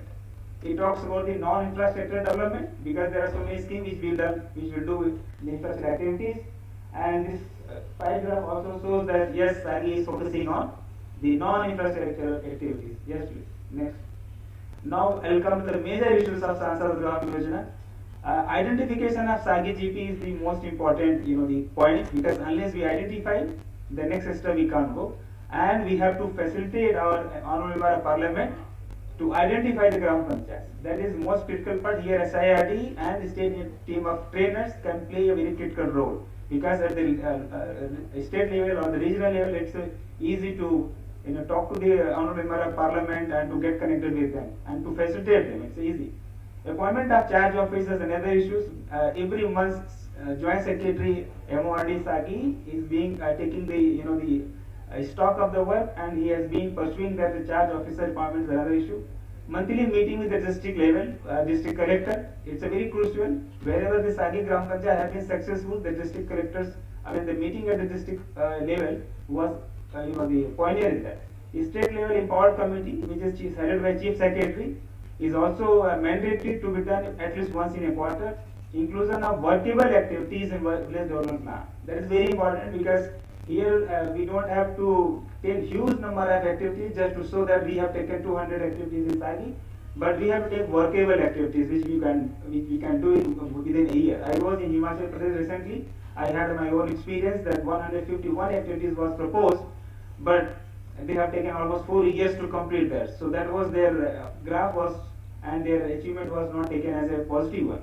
So here we have to focus on non-infrastructure activities more, and then to be completed within a year. Quality of EDP is the soul of the Sansad Gram Yojana. If we have to take only 2 or 3 or 4 activities, please do that. That is the most required one for the village development plan. And this Sansad Gram Yojana is a scheme of bottom to top actually. Yes, the VDP will be prepared only by the Gram Sabha people. So nobody will say that you take this work, do this work, or do this work. This is the people will decide what kind of model village they want. So if suppose if some Gram Panchayat has taken 10 Gram Panchayat and it is approved in VDP, so it means that the Gram Panchayat has vision these 10 activities to be considered as a model village. There are a lot of drawbacks also. We don't have time to discuss on those points. And then lastly, but not the least, very important, leveraging the leadership of Honorable Member of Parliament. जब तक वो नहीं आए काम ही नहीं होता. So that is the crux of this Sansad Gram Yojana. We have to pursue a lot to have a continued communication with the Member of Parliament. Now coming to the RD part, more than 3,000 charge officers we have trained in the last 6 years. Almost more than 30 programs we have conducted. Now time has come to hand over or to request the state team of trainers and SIRDs to conduct this program. State team of trainers, we have created huge pool of state team of trainers for the different states from last 6 years. Now we have also started new initiatives to give a training program to PA and PAs of honorable members of MPs, because keeping into their busy schedule, they were not able to find the time for their own training to go under the program of the Sagi. So we have thought to give the training program for the PA and PAs of the honorable member of Parliament. So now almost 200 the PA and PAs have also been trained for the different states. Representative of Sagi GPs, we have also started giving training programs to represent GP level.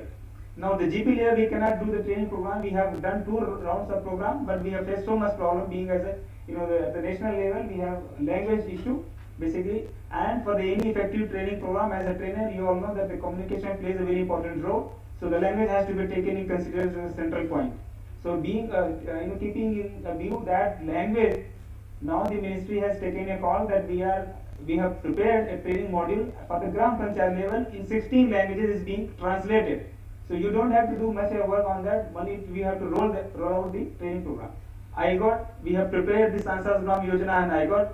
So any state government officer, district level government officers can go on IGOT and can have the full learning about the Sagi. Now we are also going to upload it on NIRD LMS web portal of RNID, this program actually. Next please.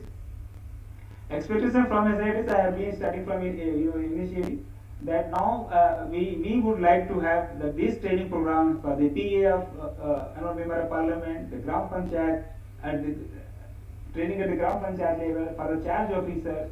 These are all training programs we would like to that it should be rolled out by SIRDs in involvement of RIRDs and ETCs. So with this I end up my this talk here. Thank you. If any question, you are welcome.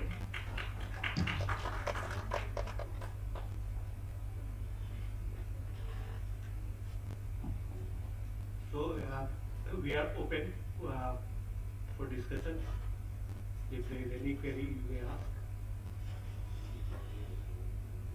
So hopefully, as CHRD was telling Dr. Lakhal Singh, so SIRD may take a cue and carry on the training activities. Now it has become a routine training activity for NIRD&PR. So we have done on IGOT also, and all the training material has been completely made in all languages. 60 languages we have prepared. So where we will be putting up on LMS.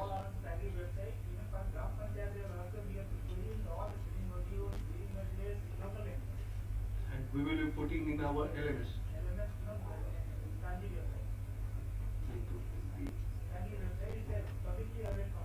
Okay, so ऐसा कीजिए ना, मतलब you put it on e-gram procession also. ठीक है, and we are hoping that we will be giving a slot to SIRDs who are board on e-gram procession. So you will be getting a slot on e-gram procession, and then you will be giving, we will be giving the right for onboarding their respective material on e-gram procession, but to certain riders. CICT may also see whether it should be uploaded on a national platform. So have a basic quality check. Otherwise things will go haywire also. So we will be giving the slot to SIRTs, and you will be allowed to onboard on upload your training materials after approval from CICT, that is NIRD&PR. So you may take use of our learning material. SAGI will be onboarded in all the 60 languages.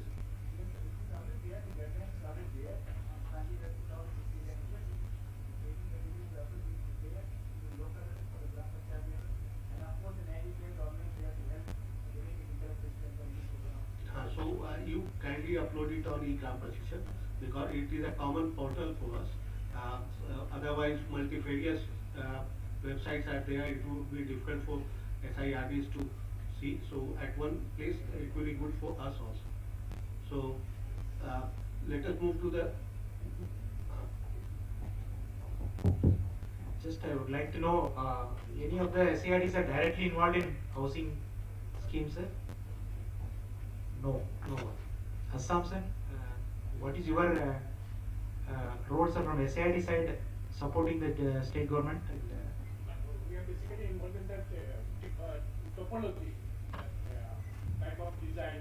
so that means you are going to create a model somewhere in the SIRD campus, or? In our campus, sir. Okay. So with the help of UNDP, we have developed 4 topology for Assam. requiring for Assam. Is it training also there? Subsequent training also Training under your mandate? Okay. That training was already offered, sir. Now it is implementing. The technology has been approved now, but this thing like this. Yeah, I think because I think our team members are there. Kansar is here. No, we need that since we have a target of 7 lakhs this year. So we need some low-cost technology. Yeah, I'm coming to that point only. That compressed mud block. Yes. Yeah, that can be taken up, sir. I think as you discussed in the morning, yes, we can help in putting through our NERC. We can create a set up a machinery there. Actually, it is possible. Actually. Okay. So only that level. Some your SID is doing, sir. Yes. So Rajasthan is doing, sir, anything kind, sir? Housing. Nothing. Yeah. So totally state government is taking care of. So any support is required in these technologies, promoting construction technologies, RTP is ready to support, and we can come and make a training also, and help in setting up the unit also. Thank you so much, sir. Thank you all head of the centers to making presentation and giving what SIRD support also in this concern. Thank you, sir.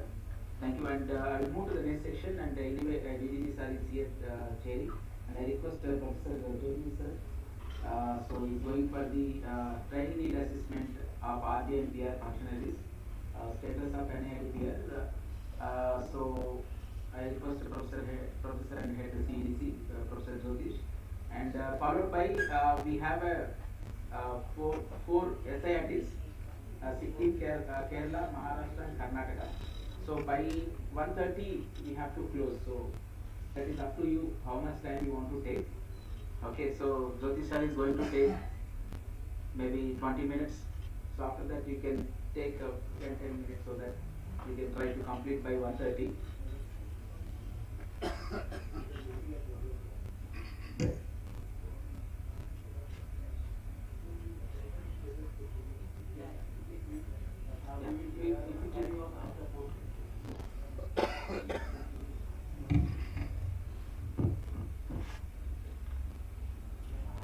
DDG Shashibhushan sir, distinguished guests from different SIRDs and states, and my colleague.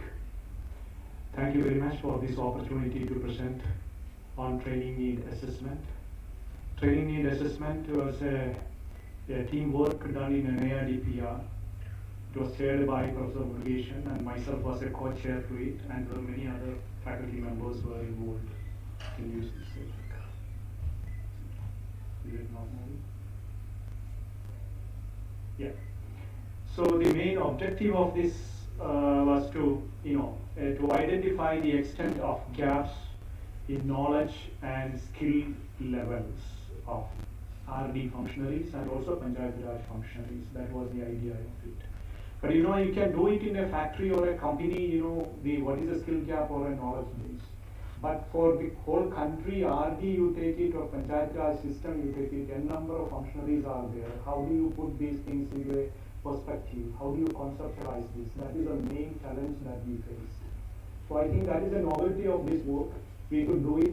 Somewhat we deviated from the conventional way of doing the TNA exercise, and then we come to a conclusion.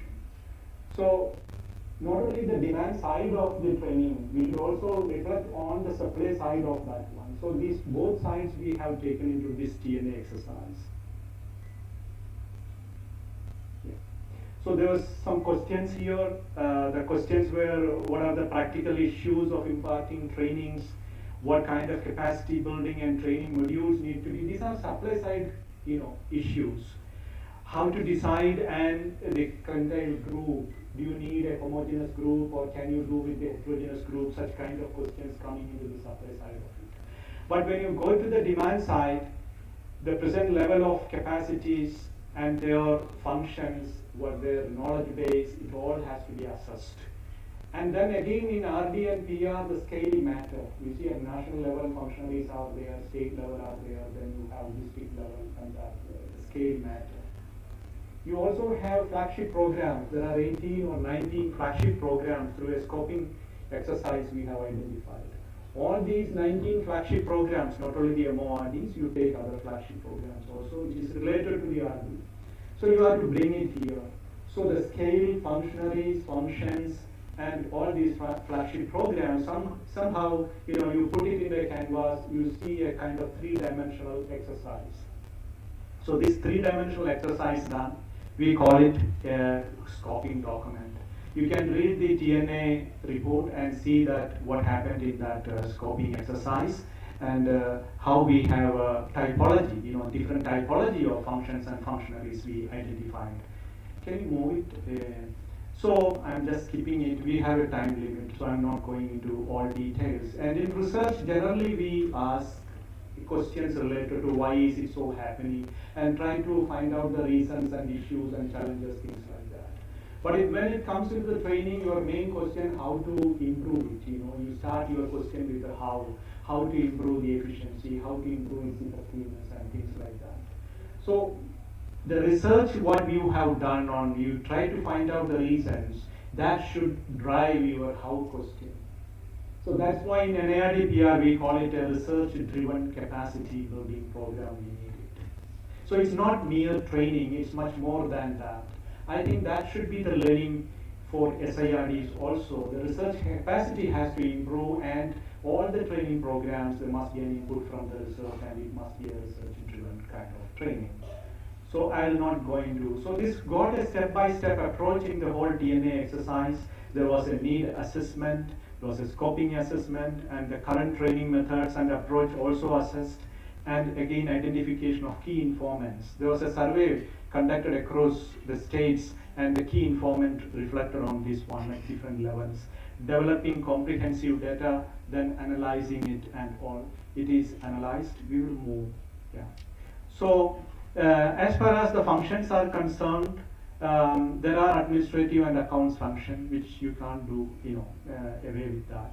So then again, engineering and technical function, it's a major domain in RD and Panchayat Raj. Then monitoring and evaluation is another area. Social audit is now it's expanding to other programs also. That's a major area. And human resource development. These are the functions. And we put a schedule across the country. and we try to measure things, all these things in a 5-point scale, and try to find out what is the knowledge gap and what is the skill gap that exists in different levels of these functions. So that detailed analysis and charts and graphs are provided in the report. We don't have time to get into each of those things. Let us move.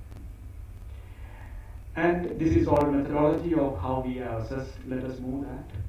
So this is the data that we got it from different states. Around the 353 response were there from different states, and its distribution is given here. I think this will be circulated among all of you. And this data is analyzed at different scales, at national level, at district level, block level, with respect to each functions, and try to estimate what gap is existing. So this is the kind of strategy we followed in analyzing this one. Each of these charts shows the gap analysis. So it's only a model. So this is a scoping exercise. Let's move that. I want to come to the findings part, which is more important. So the main points of TNL report is, one is that any level, any scale level, you see a multifunctional nature of RD and PR functions. It's multifunctional. So that we have to recognize. So then again, let's keep it. Yeah. So I already said the research findings has to drive that one. There's a need to theme-specific approach, which is important. Theme-specific approach in training programs. Kindly read the findings, detailed one. I just taken the points over here. And best practices has to be taught. What is this best practice? Not only best practices, even bad practices has to be taught. The best practices, when you teach, it should be taught step by step. It's not like just giving a research paper. It should be given step by step. That is the one specific finding we have.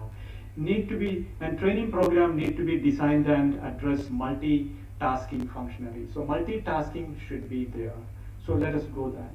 Study found basic and advanced training needs to be conducted at different functionaries. So the basic training, we mean that, let us say that Manrega guideline teaching to some of the functionaries. It's a basic training material and you teach that one. But if you want to teach inclusiveness under Manrega, so you will go little ahead. You will be led by research. If you want to teach climate resilient infrastructure under Manrega, you just little bit research you need. That's what we mean by advanced training, but all this is required. Training modules need to be presented at the local language also, there's a need. And research methodologies, evaluation studies particularly has to be given to SIRD level. That is very important. Localization of SDG is very important, and additional secretary was mentioning that here. And also recommended that certain topics like gender mainstreaming, it has to be, today is a Women's Day. And what is difference between gender mainstreaming and simply talking, women's participation. So that should be mandated in all the training programs. Communication skill, attitude, this all should be part of all the training program. What all you teaching, there must be a class. The pedagogy is mixing lab type exercises with classroom teaching. That's what we suggested. You can read that, what is it more about that mixing classroom and exposure visits. There must be a particular training program on topics related to Panchayat Raj functionaries, and also elected representatives has to be treated separately. That is another finding we have. As far as possible, you should keep your clientele group homogeneous in nature. No, don't mix too many, at cadre level. That's another point we have. And ICT MIS is a very important area, and I think at the lower level of scale also it has to be taught. Let's move.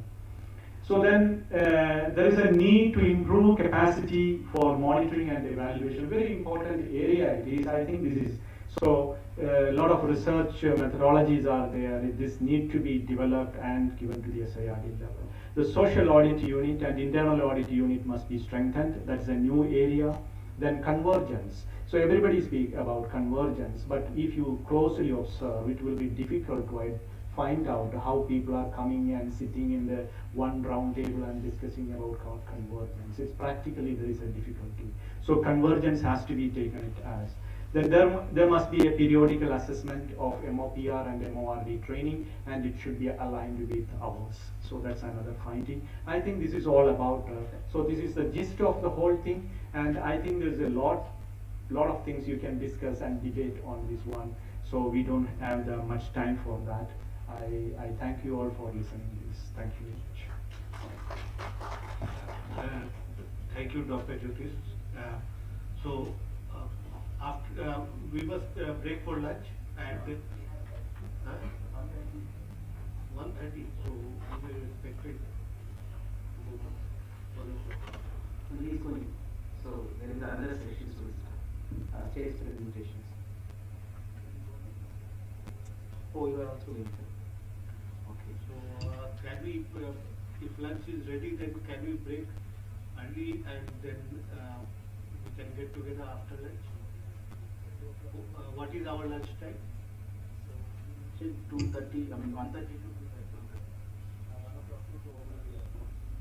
So we can.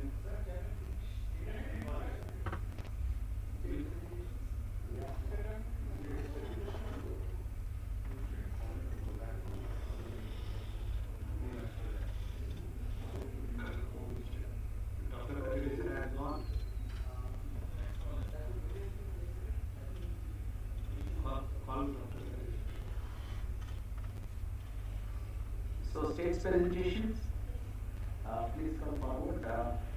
Whoever want to first will get present. And please note down, Kawali till 5:30. Wait, Kawali. I will call Sir.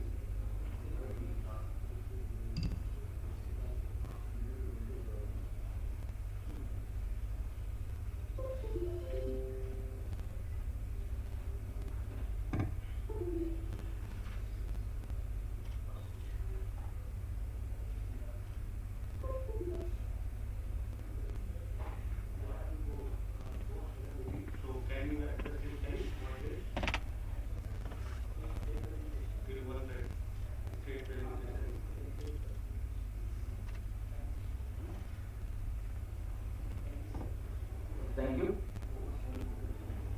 So I request Dr. Presentation to take the chair for state presentation. Yeah.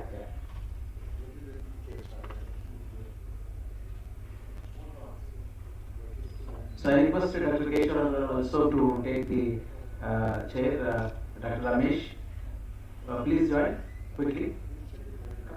Both of you, sir, please quickly. Yeah. So we start the state presentation about core presentation. By 1:30 we will finish. So please share your timing. So now it is almost 1. So yeah, Kerala, Karnataka, Maharashtra, and Sikkim. Whoever wants first, let them present. Yeah, Sikkim is Vishal is ready. Please, Vishal, please come. Sir, Ramesh and Keshwar, please come. Please come, but he's the okay.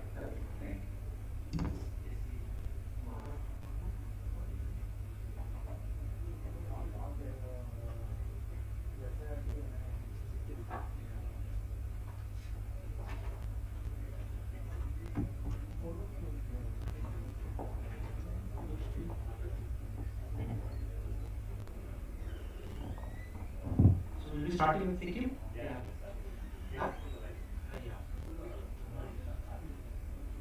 Hello. Okay. Sir, make it very brief. Yeah, I'll make it very brief. Already 1 o'clock. So we'll have how much time? 10 minutes? Yeah, maximum 10 minutes. 8 minutes. Please go to Sikkim. My time is running out. Anyways, good afternoon. And 8 minutes. With the permission of the chair, I am already. Thank you, NIRD, for giving me an opportunity to share a few things which you have done. It's a privilege to stand in the National Colloquium and say that Sikkim has done few good innovative activities. I should say that these are the fruits which all my team from SIRD Sikkim have contributed. This is just to also motivate my team in Sikkim by saying that we got a chance and opportunity to present in national colloquium regarding the innovative initiatives taken by SIRD Sikkim. So I would like to start with that. Yeah, next slide, please. I joined in June 2019. So when I joined as a director of the institute, I got well-equipped physical infrastructure. I was also having well-housed officers and staff. And 2019 we thought that since this institute, which was there from 1991, we just started thinking that the infrastructure which we have and the facilities which we have, that not only cater to a lot of trainings, but then over a period of time, the human resource which we had, the staff and the officers of SIRD Sikkim, needed some level of refreshment, recreation. So we started helping the human resource of SIRD itself by trying to motivate, by trying to give them more exposures. So we concentrated on that. So we started brainstorming on our vision, short-term as well as the long-term goals of SIRD&PR Sikkim. We helped them. In fact, we tried our guided to our laser focus aims on short-term and as well as long-term. Series of trainings, workshops, retreats were organized to come out from the comfort zone and to think out of box for becoming a model SIRD in the country. So this is how we tried to do that, and we had a group of people sitting back together and started redefining what does rural development means.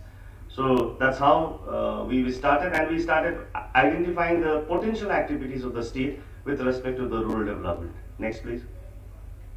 Some of the lessons learned, I think, which has been applied is definitely the National NIRD Colloquium of 2020, which was a very, very eye-opening event for me, because me being the director attended for the first time under the leadership of W.R. Reddy, sir. And then in the colloquium, there was one session called Design Thinking by Mr. Ram Papu.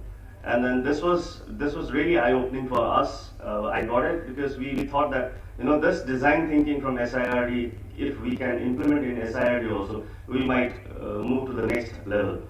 Then another lesson learned is the sector enablers concept, which was given to us in the ministry by MOPR, and this was thoroughly replicated at our state by SIRD Sikkim by identifying the champions between the Gram Panchayat units.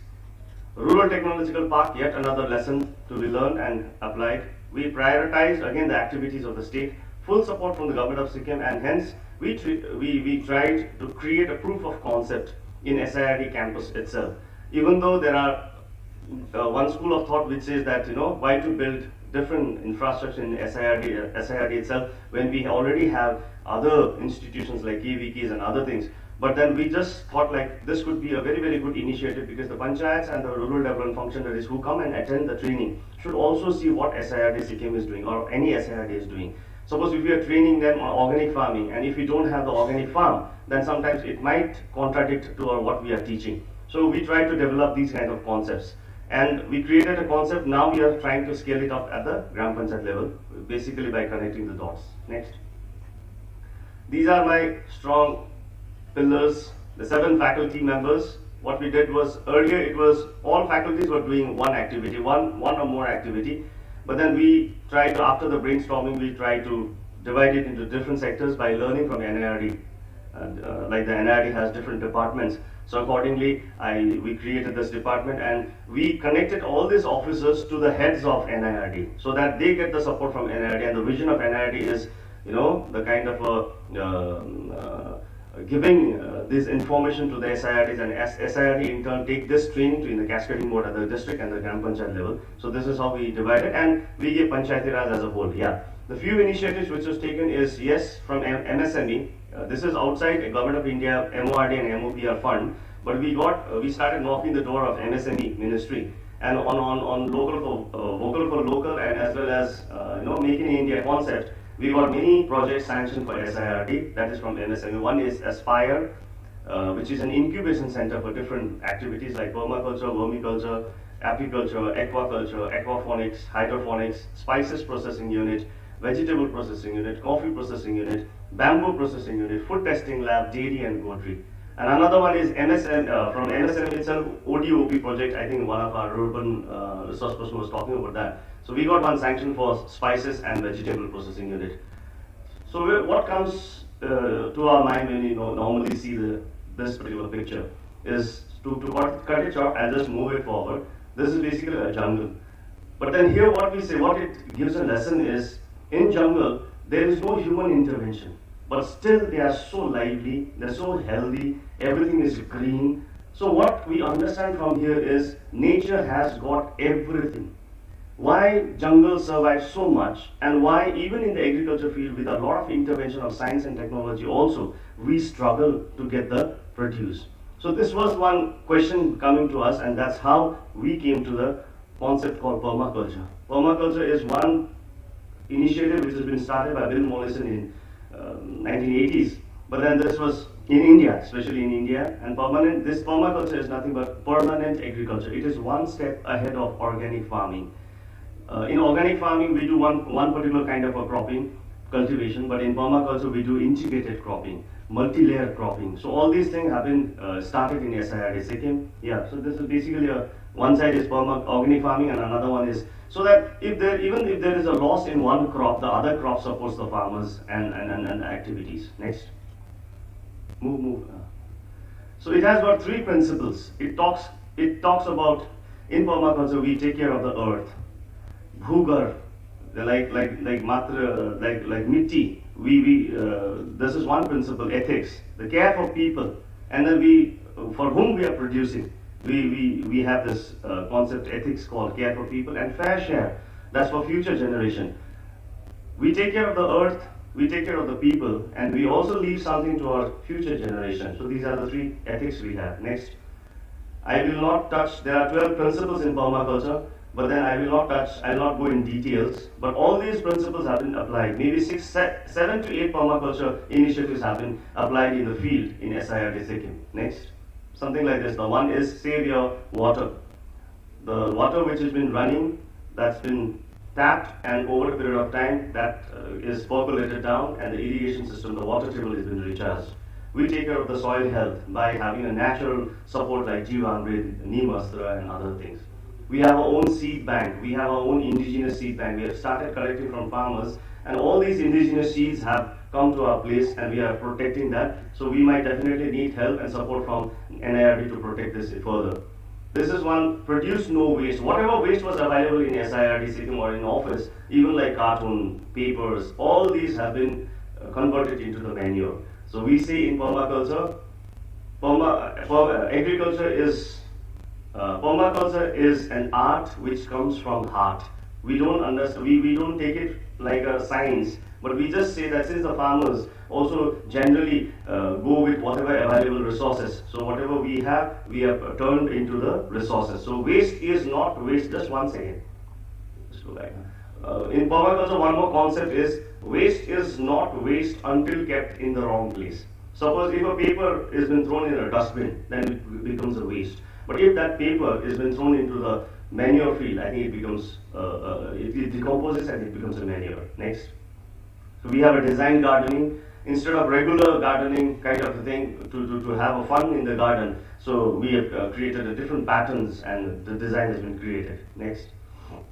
Beekeeping, apiculture, integrated farming. Next. Yeah, next. Yeah. So we have our own biopesticides unit, where we have our own natural system of biopesticides. Next. Multi-layer farming has been done. Low cost mulching and both plastic mulching has been done. So biomass has been collected. Compost preparation. Next. Yeah. So just go back.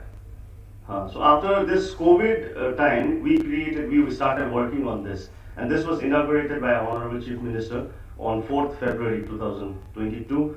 So now this is one of the first permaculture farm in Sikkim. So people are coming here and learning.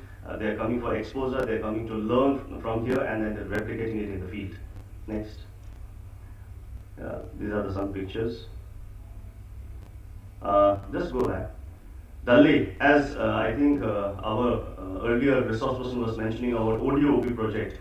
I think Dalle we have a GI for Sikkim, is Dalle and cardamom. So like any other states, I think we can also work on ODOP project, and we can specialize on this. Next. The papers, yeah, different. Next.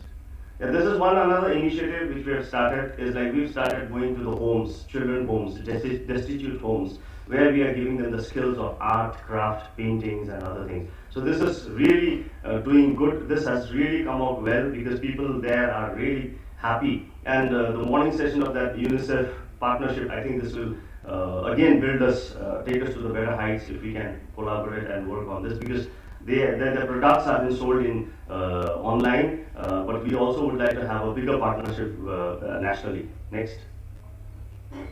This is Child Empowerment Center. Sikkim has got 25 Child Empowerment Center, which is basically child-friendly Gram Panchayat unit. Under RGSA, we've got 25 Gram Panchayat units, which have been converted into child-friendly GPU, where Bal Sabha, Mahila Sabha, and everything has been done. We have given a space for the children to come here, sit along with the Gram Panchayat, understand the working of Gram Panchayat, and help whatever they can do, whatever they can suggest. And I mean, their voice is heard at this center.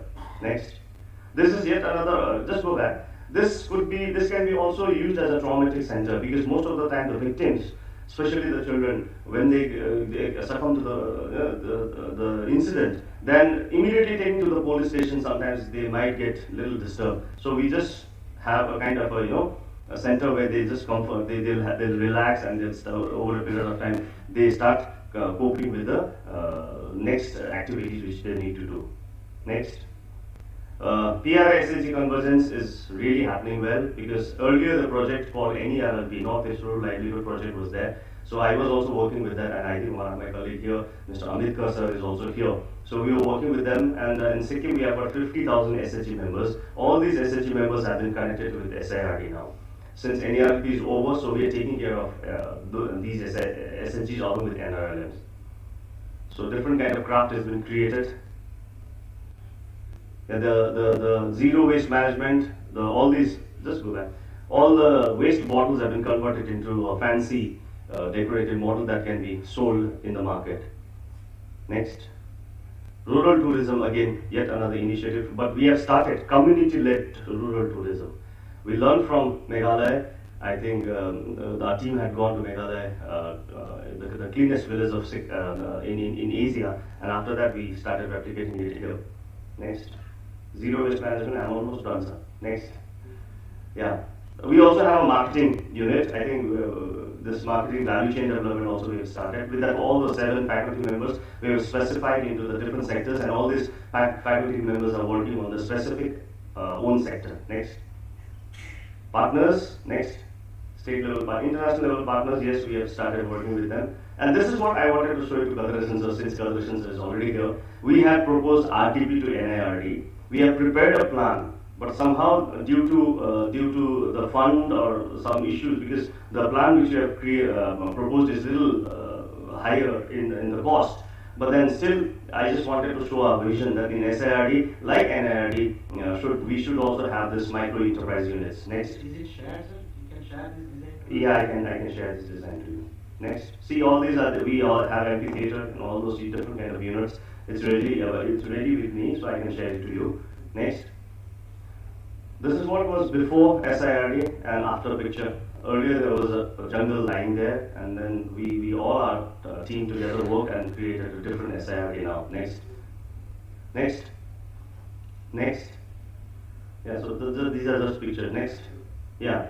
So a big picture is we want to have a demonstration unit, learning by doing. We want to grow high level of confidence. We want to have a creativity and innovation which is now sprouting, moving towards self-sustainability, partnership building. Seed has been sown over a period of time, saplings raised, trees planted. We are waiting for the fruits now.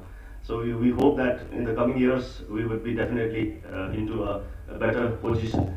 So this is my presentation. If you could just permit me, sir, I have 2 minutes video. Just show it, just 2 minutes. Yeah, quick. And then I'll take it.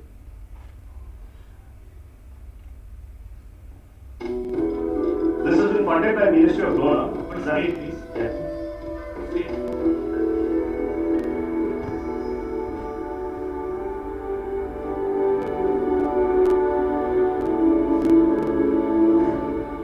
We learned it from Kudumbashree and Seva Gujarat, and then we have implemented it in Sikkim. A hallowed space that guides me to take note of life. tractors with a whole new way of living. With women true to their roots, redefining empowerment. Over 15,000 women from self-help groups united under SIRD&PRs. This is the cooperative, Sikkim With Revolution. support from NERLAP, building a brand, Ramdru, that literally means beautiful. Having a brand gives them more a kind of sense of ownership also. This is ours. This is a kind of an identity for them. Rural women are trained So they were further nurtured by SIRD. and to augment Sikkim's legacy in organic farming.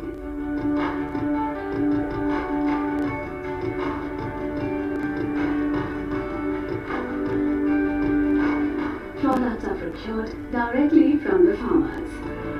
So SSG themselves are the farmers and they have a marketing unit. We go village to village and convince women that whatever products they have, give them to us. This ensures their livelihood. Products are processed and packaged to make them market ready.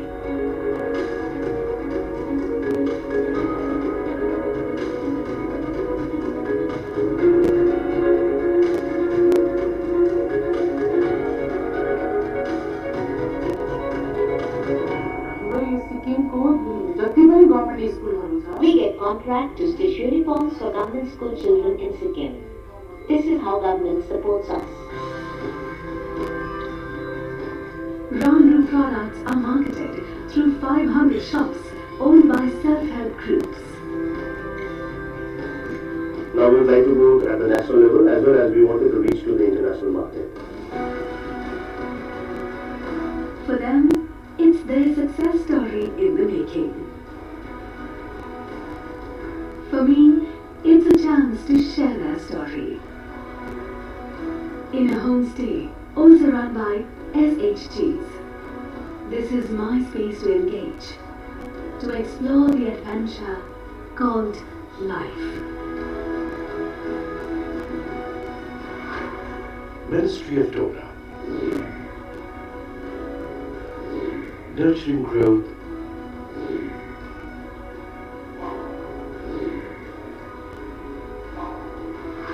redefining performance. Thank you. I would like to request all the SIRDs here and also NIRD to kindly take this video and share it with your friends because this will really help the women of Sikkim as well as India. And I think this will be the apt moment to celebrate International Women's Day. Thank you, Mr. Sir, you can come. We'll take the question at last. So, yeah, we thought of taking the questions in the last, sir. You would like to share anything, sir? You can have it in the end. Yeah. Yeah, thank you. I think looks like a CEO managing a big institute. This thing, I think, thanks for introducing two nice best practices. Permaculture and also a branding, creating a branding for anything like that. So we'll take up the questions in the end quickly after listening from all the other three states also. Peter sir, you would like to present now or? No, okay. Now we'll listen from Kerala.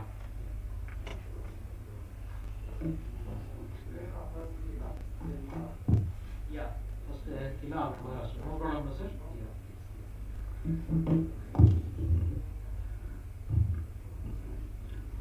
Respected my friend Dr. Kadireshan, the chair, and other colleagues. So welcome you from northeast Sikkim to southern part of India, Kerala. So from Vishalji to Peter. Thanks to NIRD and my own Director General Dr. Joy Raman for giving the opportunity for this presentation. And my colleague Mr. Matthew Andrews is also here. We jointly prepared this. As you know, Kila, the SIRD merged with Kila in 2017, and we have all together, 6 centers in different parts of Kerala. So in several ways, it has helped us to come out with a lot of innovations in capacity building practices, and also helping us to reach the last mile and also reach the elected representatives and officials and other support systems, ensuring quality also. Next. So these are in nutshell our good practices. Few things listed, starting from 2019 to 20, 2021 to 22. Over the years, we feel that KILA has established its expertise in SDG as well as in localizing SDG too. All these few years and months we have been conducting a lot of workshops, national workshops as well as international workshops in localizing SDGs. And we are also going into themes also. The latest one that we are doing is SDG and Gram Panchayat, the child lens for the UNICEF Hyderabad. The team came here this morning. Similarly, climate action, gender, consumption, all these themes are also taken into account. Local level disaster management plan, DM plan, has gone up to Gram Panchayat. I may say it has gone up to ward level in Kerala. So thanks to our experience. So we had a massive flood 2018, 2019, now COVID-19, all these disaster and pandemic phase. Gram Panchayats have made their presence in disaster situations. So that has enabled KILA to come out with a disaster management plan at the local level. Thanks to local governments, it's a prime duty of KILA. We have learned from local governments and entire local governments of Kerala, 1,200 number. They have local level disaster management plan with different types of mapping and other related arrangements. We have YouTube channel Nerkalcha, which gives you the live experiences of the Gram Panchayats during the disaster, more specifically flood 2018 and 19. All Gram Panchayats in Kerala are ISO certified now. Block Panchayat and towards ISO standardization. As I said, we have local action plan for climate change. And as everybody knows, ICAP of the tribal urban cluster. We have a museum of decentralization in KILA campus itself. Welcome all of you to see it. It gives us all the stories on decentralization during last 25 years. It gives a picture starting from national to the Kerala scenario. Citizen 2022, one or two lines I explain later. Extreme poverty identification program. We need to eradicate poverty to bring down to zero. We have some exercise on that. And we have SDG local indicator framework, SDG interactive dashboard. Maybe within 10 days time, some of you will be coming to KILA exclusive on this thing. Thematic courses, sign language. Those people who are disabled, hearing impaired. For all the officials of Gram Panchayats, we have introduced training on sign language itself. Blended training modules. We follow different methodologies. We had established nationally child-friendly local governance, before 12 years. Now, based on that experience, we are, into age-friendly local governance also, with a lot of mentors and mentoring support given to local governments, and interface for effective local governments. The colleges, the universities, the research organizations, the CBOs, they are all brought together for effective interface with the Gram Panchayats and other bodies. Next. I just take 1 or 2 minutes on extreme poverty identification process, EPIP. When we read through the objectives of 73rd and 74th Constitutional Amendment, one important issue is the programs doesn't reach the poor or the poorest. This is a methodology to enable us to serve the poor and the poorest. The Nidhi Aayog tells Kerala has 0.7 poverty. We need to reduce to 0. So this particular poverty identification program is to bring the poverty level to 0.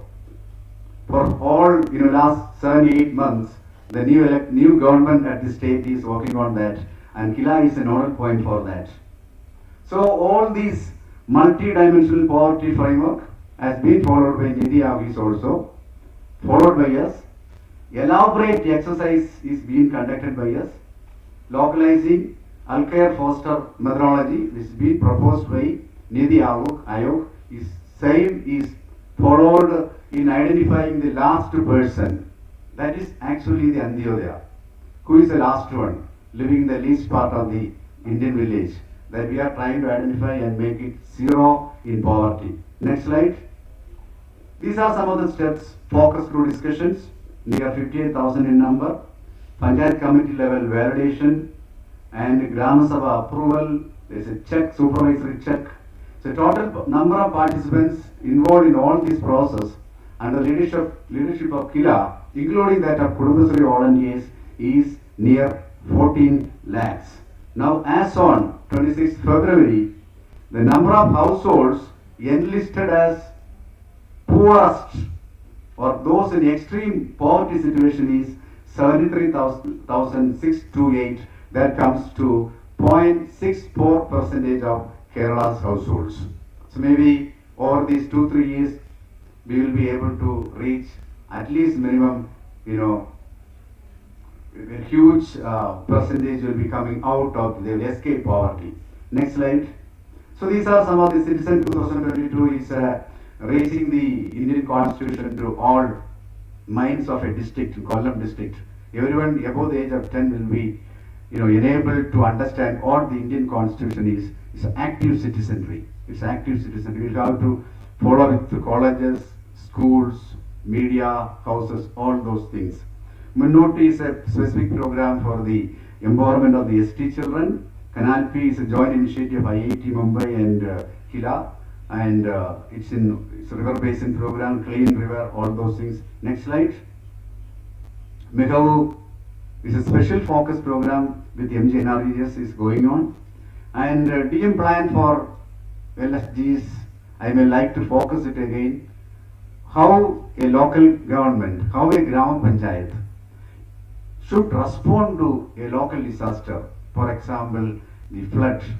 We are expecting very good models for last 2-3 years. It's internationally documented also. Next one. So these are, we have like RD&PR, we have centers of excellence. See, these are some of our centers of excellence.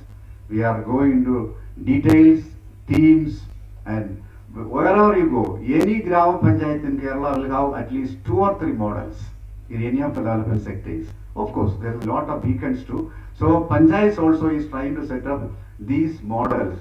Some Panchayats have gender resource centers, some Panchayats have child resource centers. So all those processes we are trying to replicate to the last mile to into the Gram Panchayats.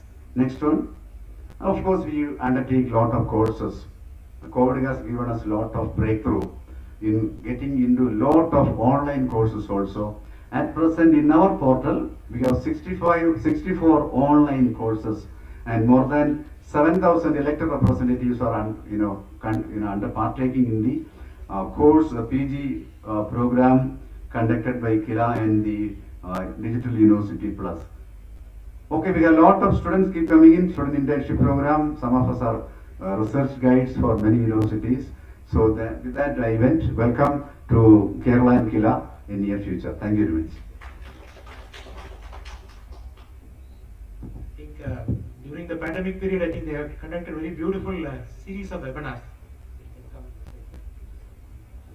Kila, I think it was in YouTube circulated. It was one of the successful things for it. I think that is one of the Good afternoon to all. I will not take too much time.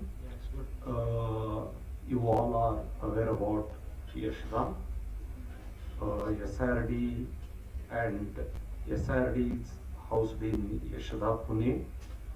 Next, and in SIRD we have different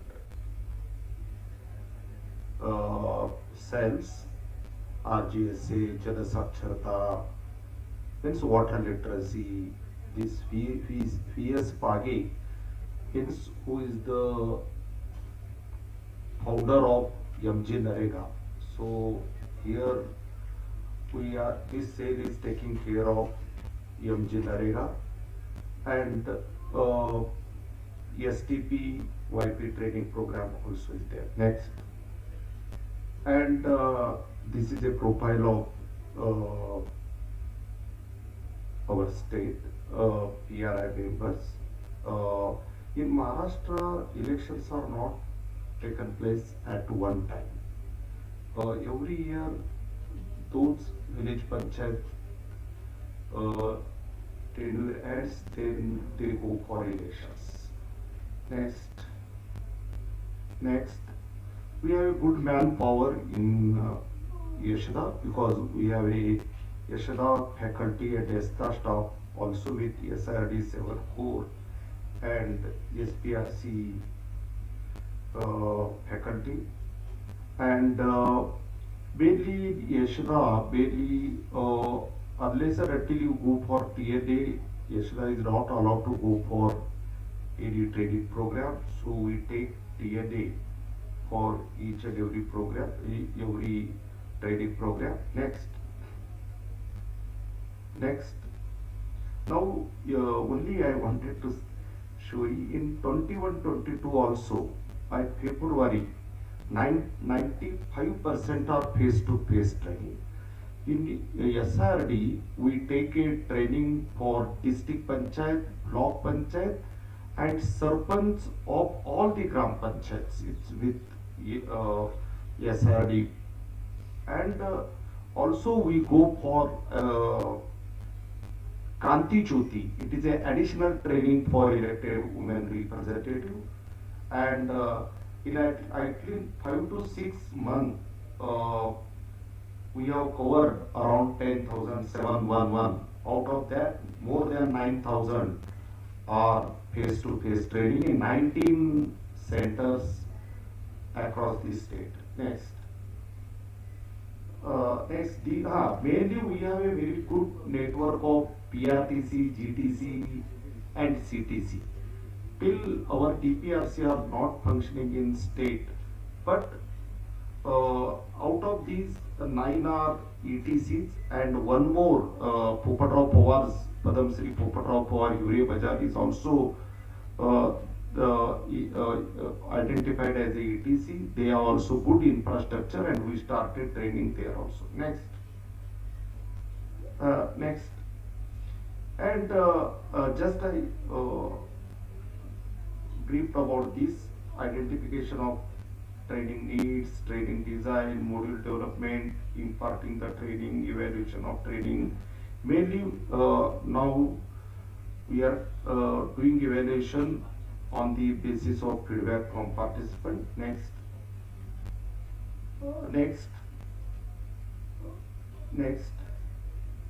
Mainly I will share the innovative approaches adopted by SRD. Now we are going with virtual classroom. Now one district is equipped with all the virtual classrooms infrastructure. Now 4 is in progress, and this year again we are going for 6 districts. Means at all block and district level like SATCOM, we will have a virtual classroom. Now we are taking trainings, virtual trainings in Varda district. Kranti Jyoti is module for women elected representative, and earlier election commission has taken lead in imparting training to EWR, addition to what SRD. Then SRD come together, and now we have a very good resource persons, trainer on this. And now child and gender friendly panchayats. We piloted in Nandurbar district when I was DM there in Toloda block. Now we are scaling up in Kolhapur district. Then soft skills trainings for women and elected representative. NCW have given us the trainings for EWR in soft skills. We are getting good results, and in Pune we are taking it in Yashoda premises with the good resource person from Pune. we have a Jala Water Literacy Center, we have a voluntary cadre of Jala Sevak at village level to Jala Nayak, and it is guided by Honorable Rajendra Singh Ji. And IT-based trainings also we are conducting. And now recently we made MOU with Department of Justice on legal literacy for village institutions. Next. Now, yoga sessions in all the trainings of Sarpanch, it is mandatory, 4 days yoga training. That is one of the good initiative. And mainly we are focusing on games. I will share this snake and ladder for understanding power and responsibilities, do and don't. It takes at least 45 to 1 hour for one thing, and getting good response to this, and we have a good master trainers across the state. And one more is 2 steps ahead, 1 step back for sensitization of malnutrition, poverty elevation, Kranti Jyoti, discrimination, this. And Dhahi Handi is Marathi, Sopna Handi, that is, and Bikon Panchayats. We have a very good network of now Bikon Panchayat leaders. Now recently also I said new Bikon Panchayat leader to NRD for training. Now we have videos, and mainly we do group discussion, and the participants sit up to late night and they make a presentation. In that they will get a thinking, speaking skills. Next. And these are the photographs. Next. Next. These are the which I explained, 2 steps ahead, 1 step back.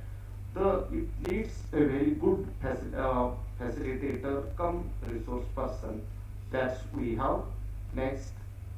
And this is a for attracting selfie point also we established in our center. Next. This is a snake and ladder. This type of we are doing so innovative, and we are getting good results, and thank you very much. Thank you, sir. Thank you. Now I call upon Karnataka.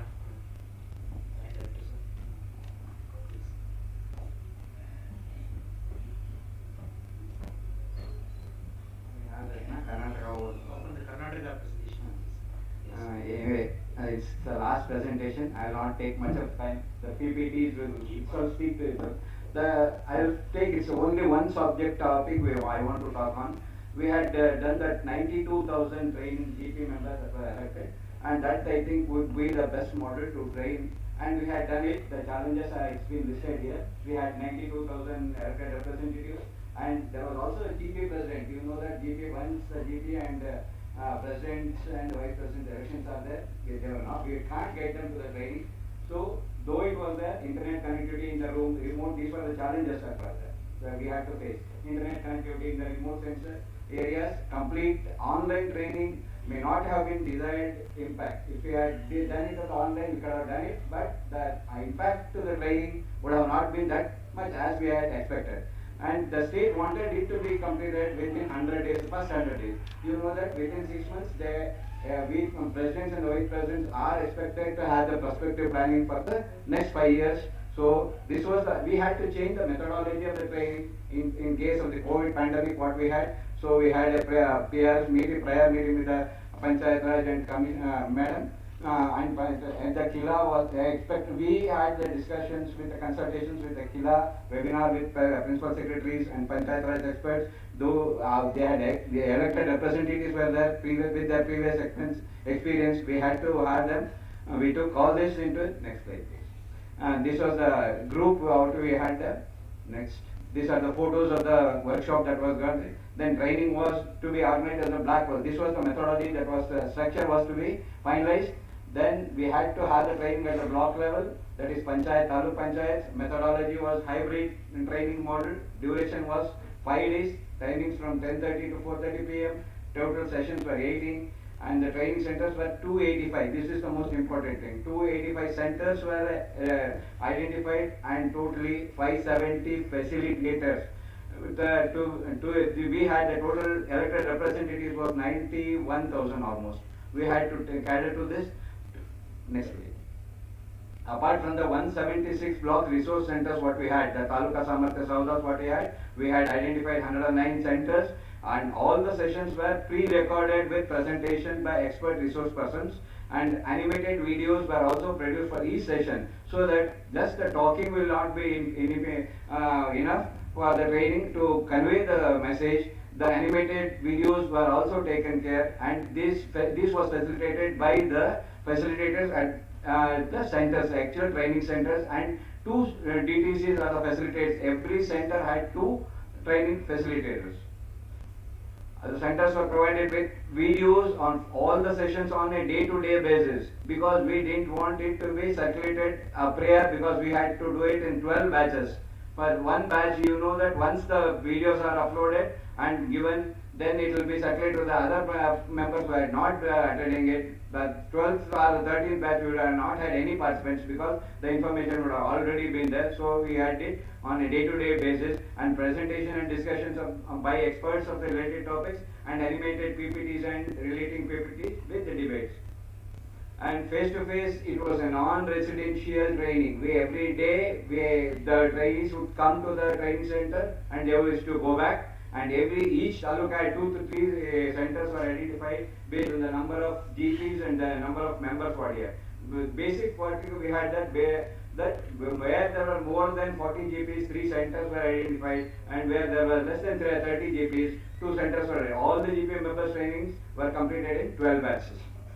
Letters, the initiation taken was letter of invitation to all the GP members was from the state, so that they may know that they are being recognized and they are called for the training, and the local activity facilitated by the DTCs and the coordinators, experience sharing, theme-oriented games, and each center program facilitated by the facilitators, I had already told.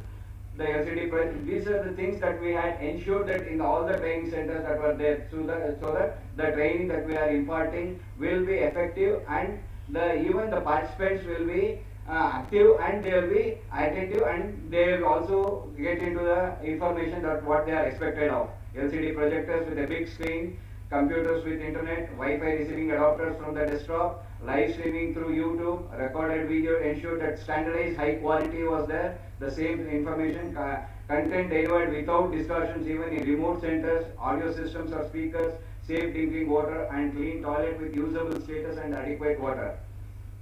Next slide please.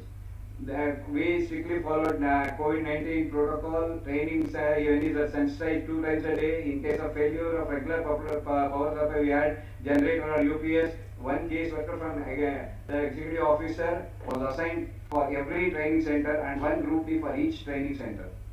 At the district level, office order was issued that CEOs of ZPs were to oversee the training. Deputy secretaries were to be charged in the entire trainings across the district, and EOs of the concerned talukas were convened and sensitized to see that their conducting of the training was very smooth.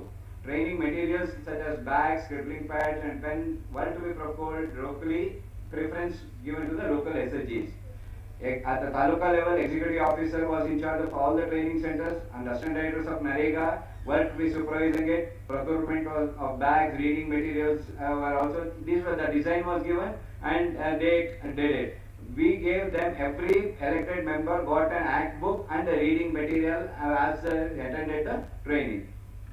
Then we had, as an incentive, every day for every elected member, a travelling incentive of 100 rupees was given to them. PDOs were sensitized to see that every member of the GP attended the training. Distribution of letters was assigned to him.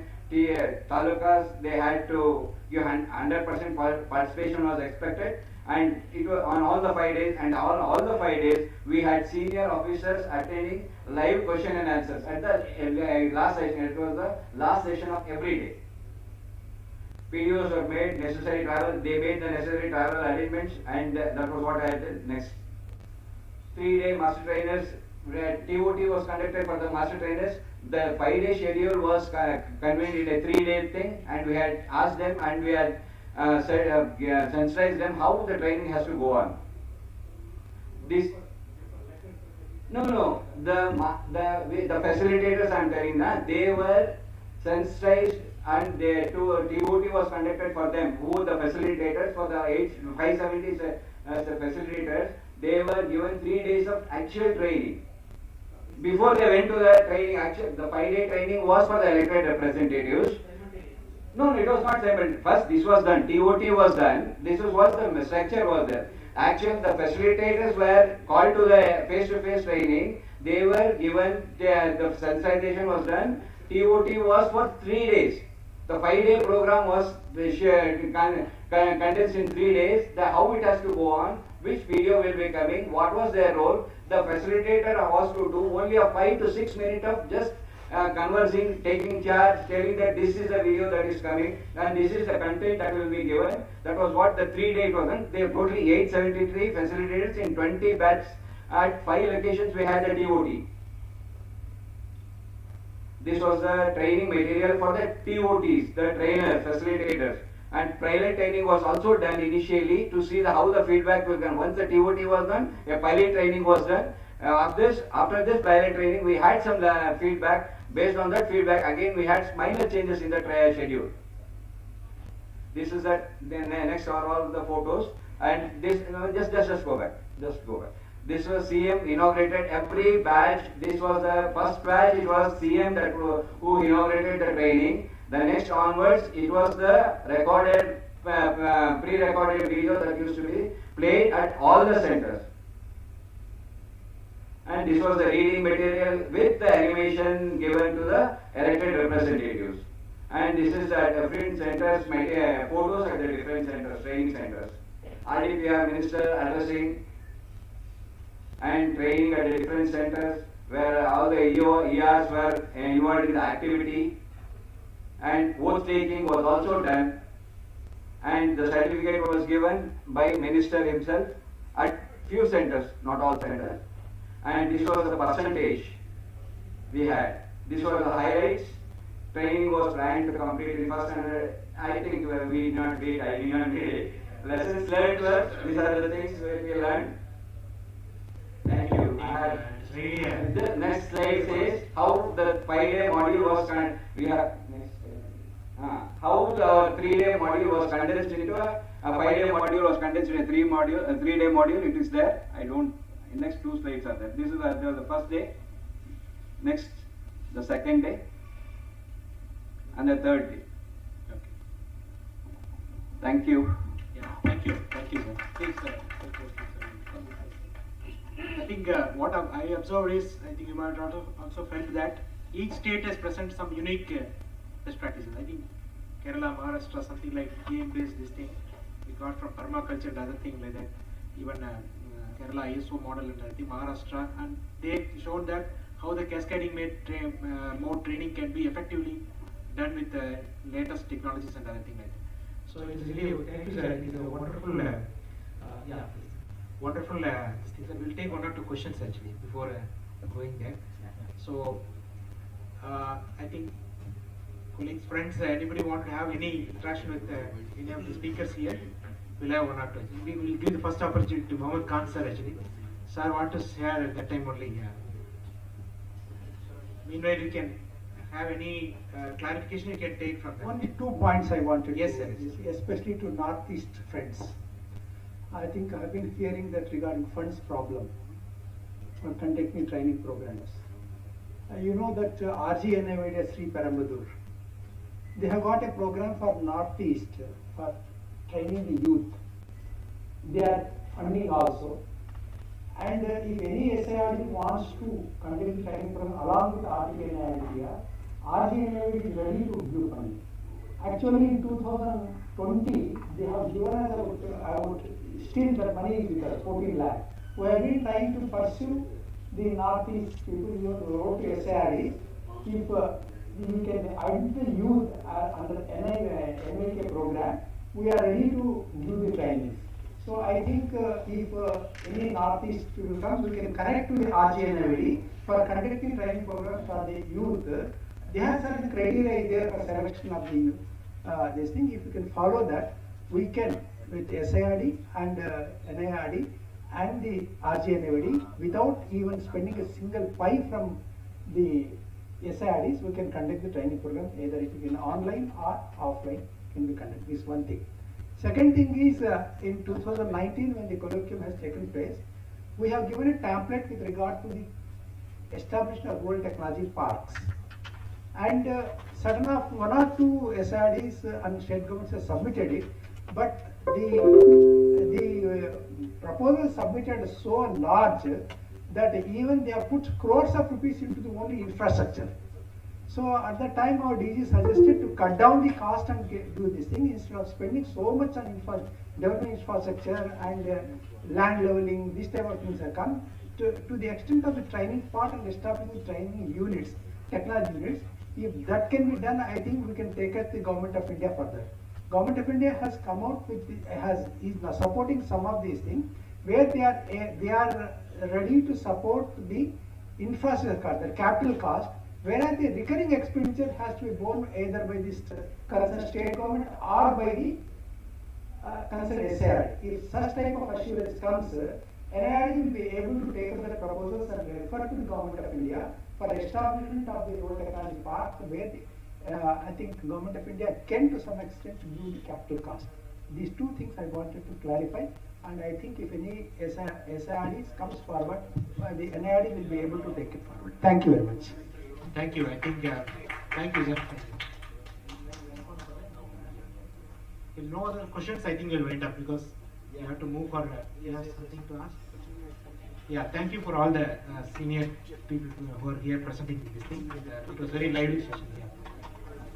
We'll be back at 2:30 sharp so that we can complete today's afternoon proceedings.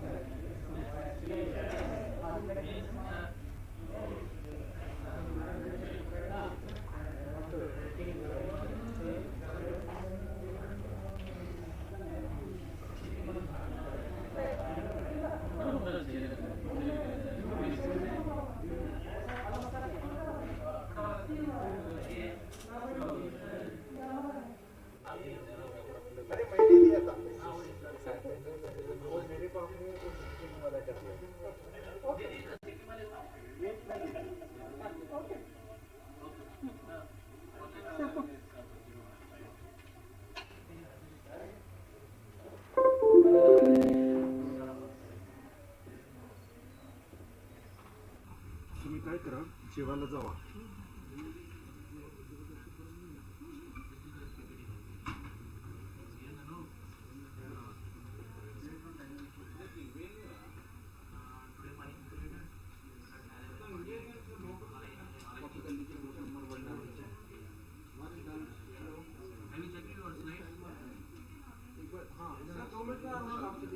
मैं आ रहा हूँ sir आपसे ये presentation copy करा के आ रहा हूँ presentation copy करा के आ रहा हूँ सर मैं ये कॉपी करा दूँ प्रेजेंटेशन हेलो हेलो एक बार देख लीजिए थोड़ा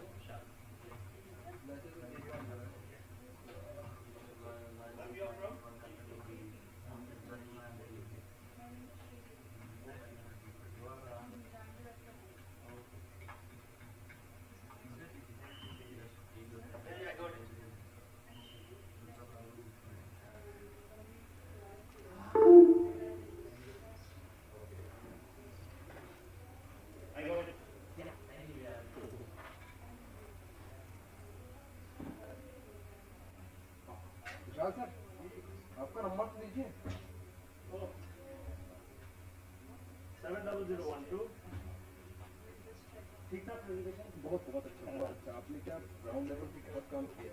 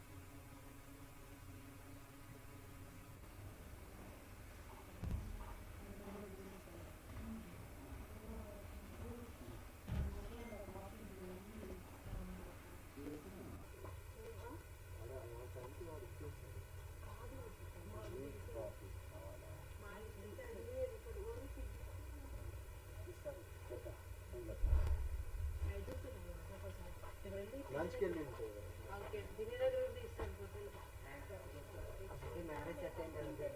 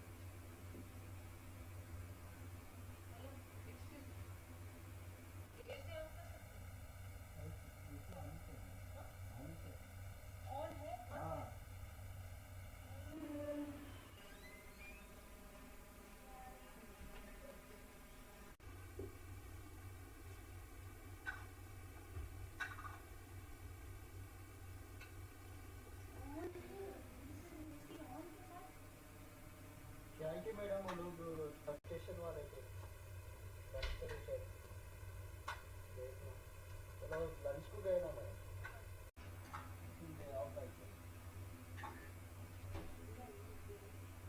लगा तो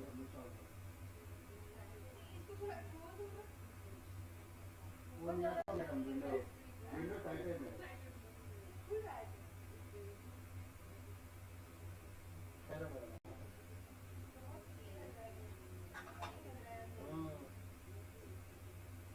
ये फ्रंट चेयर पे बैठो ना मैडम हवा आता थोड़ा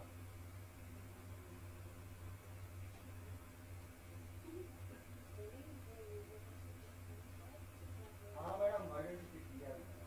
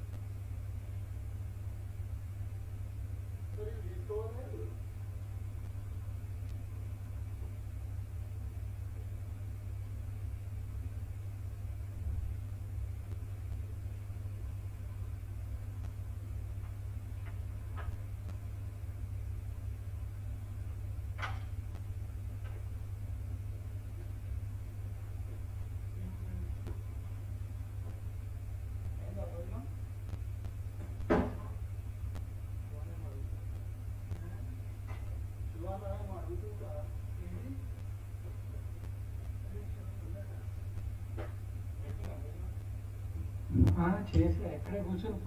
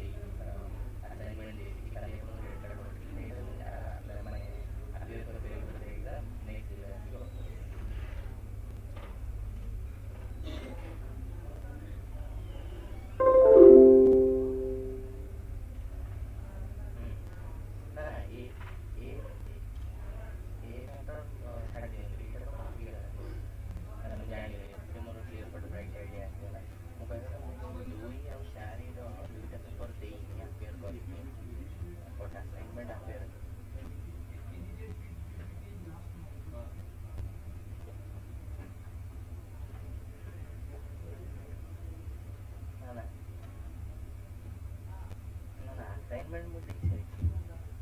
good afternoon everyone. Now we'll go to the working group presentations. So we have 5 groups. So I request DDG sir, Shashibhushan sir can take the chair of the session. And each group members also can come and you can give your views and presentation. So followed by question answers, then you can go back. So another group members also can join, like that you can finish. So now maybe group 1.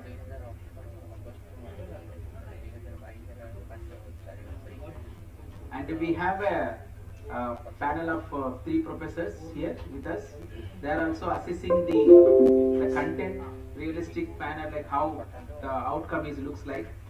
So based on that, again we are also awarding the best group. Okay, thank you and all the best. Yeah, of course.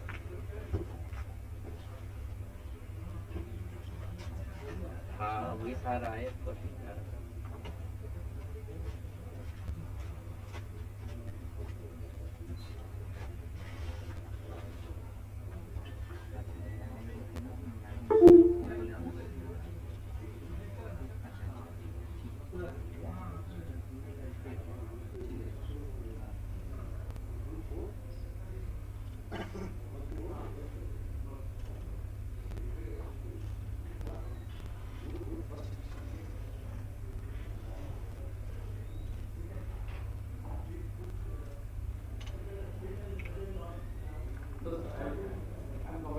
Just to introduce my group members.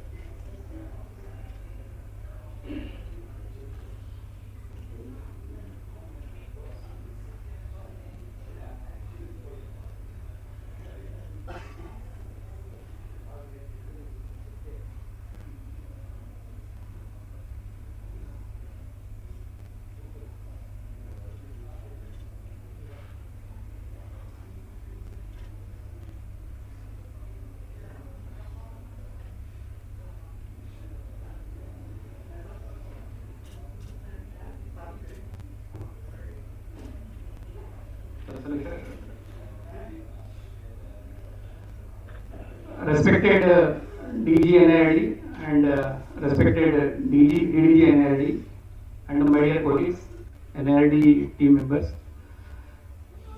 I am very happy that I am just on the dais of the NIRD colloquium.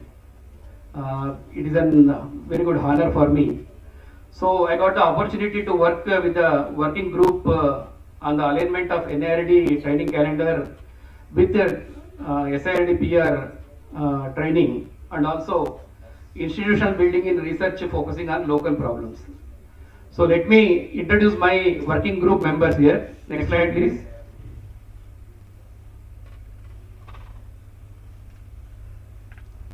Next slide please. So I myself Narendranath Rao, I am Joint Director Telangana SIRD, and my colleague Mr. Srikanth, he is a Joint Director again from TSIRD, Telangana SIRD, followed by Pavitra Kalita, he is also Joint Director from Assam. Then Mr. S.K. Sachin Saab, Deputy Director, Madhya Pradesh. Then Sudendra Prajapati, he is a faculty member from Madhya Pradesh. And Alma Doling, a senior faculty from Meghalaya. So these are our committee members. Next slide please. This we have just divided into 2 parts. One is a training calendar and second one is a research projects. Next slide please.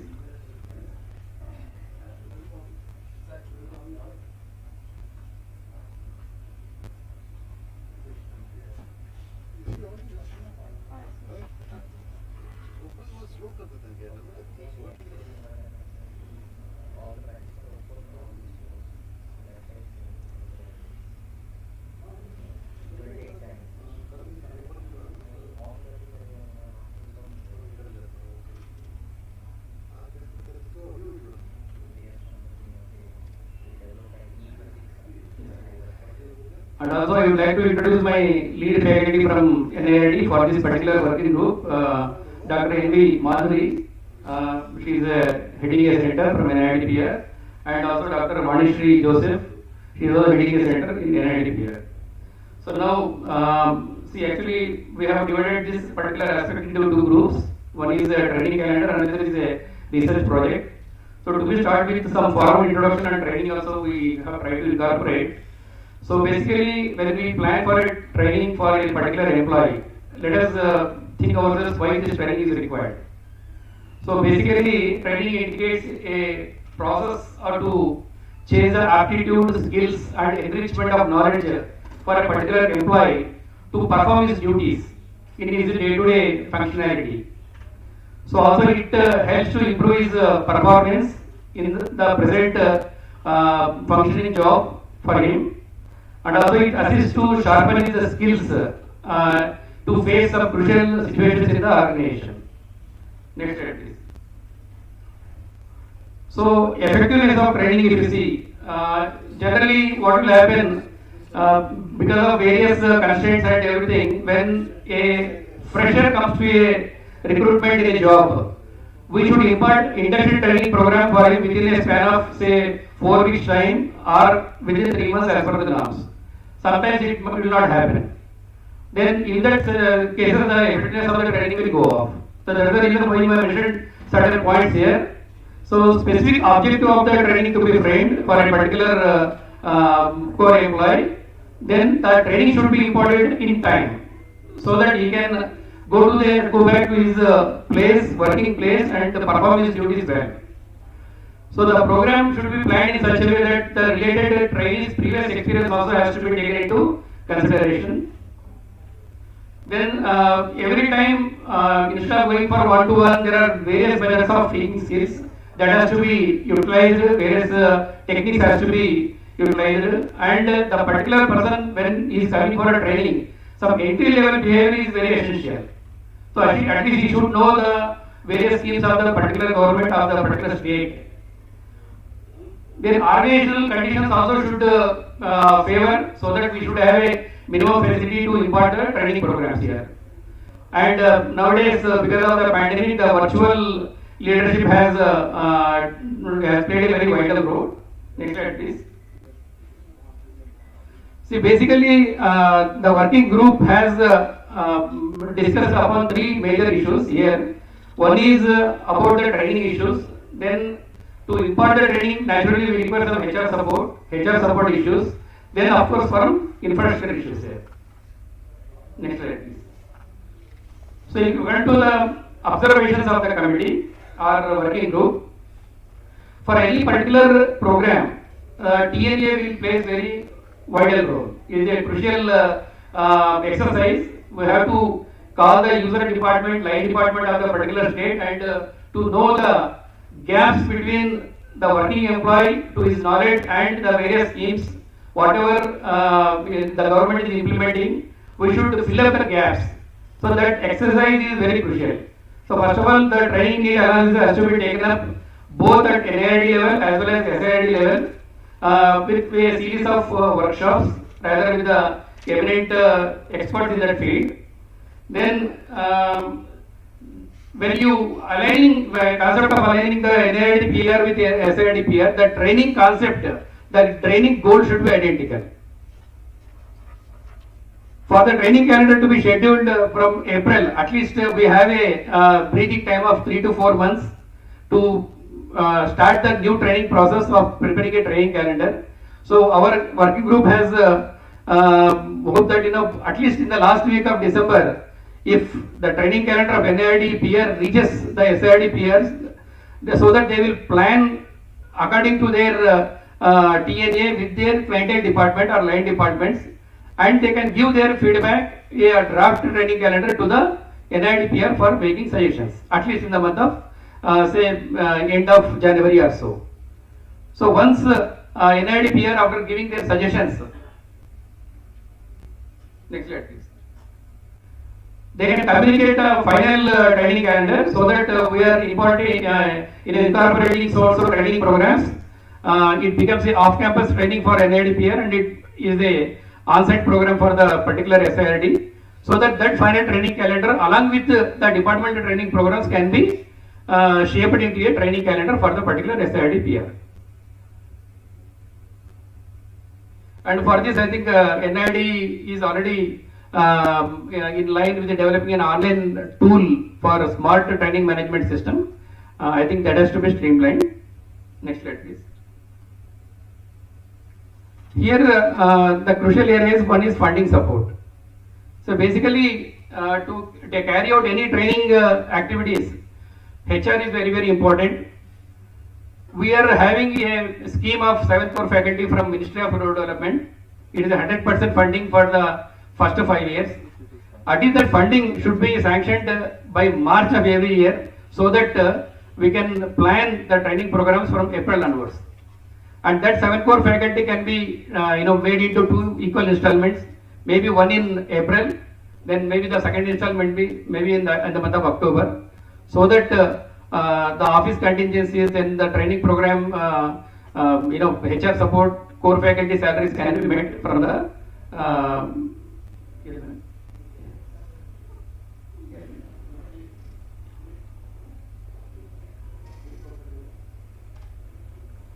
next slide, please.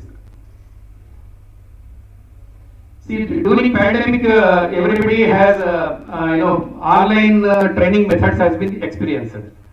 So for this, the working group has opined that every SIRD should have a studio established in their particular SIRD&PR, for which we request the MORD to fund with the recommendations from the NIRD&PR, so that we can the eminent speakers can sit at state level. They can impart virtual mode training programs at district and mandal level also.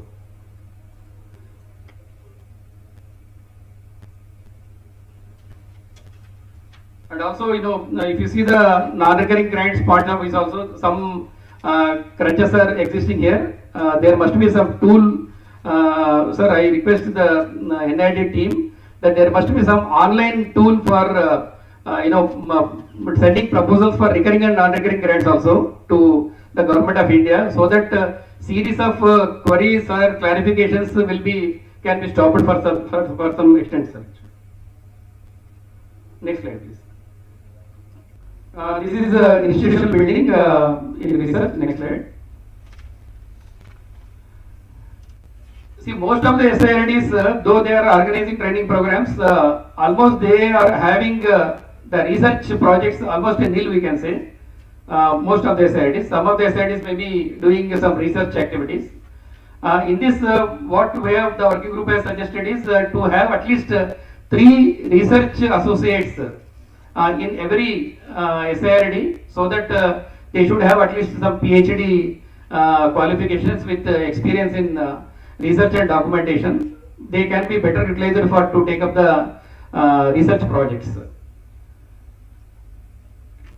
And the SLO of NIRD&PR can play a vital role in selection of the research projects depending on the local problems of the particular state.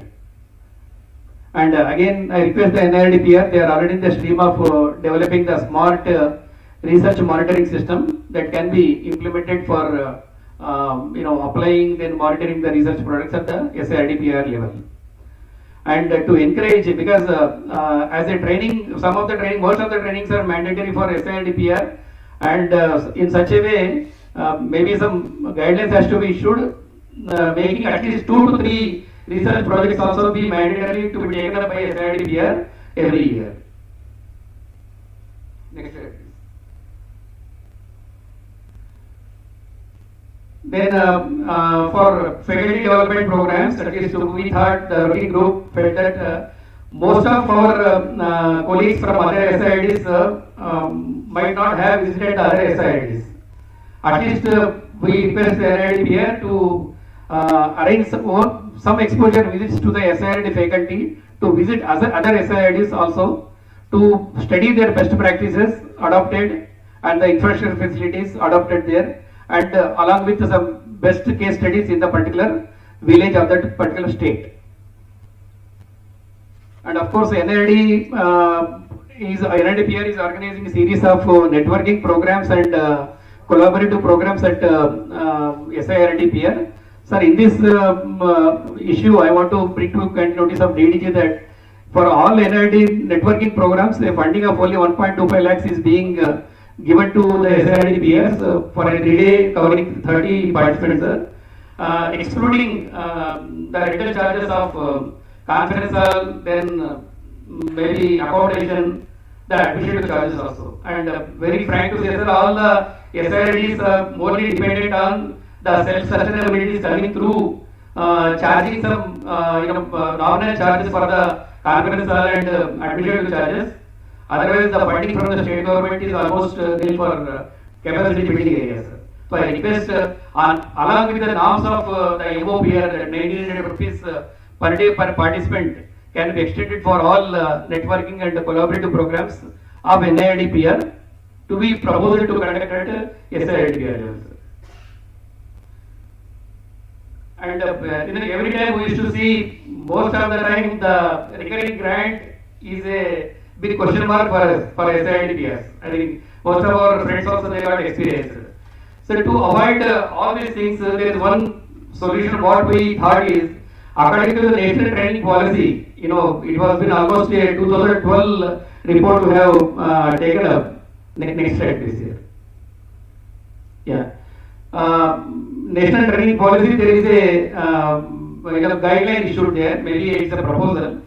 2.5% of the salary budget of every flagship development scheme needs to be earmarked for the capacity building, for the training fund.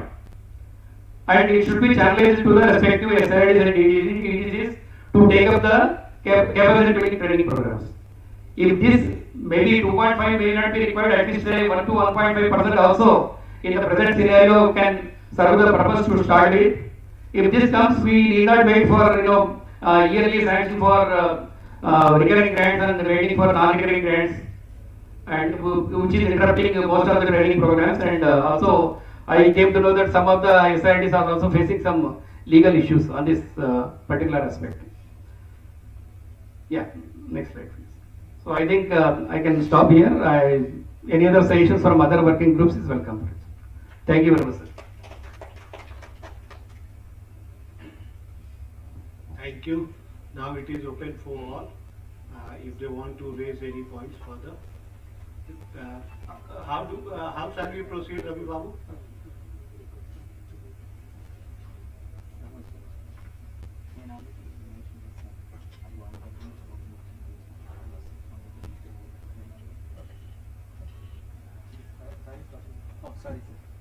How shall we proceed? Shall we take questions from the participants who are present here, audience? Yes, sir. So they want to add also, they can add more. So anything more to be added? Sir, can I add one point? Because we missed one point yesterday also. Now this group has brought into that 1.3 what we are giving training programs for 5 days. So one group also raised, but we didn't receive any reply from the other SIRDs. So we assume that it is considerable or not. This is also a very important point we need to take from all SIRDs. So kindly think in that direction and please communicate to DDG sir also. One thing I would like to point out here why we kept it as 1.25 because for the SIRD is doing a local program, so obviously you will be doing for the nearby states. So like I am not talking about Telangana. Suppose there is for UP, if I say, so UP will be doing for UP or nearby states. So the state will be saving on the traveling cost. So that cost will be passed on to the SIRD, and because we are giving these programs to SIRD considering the local requirement of the entity. So that's why we are in position to give only 1.25 because our budget is also going to be curtailed from this. So we are constrained to do this. So however, we will look into this. So presently we have decided like this. So what is the observation of other SIRDs? Obviously SIRDs ask for more, but 1.25 as per actual, what is the cost?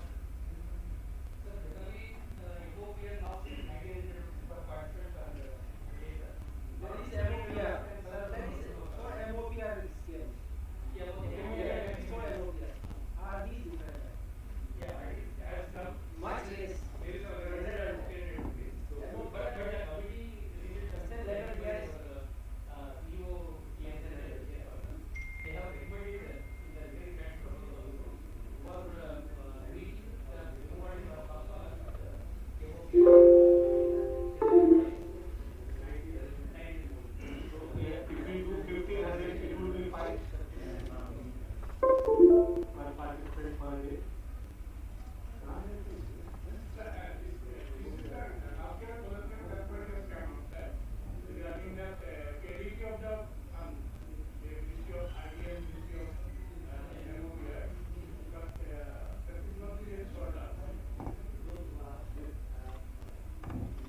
What Joint Director is saying, that 1900 for above PR.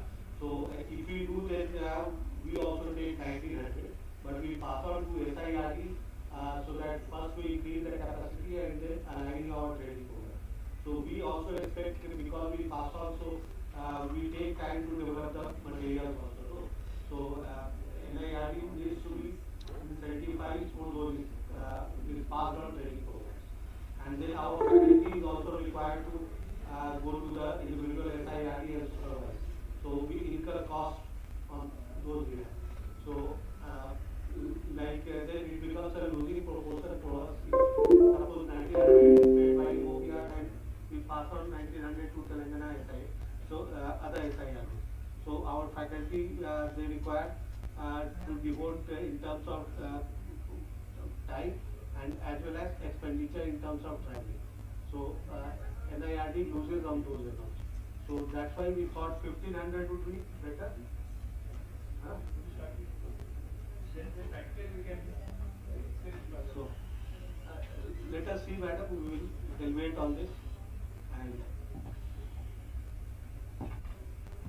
fine. Any other suggestion?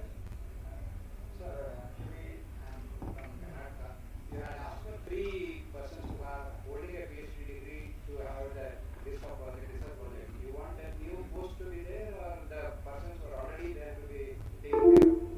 Permission can be accorded on contract basis. The funding can be given through award. That's again they are on contract basis. That's a new activities. You will get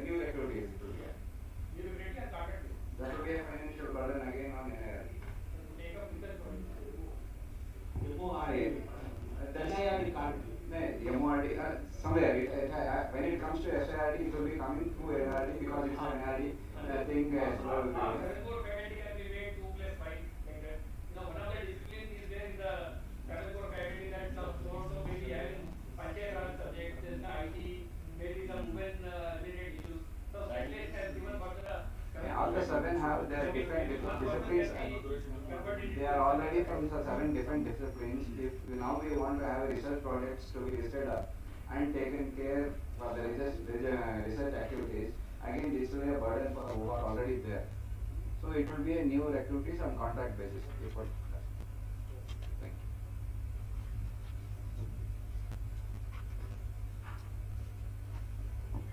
you. Any other observation?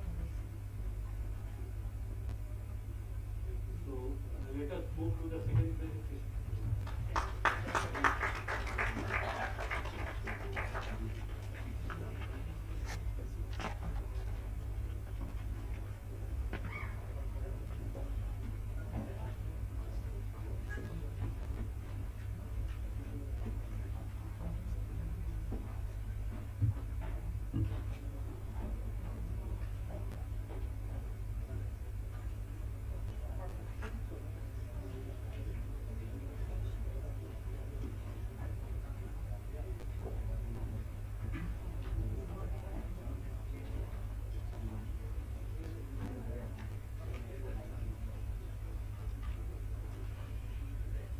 So good afternoon.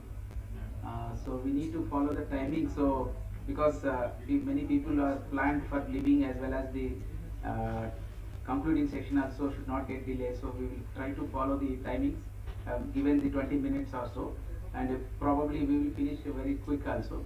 So this is working group 2 where there is a really big challenge, but we made a questions so that we want replies from other ETCs or SIRDs also. So we made our discussion point as a note.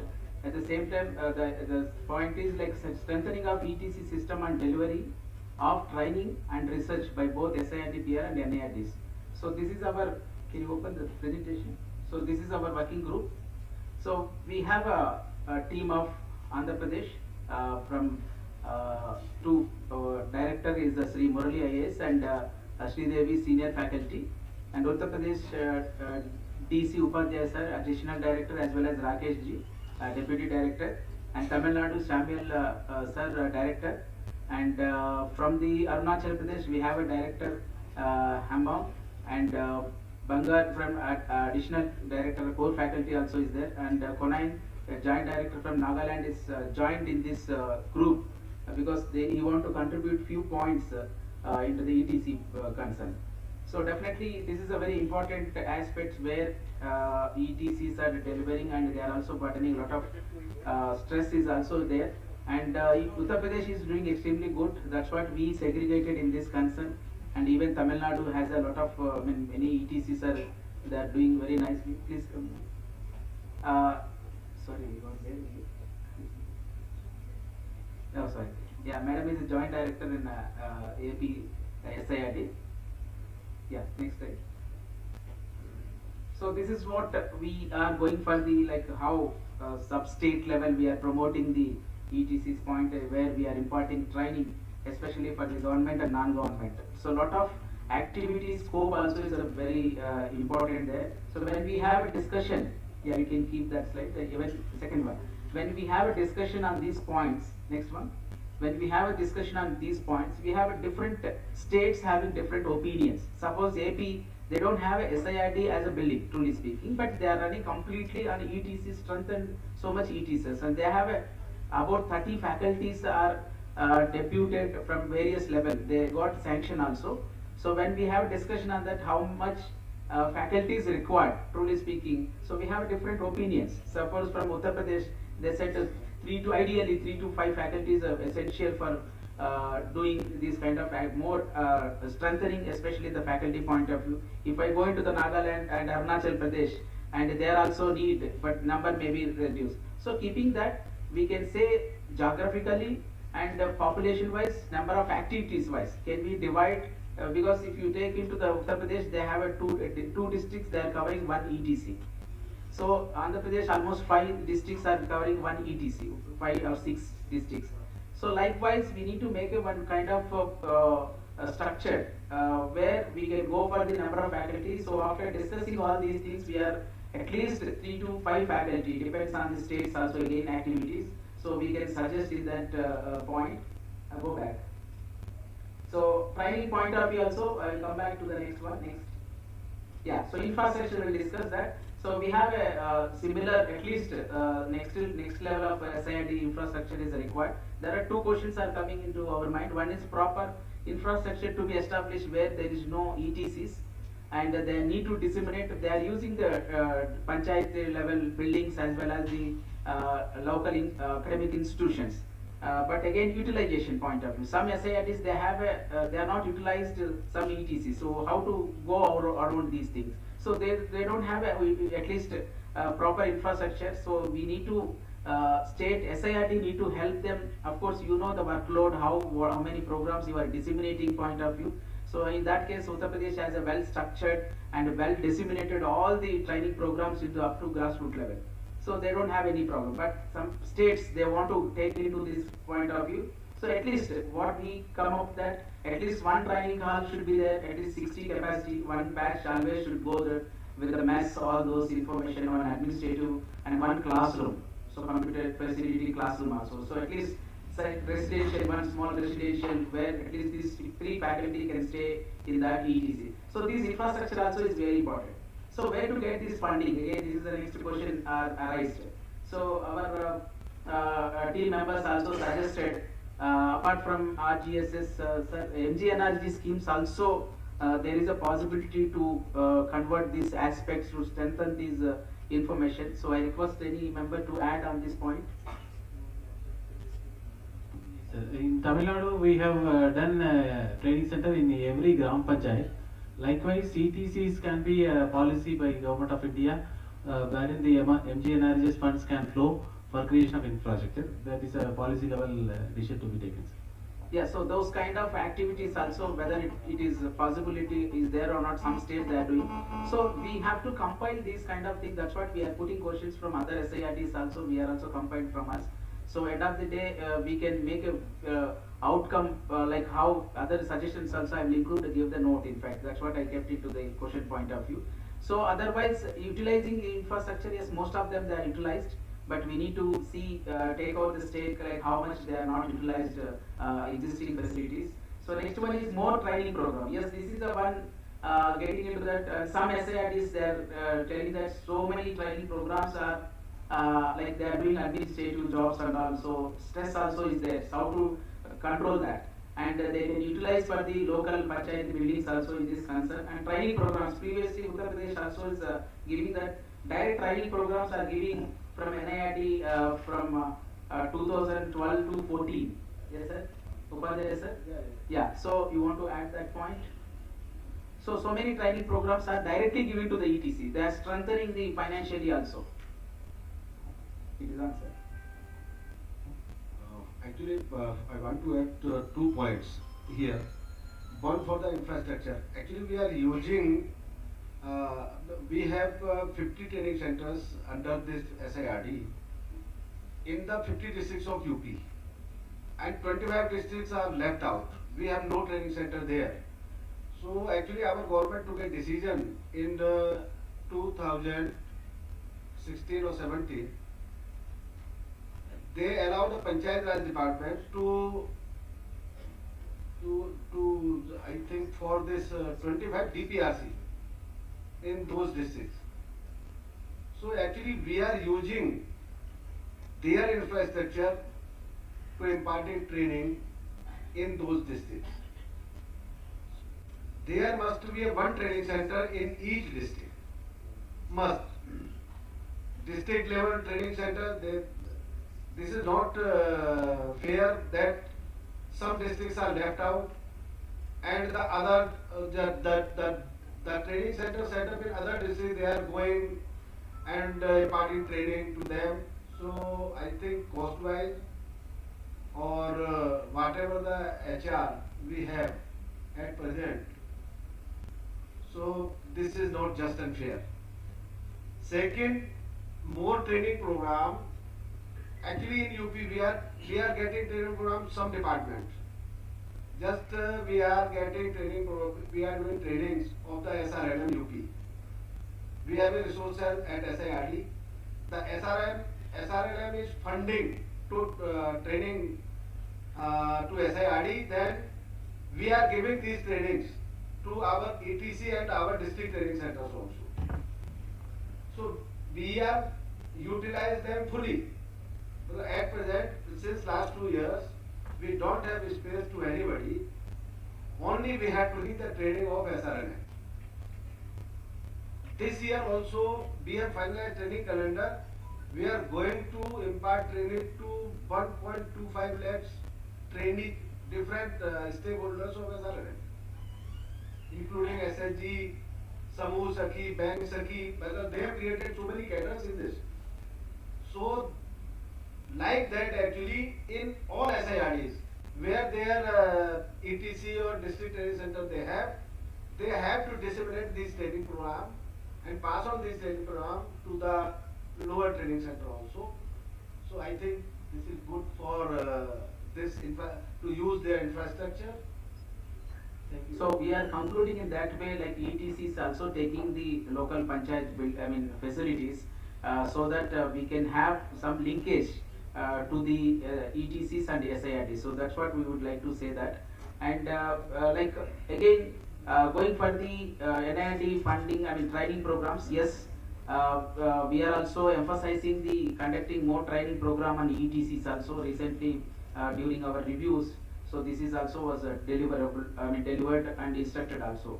So this is one point we are also recommending in this point, training point of view. Yes, next please. Yeah, research.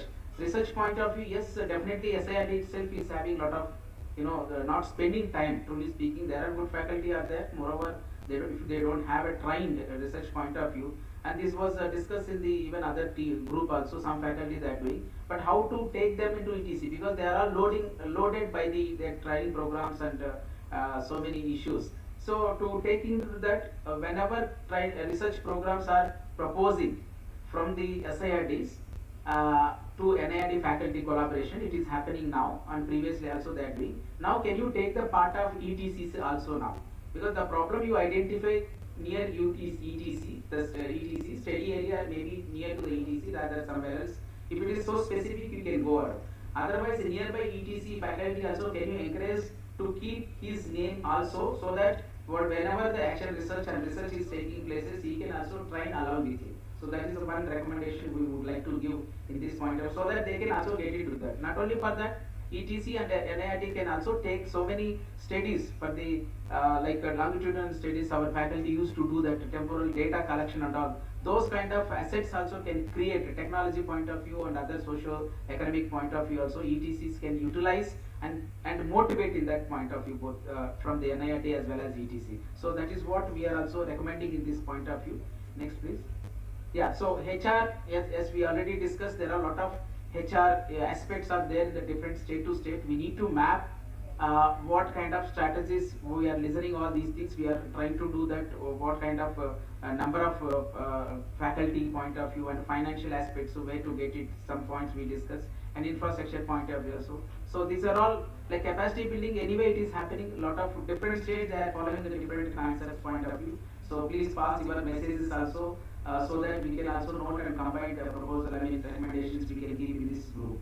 So thank you. So this is all about our group to strengthening the SIRDs, ETCs through SIRD and NIRD. Definitely it is a big challenge for us, truly speaking, to get into this level. Yes, it is already well proved for a few states, but those new people, for them at least these norms can be utilized for the future point of view. Thank you so much on behalf of all our members. Thank you. So any suggestions to add in this group, we are happy to note and keeping the proposal, complete data to the group. Yeah. So please, yes sir, please sir. Actually, see, ETC are supposed to be recognized by Government of India, MORD. Otherwise they will not get fund. So I am telling about my state. Before this DPRC came up, prior to this MOPR and GSS scheme, our state was created in 2000, and we had at that time only one ETC, Chhattisgarh. So Chhattisgarh, earlier it was part of Madhya Pradesh. In 2000 November it was bifurcated, and in our share we got only one ETC. Now after that, out of our own sources, we created 5.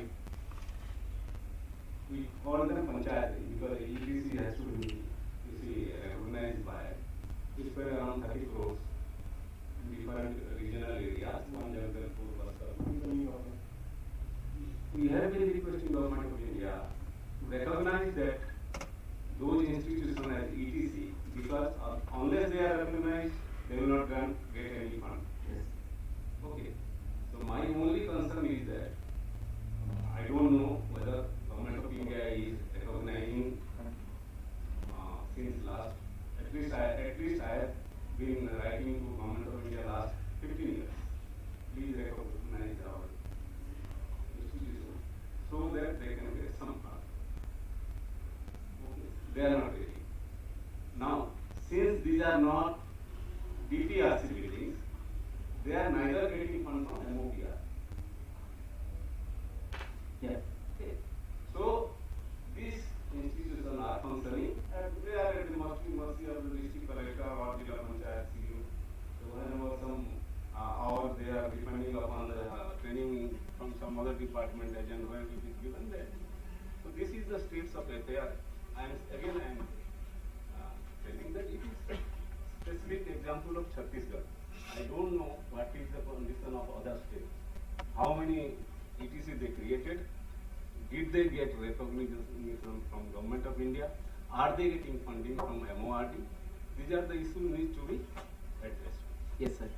So that's what even sometimes when we discuss with the different states, this point of view also it is stuck. So once we prepared, sir, we would like to hear from all these states. We are also circulating. So when we make this kind of recommendation, at least one stock should be come out. So we'll take the data set. So any other add-on points related to that, or from the team also, if somebody want to add from my team, you want to add any points, sir, madam? Because Andhra Pradesh is having so much aspiration in this concern. So they have a huge list. They are demanding so many, faculty, directors, principals. It's good to have aspirations. Yeah. Let them construct the building. Exactly, sir. That's what when we have. So they have, because they are running to the completely ETCs, but they have a lot of list. So when reality is coming, so that's what at least we are recommending.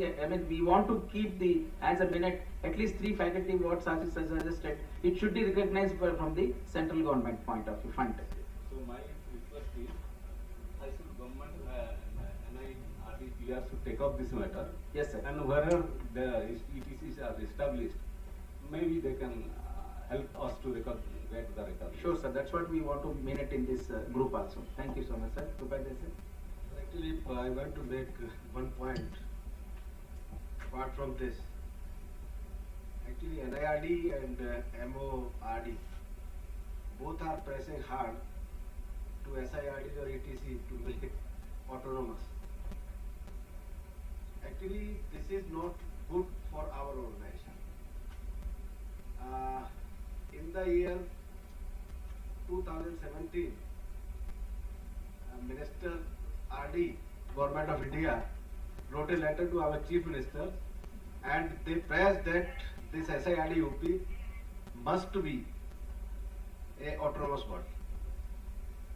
So actually we praise our Chief Minister or our officers because we are getting huge budget. We are a government institution. We have the total HR 1500 posts. 1,500 posts are created for these training institutes. Huge infrastructure. Only 17 ETCs are recognized by Government of India. 33 training centers at district level, DIRD, our district is rural development. The Government of UP is funding 100% for them. Their salary, infrastructure and recurring expenditure. So we are getting more than 90 crores in our budget for the SIRD, ETC and our DIRDs. And if we go for the autonomous, we will not, I think the government will pay not significant value around so actually, my boss, my DG said to me, please raise this point at the NIRD. And we will not go for the NIRD because, for autonomous. Because we are getting only 80 to 90 lakhs per year from the MORD. And we are getting 10 off-campus program from NIRD. And we are getting 50 or 60 crores for training from my state government. So how we go? Why we go for that? So please consider this my request and my state request. Don't press us for become autonomous. Thank you. Thank you, sir. Thank you so much. Yeah. I think this is a serious issue. Needs detailed discussion. Whether you want to have autonomy and what exactly autonomy you mean. Sir, we have the fully autonomy. My DG ठीक है वो तो देखिए नहीं आप ये बोलते हैं ना ऑटोनोमस नहीं हुआ ऑटोनोमस हुआ तो अगले दिन आपको जो है ना 1 पैसा नहीं मिलेगा 3 साल से हमको गवर्नमेंट ऑफ इंडिया ने MOPR ने 1 पैसा नहीं दिया हमको नहीं दिया 2 साल से 3 साल से तो क्या ऑटोनोमी में कैसे चलेगा वो institution at least we are getting 5, 6, 7 crore rupees state government grant total state 100% grant that will also stop. And can Government of India and or NIRD gives us in writing that they will be giving this much of fund for consecutive next 10 years? If not so, then let us not, emphasize on autonomy. Thank you. Thank you, sir. Thank you so much.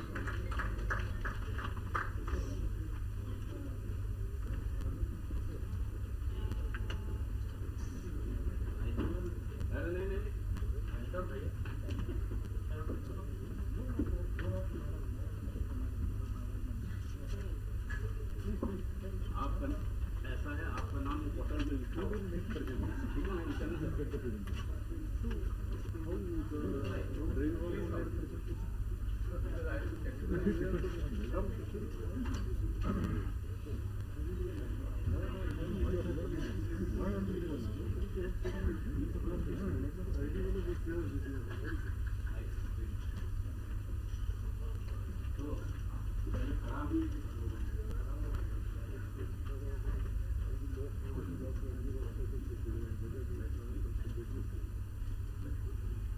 else is there? Dr. Panja and I request you come to the back. बिल्कुल आइए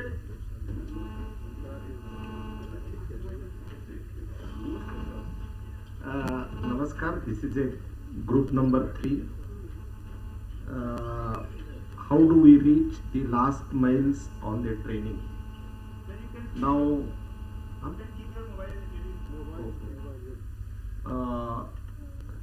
good afternoon.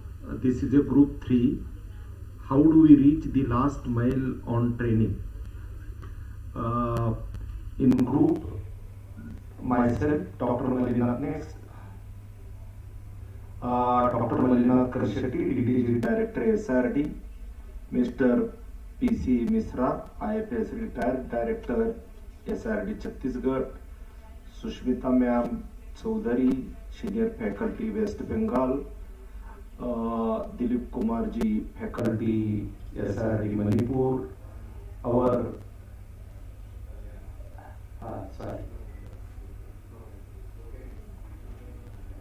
Lokandro Joint Director SRD Manipur,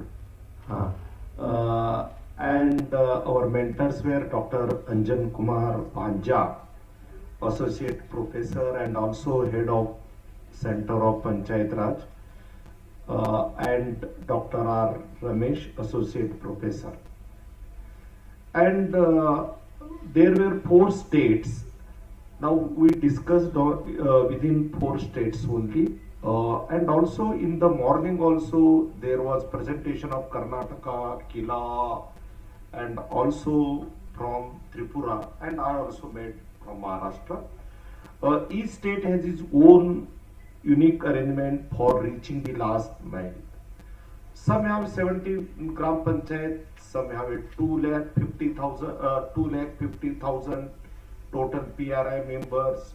West Bengal have around 2 lakh, like that. So every state has its own arrangement, and Chhattisgarh has a network of BPRC, DPRC, ETC, PTC, etc. They have the facility in terms of training hall and all other residential facility. And mostly these centers are located at district level, DPRC at block level with no accommodation facility. They have the master trainers at district level, but at block and cluster level, GP level, no master trainers, and also there is no infrastructure. Now West Bengal is handling SRD.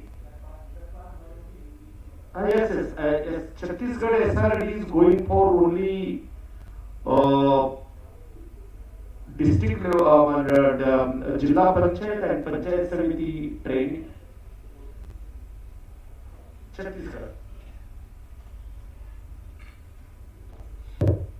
Yeah, in Chhattisgarh we have SIRD. We don't have a separate PR SIP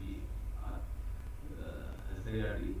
The SIRD is under the Development Commission, who is the DG of the SIRD also.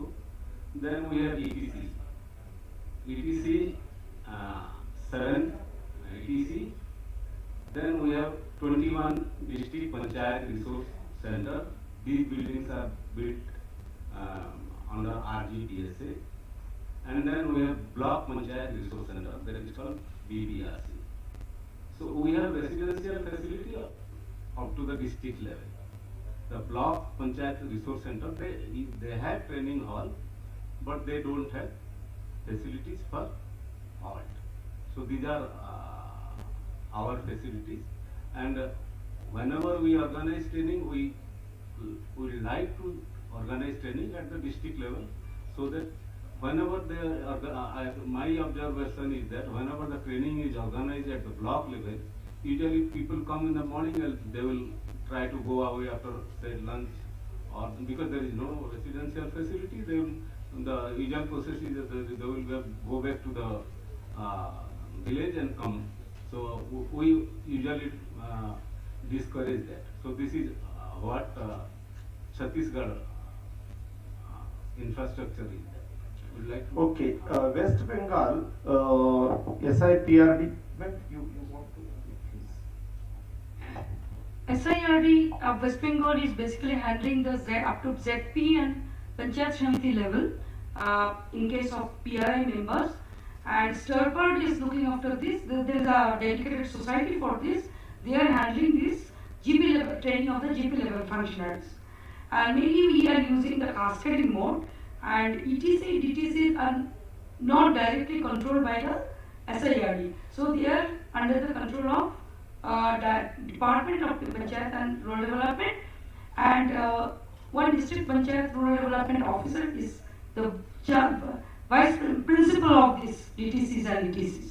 So they are directly handled by the district authority, and there is no organic linkage between SIRD and ETCs. So independently SIRD is doing the research and as well as training activities. DTCs and PCs are naturally located at the districts, and they have a very good infrastructure right now, residential infrastructure. And in West Bengal, it is one unique feature is that there is one West Bengal Comprehensive Area Development Corporation is there. So they have their own infrastructure in each district. Mainly these are for livelihood activities and the livelihood training. They have a very good infrastructure along with competent technical faculties is there. So in some cases we are using this infrastructure. There are qualified and trained staff in everywhere. In case of Panchayat training, what we have observed that at the district level, in many cases SDU has taken the responsibility of organizing the training of the Panchayat Samiti member. They have inducted trainers from different line departments. Even in many cases, block level PPHC PPHC primary health center, doctor is also in the resource person, acted as resource person of the particular training. So in case, particularly in respect of trainer, so we have a very good resource team in every district, and primarily it is there the government officials. In many cases NGOs are also there, experienced NGOs are also there who are taking sessions and all these things.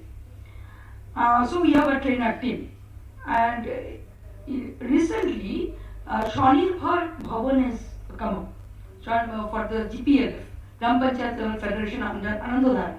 In West Bengal, NRM is named as Anandadhara, so they have their own infrastructure. In many cases, their trainers are also being trained, particularly in the health sector, vector-borne diseases and all these things. In the COVID period, large number of trainers from the SHGs, they have been developed for this particular purpose. So this is a thing that is going on up the field level. In Maharashtra, SRD is in Yashda, Pune. SPRC is housed in Yashda. In Maharashtra, we have a 7 faculty member of SRD and 2 plus 2 means mainly 2 faculty members and other staffs in SRD. And we have not 21 ETCs, sorry, 21 training centers we have. Out of that, 9 are ETC, and in that 11 are PRTC, Panchayat Raj Training Center. These are run by charitable organization, means they are run by the, you call it NGO, not NGO, but they are these PRTC established in 1962. Then 9 Gram Sevak training centers, 7 are run by the Rural Development Department and 2 by private. Only I wanted to share because which discussion taken place during last group. 7 Gram Sevak training centers are autonomous, but all these 21 training centers salaries are given by the government. Means the government has sanctioned the staffing pattern for Gram Sevak training center, Panchayat Raj training center and composite training center. These 7 autonomous governing body is under the chairmanship of divisional commissioner, and executive committee is headed by chief executive officer Jilla Parishad of headquarter where this GTC is situated, and other COs. One GTC is having 3-4 district jurisdiction, so other COs are co-chairman, and these 21 training centers are doing the training for Gram Sevaks, GPDP training and Gram Panchayat members training. SIRD takes training of master trainers, TNA, all TOT and all resource person training, and district panchayat, block panchayat, all trainings, and Gram Panchayat Sarpanch are being trained by SIRD, by Yashda, and all Gram Panchayat members only by the district and PRTCs, and all supports have been given by the SIRD and our SPMU RGSA, which is also situated in the Pune.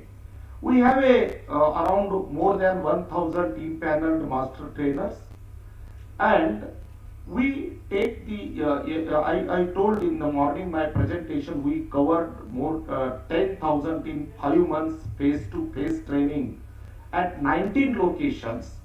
We have only 9 faculty, so we identified good trainers as a course coordinator and course assistant. For 5 days, Yashda has fixed 7,000. Fast, I will go fast. Okay, only they have to clear slide. 7,500, 4,500 for 4 days, and there are other independent trainers. Most retired officers, state level officers are also faculty. Now we are using the 19 training center, agriculture training center, KVKs, and regional administrative training center. Now I request Manipur, my joint director,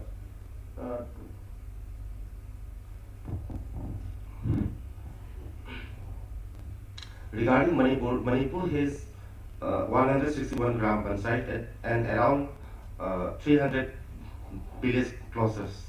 SIRD has 21 faculty members specialized in different subjects. There are also resource persons available in the department and the universities. Out of 16 districts, 9 districts have good training facilities at district headquarters. There are some blocks with training facilities also. The other district trainings comes to SIRD. SIRD also conduct GP level training of campus at GP office. Thank you. Now the recommendations from all the 4 states. One is Northeast state and West Bengal, Maharashtra and Chhattisgarh. We made some recommendations. Each state model definitely it will be different. Trying to figure out one single model that all SRD can follow does not seem to work. Then, as a way of documenting existing practice of reaching out, each SRD may be asked to give 2-page note with figure on how they reach the last mile. We have seen the Karnataka presentation hybrid, like that Kila, how Kila is doing. This document may also spell out the strength in existing arrangement and the ways to address the constraints, if any, where the existing where the existing arrangement or practice of reaching the last mile seem to be convincing and good enough, such states may be allowed to follow their existing arrangement, like West Bengal and Manipur. The facilities and infrastructure of agriculture department training center, KVKs, diet, administrative training center, forest training centers can be hired. State must identify and prepare best performing officers to serve as a trainer team. Such identified officer may be trained and supported by RD&PR. This is a West Bengal model, everyone accepted. Create a resource pool at district and block level. They must be available on call to serve as a course coordinator and course assistant to whom the SRD faculty can assign to deliver a given training module. These resource pool may consist of retired faculty member, retired district, sub-divisional, block level officers. This list and contact details of the resource persons may be updated regularly. Frontline workers of all different departments can also be included in the training pool. The SRD may identify the institution that can be used for our training purposes and sign an agreement, use them as training execution centers. These institutions may serve for SRD as a training executive support centers at district and block levels. This is in the lines of DDU GKY. As far as possible, the infrastructure and technical competency of Unnat Bharat Abhiyan institutions may be utilized for training purposes. UBA institution may be asked to participate in TOT conducted by RD&PR for better understanding of their role. Now some prerequisites in cascade mode. Standardized training modules including the session plan and additional reading materials must be made available, which the SRD may translate into local language. Initial round of training should be held at RD&PR and subsequent few trainings may be conducted at SRDs with the hand-holding support of RD&PR. After the SRD should carry forward the training mandate by engaging DTC, ETC, etc. In order to ensure the desired quality of training, an appropriate feedback evaluation system must be in place. Let us adopt multimodal training approach by making it interesting and effective. E-learning materials and audio-visual materials that can travel in WhatsApp should also be made ready, which can help in forcing learning. Thank you.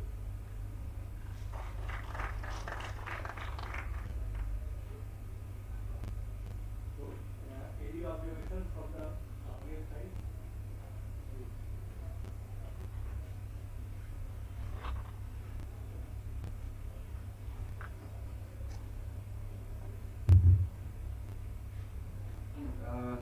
My question is related to again to the cascading model training programs.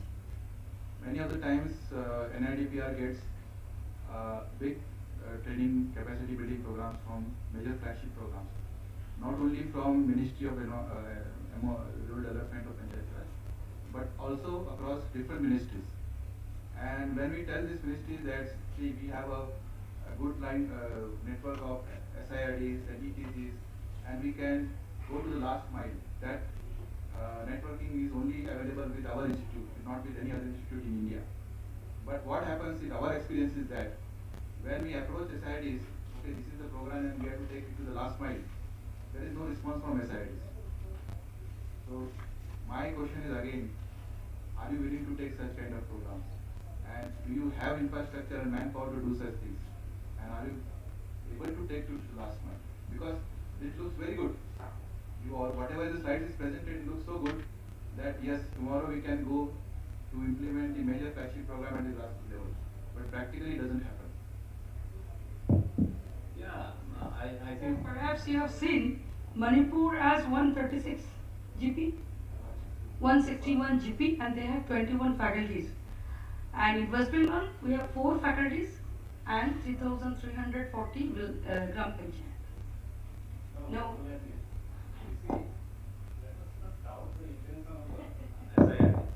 Please. The question is we wanted to figure out is that out of the 4 states, there were states where there is only 167 GP, but then they are council. Now in my states, and if you compare West Bengal, in my state each block has around on an average 70 Gram Panchayat, whereas in West Bengal each block has 12 Panchayat.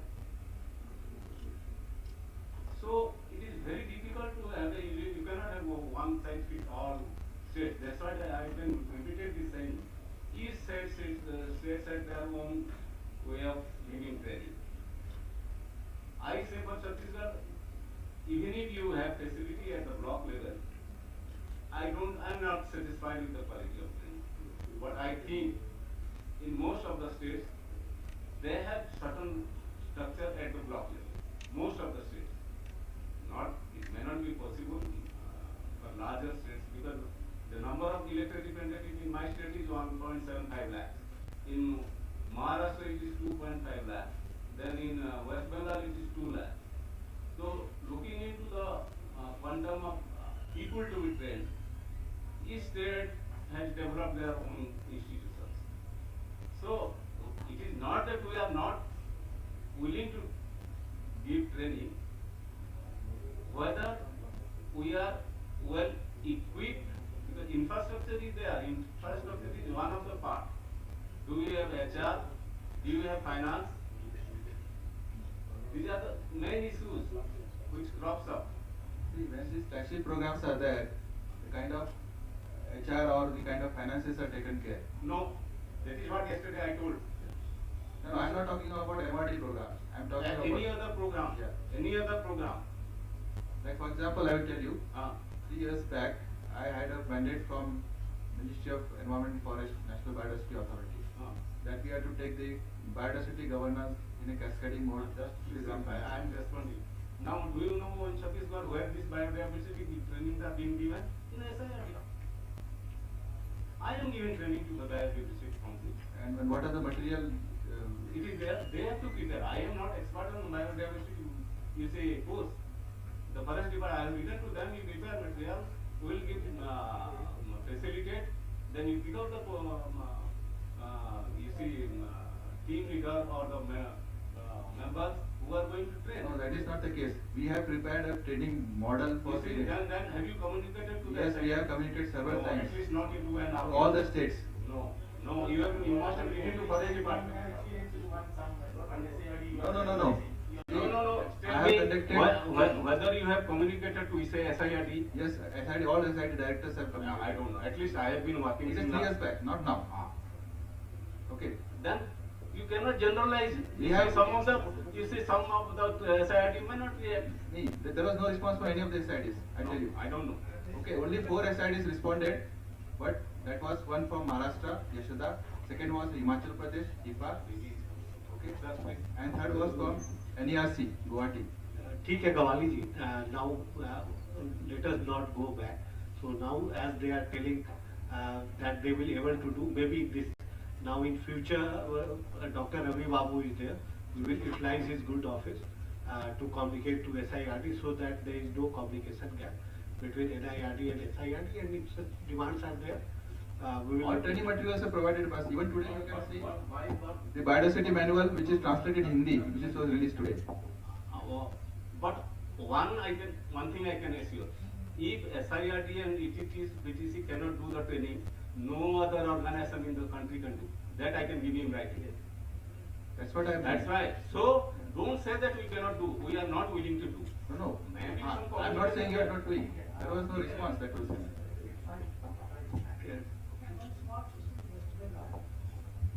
You were telling that WSTC in West Bengal has got a lot of technical staff. WCADC. Whether there is any collaboration trainings between SIRD and WCADC, because you are telling that your faculty is very less, there are 21 faculties are there. Any collaboration is there between you and SIRDs? Right now they are very concentrated on the farm and farm related activities. They have their technical staffs. One agronomist is there, one fishery expert and one ARD expert is attached with all the institution, CADC. In many cases we collaborate, but particularly in case of SIRD's program, there are cases, but there are stray cases where we can go for collaboration. We have a very good relationship with each other. With Anandadhara also? Anandadhara, they have taken the help of CIDC directly regarding a livelihood program. Because most of the training programs for that material, yes, the techniques are going from NIRD to them. So they are asking us for the sir, actually in SRLM and SIRD, after the introduction of the NRLM, there is some kind of, they are doing it there independently and we are handling our program alag se chal raha hai. Not in a converge mode as it was in the SGSOI period. SGSOI period, altogether, NIRD, SIRD and the department are very done it in a very collaborative manner. But after SRL emerges, separately they have their own infrastructure, but they are taking help of WBCADC. One last question to all the SIRDCs. Yes. Can we have the off-campus training programs? Yes, sir. At the SIRDs on the technologies? Yeah, technologies. There are several times they have done it previously. Last 2-3 years there is no program, but we are expecting programs. And sir, we are requesting you to reintroduce the NIRD networking program. That was very immensely helpful for us. So my last appeal to the Northeast SIRDs, my last appeal to Northeast SIRDs, because you are telling about the funds problem, as I told already, if you want us to connect to RG&NIVD for conducting training programs for the youth, NIRD and SIRD and the RG&NIVD, without having a single pile funding from you, RG&NIVD will fund those programs. So if you can come forward, I think we can make an arrangement for the off-campus programs at SIRD for the identified people of RG&NIVD through NIRD. Okay, sir. Last time I have sent 30 participants from Manipur, but most of the banks are not willing to give the loan. This is the problem. No, I think one camp was also conducted, and I got a report that in Meghalaya and other people, Meghalaya and Mizoram, they got the funding, they got a mela, and they got a conducted job mela for the people whom we have trained, and they got the thing. I don't know what about the Manipur. Okay, sir. But other state they got. I will say it again, sir. Also very helpful for us. NIRD usually conduct at least 2 programs in year, but if you kindly reintroduce this program with us, so we can cater the banker also. Thank you, sir. Yes, madam, we are conducting this time 12 programs. Out of that, 4 programs are about rural project. Working more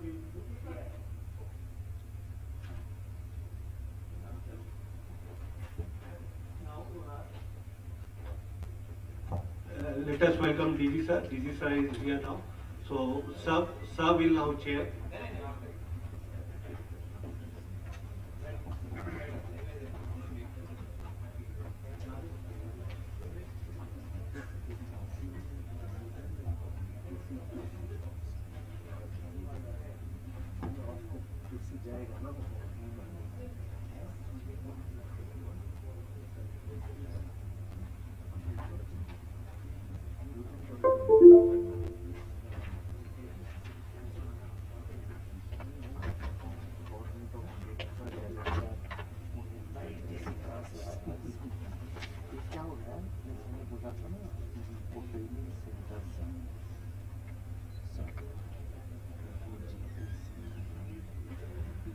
Good evening, everyone, and good evening, sir. Sir, we are the group number 4, and given the task of seeing that how simultaneous trainings can be done and also empower the resource persons. And our team consists of Sri Rajan Singh, Kaina, Additional Director, Rajasthan, Srimati Limla, Longko, if I am wrong pronouncing, please forgive me, and myself Pandey, and Arpita Chaudhary, Assistant Professor, and our lead faculty was Dr. Katreshan, and supported by Premlata, stenographer. We had actually 4 points to be taken care. First, we wanted to know how many TTCs or the facilitators are there who are certified from the NIRD. So Karnataka has 251, and Nagaland 5, Rajasthan 170, and Tripura 31. The main discussion points were how to sanitize the resource fees for the persons per day so that we can empower them and to ask them. Need for a domain-wise categorization of resource persons was needed. How best these certified MRPs can be engaged for the proposed simultaneous training at the state and district level. Basic infrastructure required for the conducting of simultaneous training programs from NIRD and SIRDs. Standardization and localization of training materials. At Karnataka we are paying the DTCs or the facilitator per day it's 1,500 rupees and 200 rupees as the transportation fees. And Tripura they are paying at 1,000 plus 300 rupees per session for the state level training, and district level 700 plus 300, and block level it's 500 plus 300. Nagaland and Rajasthan they don't have any fixed thing, but as and when the training needs are raised, as per the requirement of all the budget allocation made for the training program, they are catering to the needs.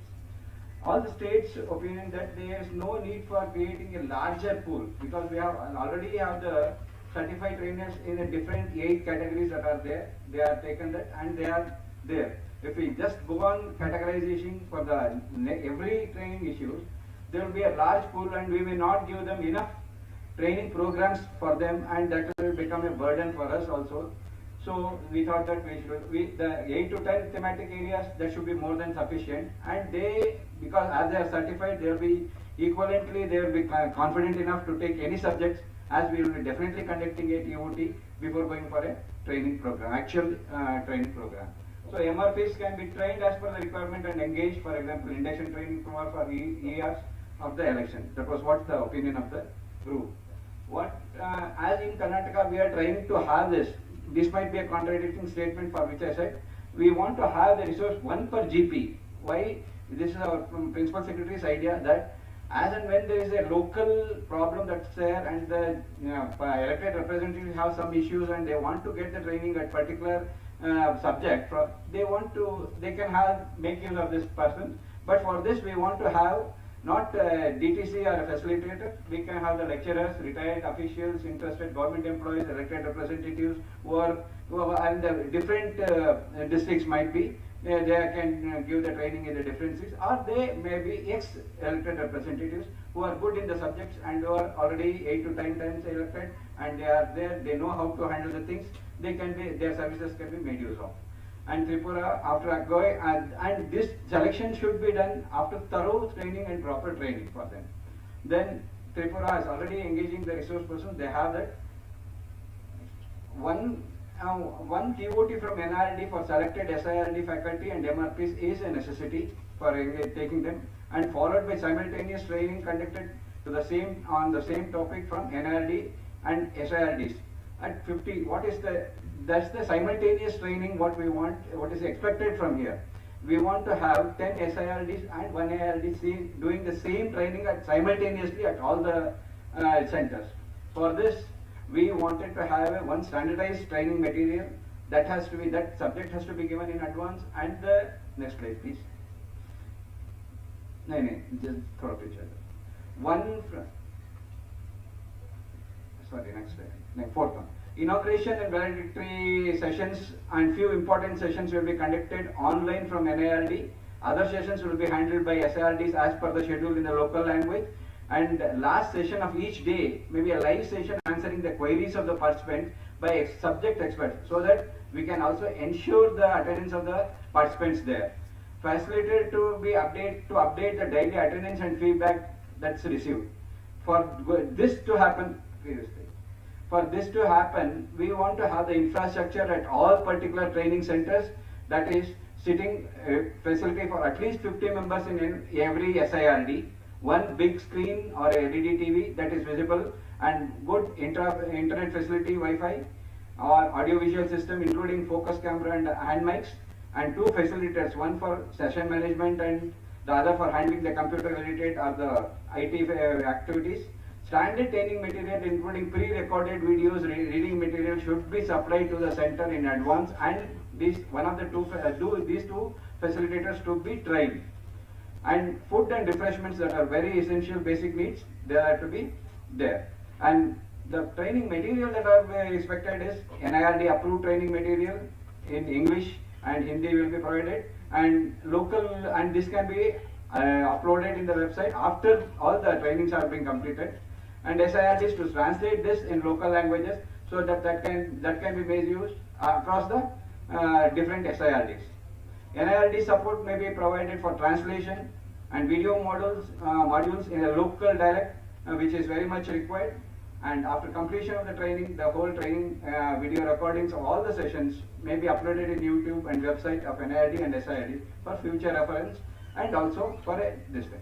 This is what in very short we wanted to make it, and this is what we have thought of for empowering of our ATCs and simultaneous training to be given by NIRDs and at least a minimum of 10 SIRDs together, a single program that can be presented. Thank you. If you have any questions, you are open to it. One of the things what we observed during the discussion yesterday, we have only 4 members total.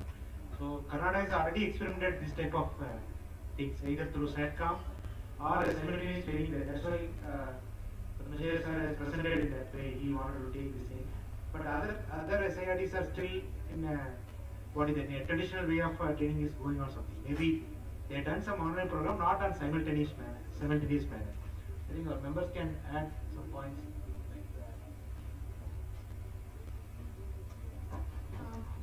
As sir has already told, in Tripura also, we have started in the same format, but maybe not in that many number of training centers simultaneously. So what we have done, we have 52 blocks. So in the blocks we have, just as a pilot project, we have conducted one program covering all for 52 blocks, and the main program was actually done from the SIRD side. So inauguration and other sessions we have conducted in the SIRD, and participants from different blocks, they have joined us. So it was a one-day program, and as yesterday we have discussed that if we are using this kind of new technologies, I think these 52 blocks, apart from these 52 blocks, we can add many more centers, training centers also in this particular way. So simultaneously running more programs or covering more participants in one program, that is possible. I think it is possible, and due to advent of new technologies, so it is very easy now.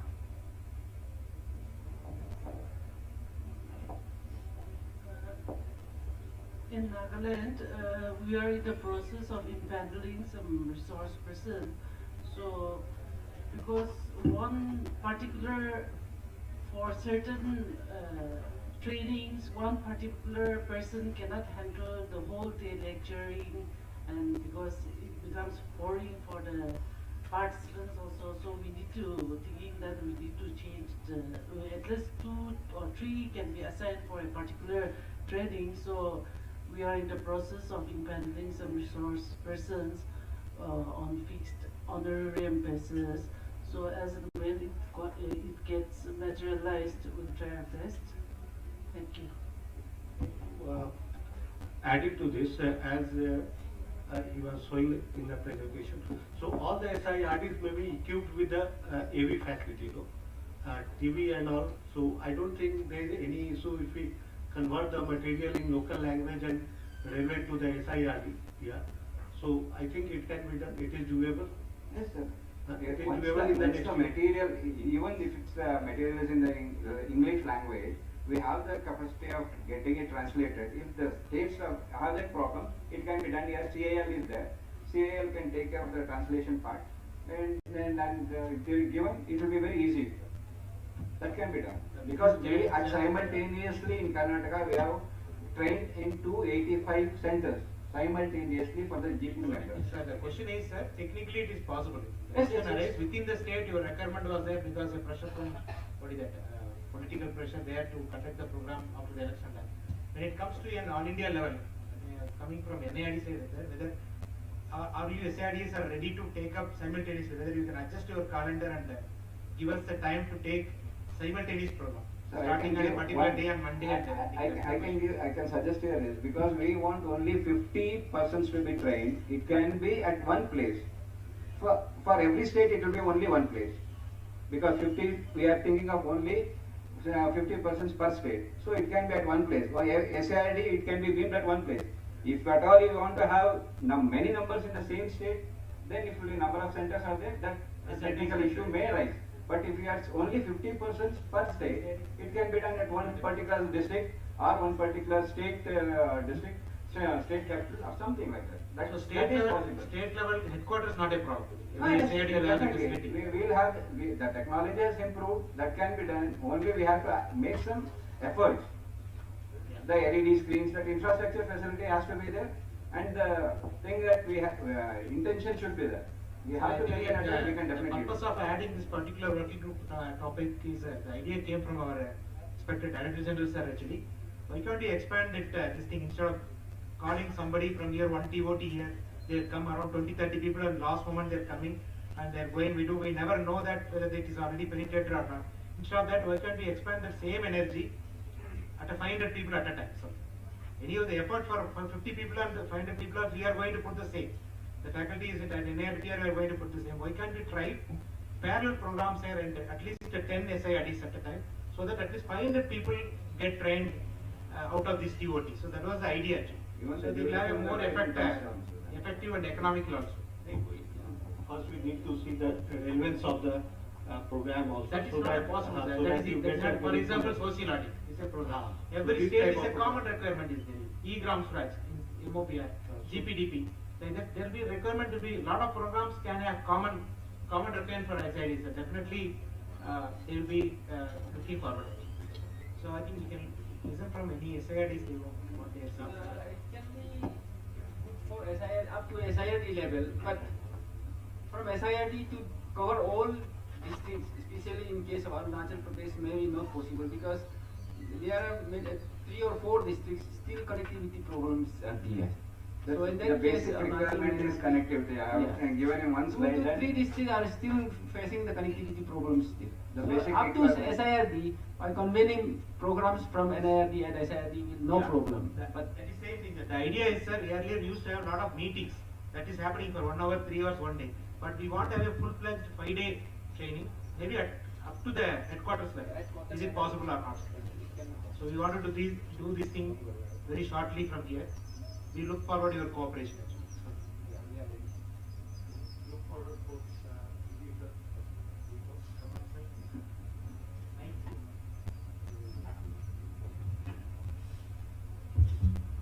I think it's been put very rightly by the presenter and by the group chair that by the other members of the group that this is doable. I think it's eminently doable, and there are problems. Problems will always be there for any initiative. There can be problems such as talking about 11s, etc. But those also will overcome. We'll move forward and make it happen. So there will be some teething problems here and there, but by and large, majority it can be possible to do. Basically, what we are trying to do is organize ourselves in a better manner so that the quality of training programs can be addressed better in most SIRDs. With good quality faculty, with good quality resource persons, the best that we can offer, we will try to offer through all the SIRDs, improve the quality of the training programs. So, at the same time, good quality structuring of the program can also be done, because a person, instead of offering 10 programs, if the faculty member or the concerned program coordinator, if he is asked, instead of 10 programs, is asked to do only 1 program, we can put in much more effort to bring in much better quality for that training program. Find the best resource persons, find the best material. So we can get state-of-the-art, best quality training programs we can do.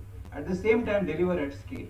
We're delivering at scale, 10 sites simultaneously, and we have the local flavor also. The initial sessions are handled by NIRD. There is a quality control over the entire program, how it is going to be structured, the broad training material is also standardized across this SIRDs. SIRDs can also contribute to the training material, not that NIRD only has to develop. So it can be validated by the group.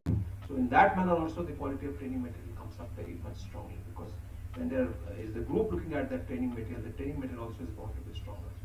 And plus, we can always build in the local flavor, the local case studies and other things. So a hybrid mode can work very well, and it will be win-win for everyone, I'm sure. There will be some outliers, such as some districts not connecting, etc. But first of all, those districts which are not connecting, mostly we're talking about physical trainings only. That they can come there to SIRD, if they're coming to SIRD, they're participating, and that whatever is happening in SIRD can happen, continue to happen in SIRD, with NIRD faculty joining in online. So almost all state units are connected. I think it looks like doable, the recommendation made by the working group, and we only have to make it happen by launching some pilot programs, and our DDG can pilot and make it happen, coordinate to see that it happens. So, because he's in charge of the training, so we look forward to leadership to make it happen.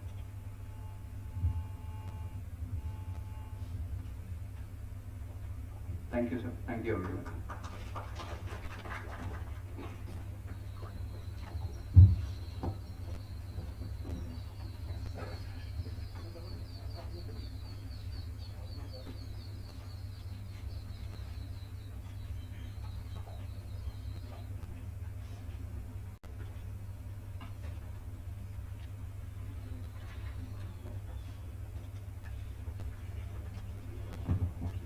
So this is the last presentation.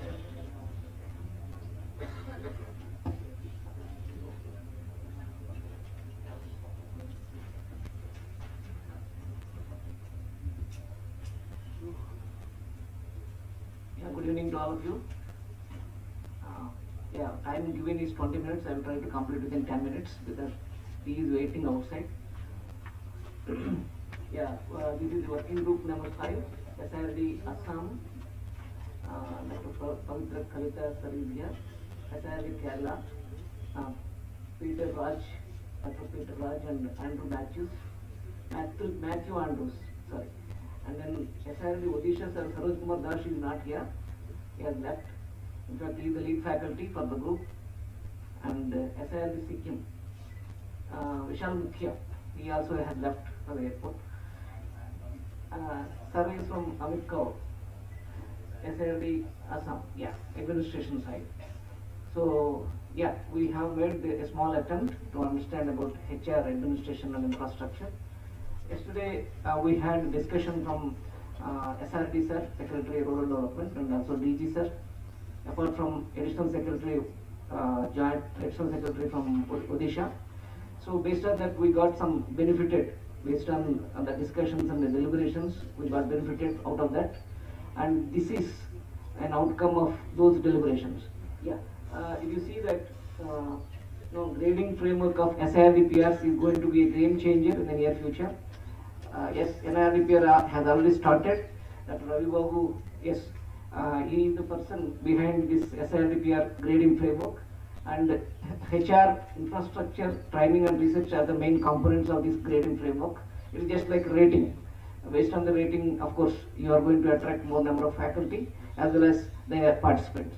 And then localization of SDGs with proper GPDP. This is a perfect combination for delivery of the training. In fact, the SDGs can be a reality by 2030 when we coalesce SDGs with the GPDP. And then autonomy of SIRD&PRs, of course, this is very much debatable. I am not going to in detail. Online training and localization of training content is very, very important in the sense that, as just now DG sir was mentioning, that local flavor, vocal for local, as Modi sir already coined the term.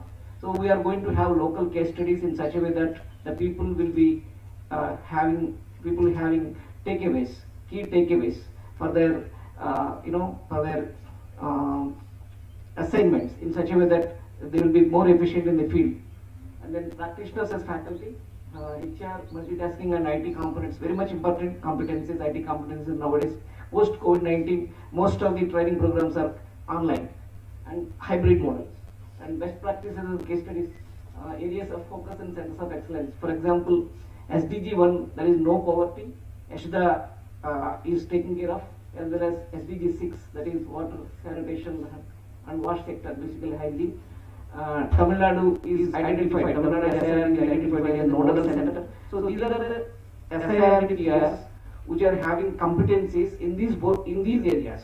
So those particular SIR&PRs are concentrating training programs in those areas. So we can leverage on those SIR&PRs to expand our reach so that outreach will be more. And saturated approach along with whole government to whole of society approach. This is basically propounded by Robert Chambers long back, 3 decades back. Participatory rural appraisal process. So the whole community will be involving as a result. The entire outcome will be good. The entire outcome will be as per the intention. The next one. Yeah, of course, all of you know very well about this. I need not say much about it. Ideal infrastructure facilities, even SIR&PR should have a separate campus and administrative office, and then auditorium with a capacity of more than 200 seats, fully furnished conference hall with a capacity of more than 50 seats.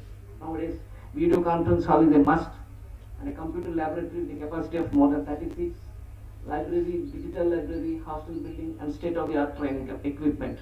All these are very much important for doing, effective and accountable training. Okay. HR and administration, basically, SIR&PRs have been suffering a lot in the sense that we need to see that how those gaps can be, fulfilled. Those loose ends will be tightened. So academic and administrative staff, they should be headed by Director General or CEO, and then master trainers and academic staff, and development practitioners and domain experts as faculty. And then here, when we speak about, again, the local flavor, we need to identify what are the relevant areas for each SIR&PR. Just now, madam from West Bengal SIR&PR, Sushmita Chaudhary, was telling that we want a training program on rural credit. So here we need to work on how we can enhance the livelihood so that through rural credit, ultimately the financial inclusion can take place. Madam, we are going to do it. We will definitely see that how the gap will be filled up.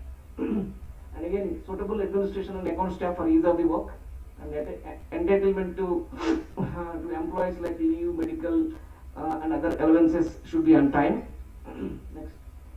So some of the suggestions emerged out of the deliberations are like this: training and cascade mode with necessary checks and balances, quality control issue just now DG was mentioning, that we can put up more effort, we can bring the best of the best faculty, and then we can see the content will be assessed and evaluated by a group of experts so that the delivery will be the best in class. Upgradation of ETCs and Panchayat training centers for decentralized training, and review and fine-tuning of training modules, active participation from the elected representatives. Basically, this is at the demand driven. When elected representatives are coming to SIR&PRs or NIR&PR, naturally we need to tighten our seat belts and then go for a takeoff. And partnership with corporates and NGOs, nowadays CSR funds are also on the offing, so we need to tap them. So in that we can have collaboration with corporates so that you will be able to have CSR funds. Payment of salaries and time to the staff, faculty of SIR&PRs, this is very much important so that if you pay peanuts, you will get monkeys. So naturally, you need to bring the best of the best from the industry or from the field. Regularization of staff or faculty as per the UGC guidelines. I'm going to speak about Vijayanand Committee recommendations in the next slide. Hub and spoke model.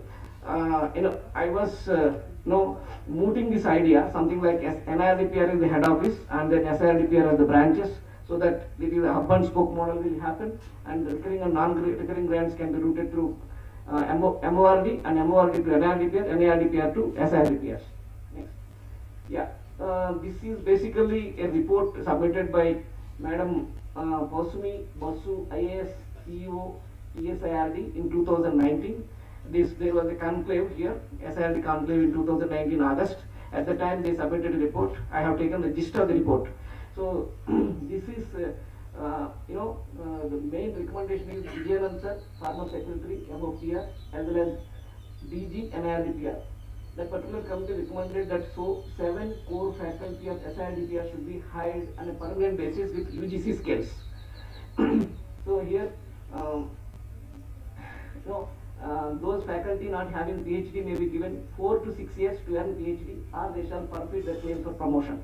So that particular committee mentioned that people who are working in northeastern area, they can be given 6 years, otherwise 4 years.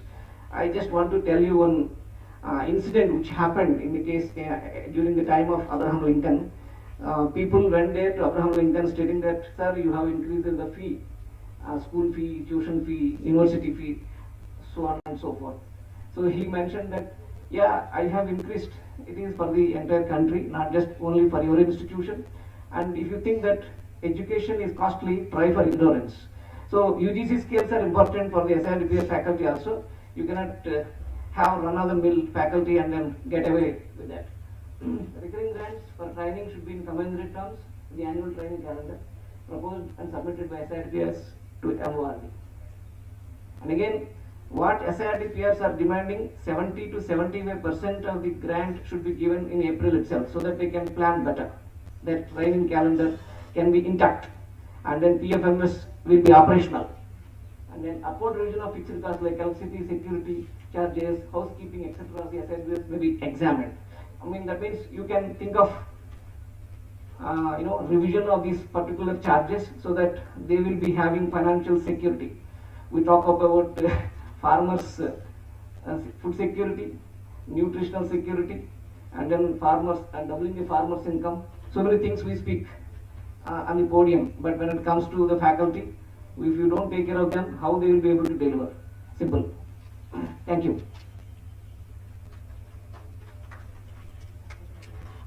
Thank you, Dr. Srikant. Any observation from the participants?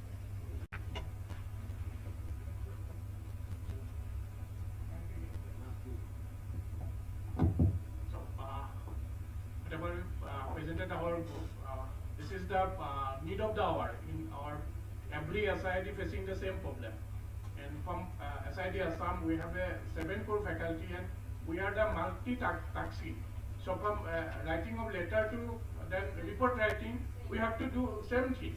Unlike NID, you have a school of and center of like that. No? We have only few people. So if this last, I am representing like last 5 colloquium. So every time this is discussing and nothing is happening. So so my request from this group and from the other these SIRs, DG sir, I think he is a very dynamic and he is taking the on notes.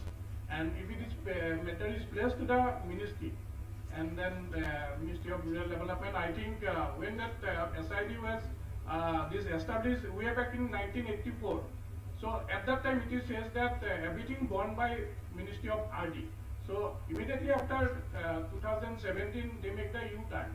So that core faculty they have to given from the state government. So when we approached the state government, they said that who told to establish the SIRDs? We have not consulted. So it is a ball gaming between central government and state government. So I request, my humble request to RD&PR that they take the lead role to solve this problem.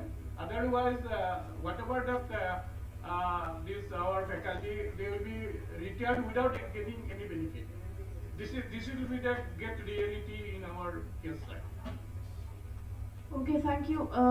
Sir, I'd just like to add something. I am SLO Punjab and not a single person from Punjab here. Why? Because the only working faculty retired, and after that there's no one, not a permanent employee, not even an MTS there.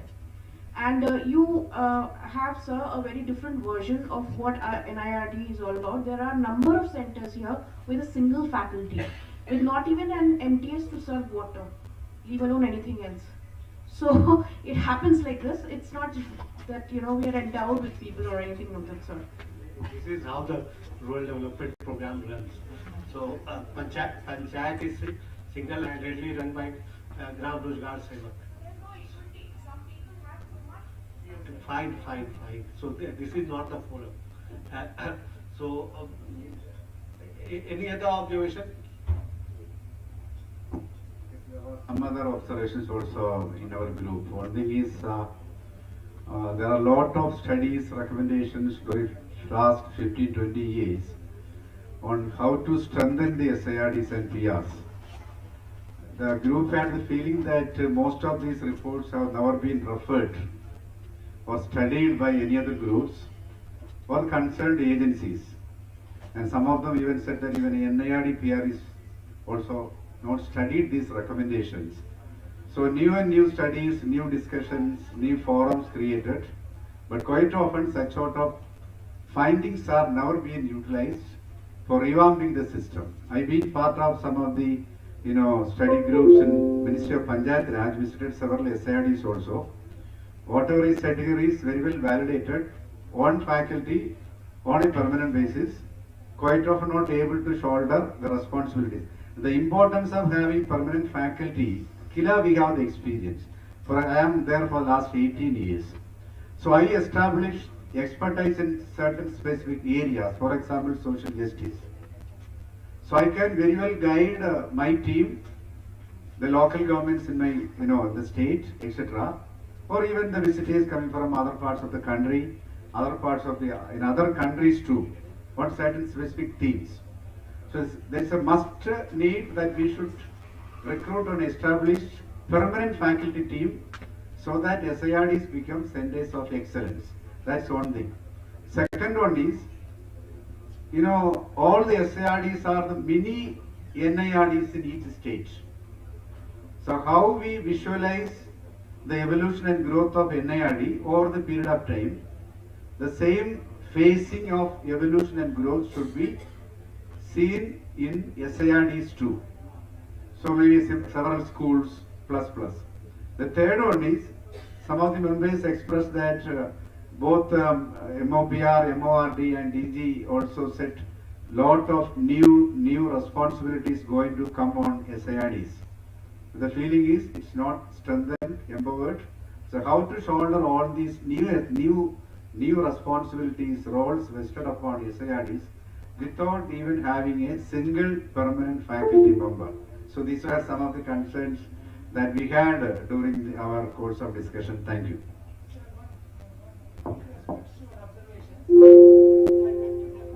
One point. You said that even NIRD is not looking into the recommendations. For your information, our DDG and DG has taken before this meeting not less than 6 to 7 meetings for studying the recommendations made by the earlier colloquium, and we have worked out so hard, the department, in how to make it a reality of the recommendations. So with these small observations, I beg. So that was the feeling that was discussed yesterday. May not be correct. Maybe yours is correct. Fine. Because DDG is sitting beside you, you can tell he has also taken three meetings, and DG has taken 3-4 meetings, and our Dr. Ravi Babu has been hectically working on that consistently for the last 2-3 months on this.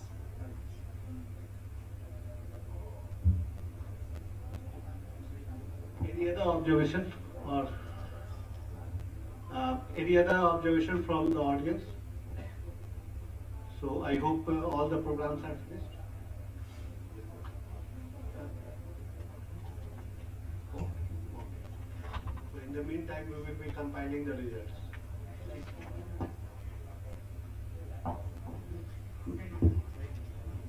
Friends, with this we are done with the working group presentations, and congratulations to all the members of working group for representing various states for contributing, and it's judgment time. Let us hear from the judges which group has got better marks and to which group can we award prize. Yeah, better outcome as well. So we'll break for tea after this for 10 minutes only. Soon after tea break, we'll conclude this session, and event debriefing by Sashibhushan sir, DDG. We'll debrief the whole entire event, what has happened all these 2 days. And after that, we have concluding remarks from DG and RD&PR, followed by vote of thanks by Dr. M.V. Ravi Babu. So we plan to close by 5 o'clock so that you can fly back to your places safely little early as well. Yeah, the city visit is there, and we are arranging a bus for you. You all can join us after 5, soon after we conclude the program, and travel to Durgam Cheru, Cable Bridge, Charminar, and other shopping activities near Orbit Mall, etc. That facility we are giving you. So right now, judgment time. Would you like to reveal results now or after tea break? Of course, presentation will be given in the presence of DG. Yeah. Yeah. Award will be given in presence of DG. Okay. I request Professor Gawali sir.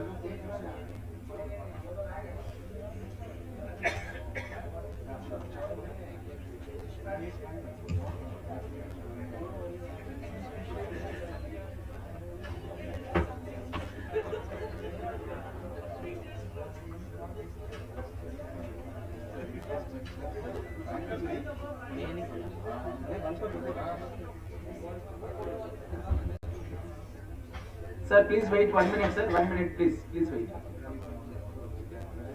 We'll go after.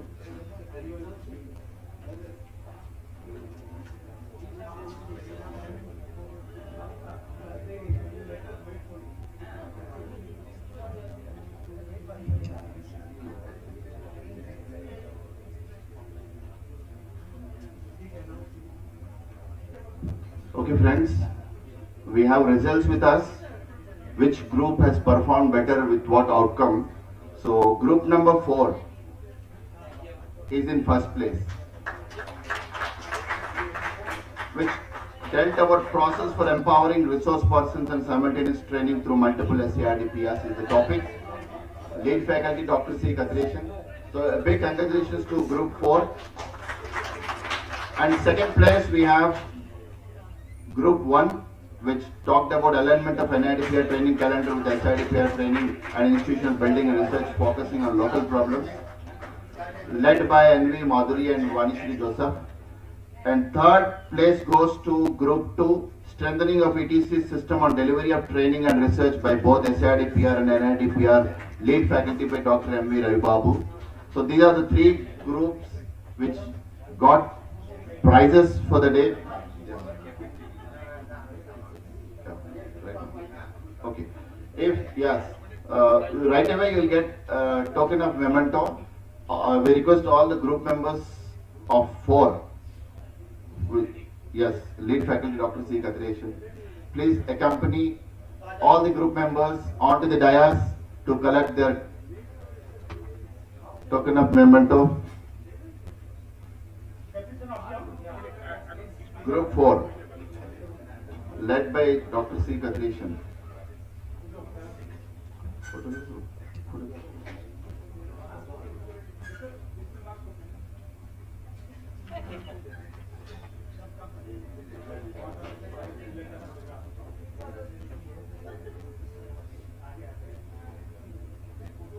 We request DDG in charge, Sri Shashibhushan sir, to hand over the mementos to the group members.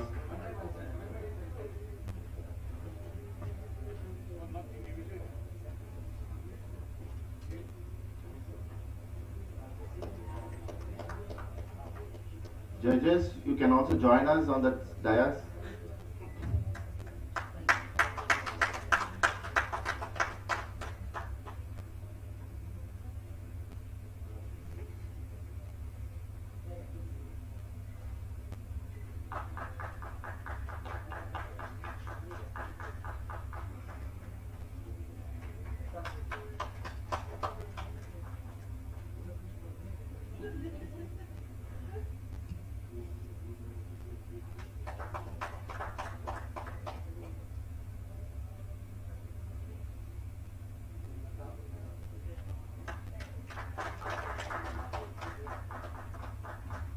Thank you, Shashibhushan sir. Thanks to all the group members.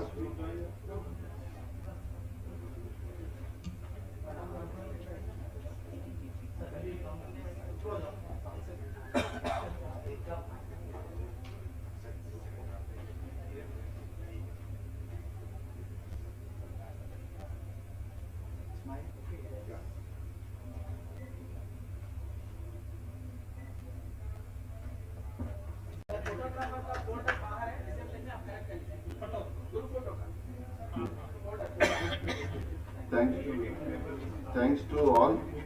Kindly join us for tea in the lawn, and thanks to the chairpersons who have chaired these sessions.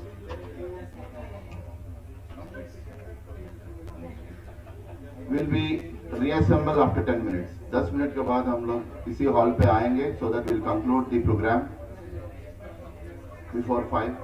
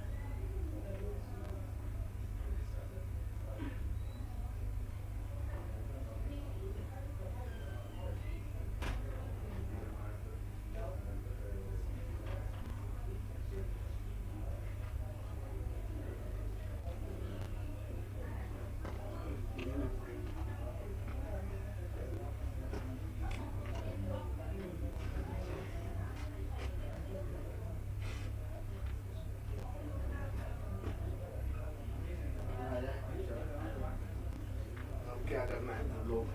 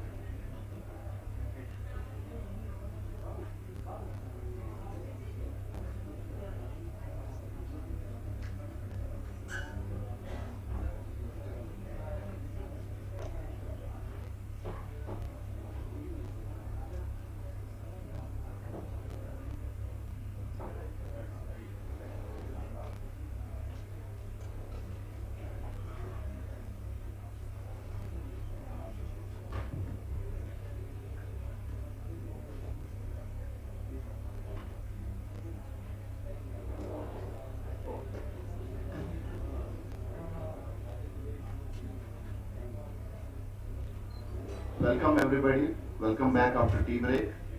So we are now moving forward to concluding session in which event debriefing by Sri Shashibhushan Sir, Deputy Director General in charge and RD&PR, would be debriefing all the events which took place these 2 days. After that, we request DG Sir to give concluding remarks, followed by vote of thanks by M. Ravi Babu. Over to you, sir.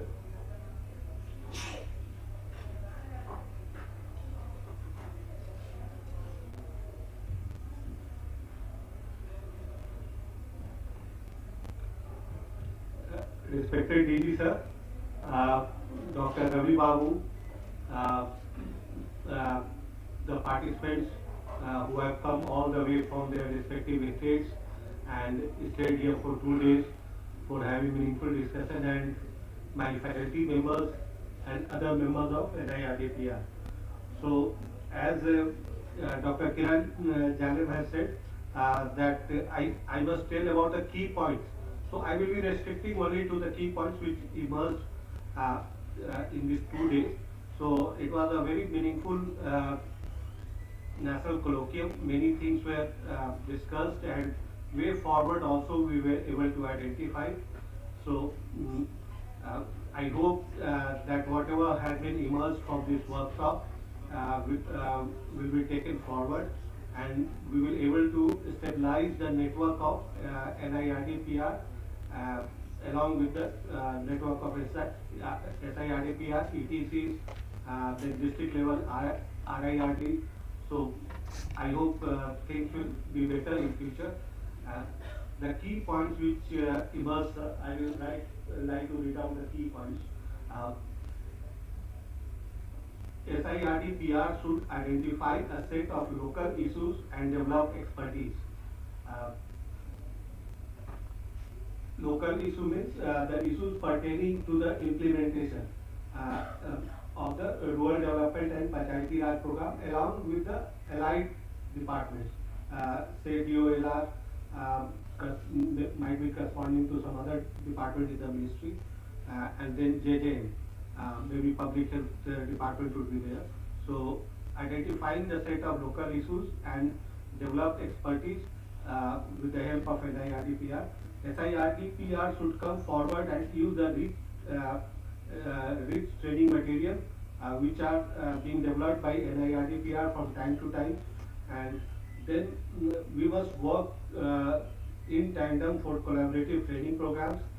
Then DGs urge that all SIRDs to be autonomous, so such there is a divided opinion in the House.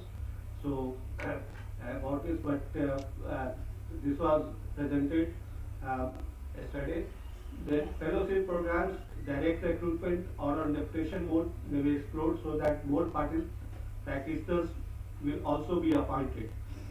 Then the role of SLOs may be leveraged by integrating that means more direct involvement of SLOs, because NIRD&PR being the national institution has the expertise of faculties, those who are grounded in rural development programs, and it would be better if SIRD&PR use these SLOs meaningfully and more frequently in the activities of the respective institutions.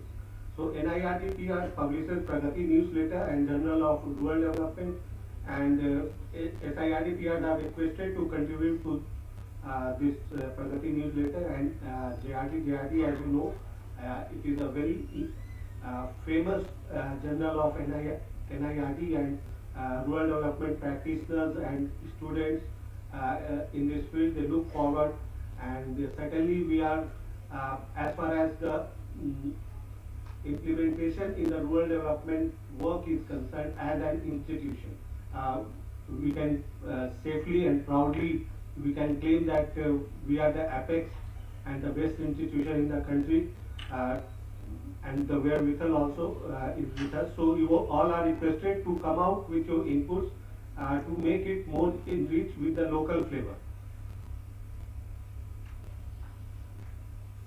They need to achieve full utilization of state level institutions. So as it came in the deliberation of the last session that there are many institutions at the district and even at block level. Districts are having residential facilities, but whereas maybe block doesn't require also. So there would be I think, unreasonable wish to have residential accommodation at block level, because building any institution, building a training institute is easiest thing for the government. The toughest work is the recurring work. So let us not think more than what should be maintained by the government, because the government of India and moreover so government of states, they have limited resources. So we should be real in our demand and expectation. The training program must be organized at various levels, say induction, orientation, and in-service to get the optimum returns from the HR cost. Feedback from ground level, which is crucial for implementation of any program, mostly depend on SIRDs, so they are best placed for having the ground feedback. So as DG Sawal has pointed several times, that below the district level programs, even at the district, so more implementation input in terms of case study, in terms of other states' experience shall be included by the SIRDs in collaboration with our common training modules of RD&PR. Then forging linkages with universities, research institutes is called for, expanding our work in the area related to various world development themes. Then SDGs are required to be localized. Working on the saturation approach, that we must identify all the stakeholders who are required to be trained, and we should train on saturation basis. Then approach to finalization of training calendar.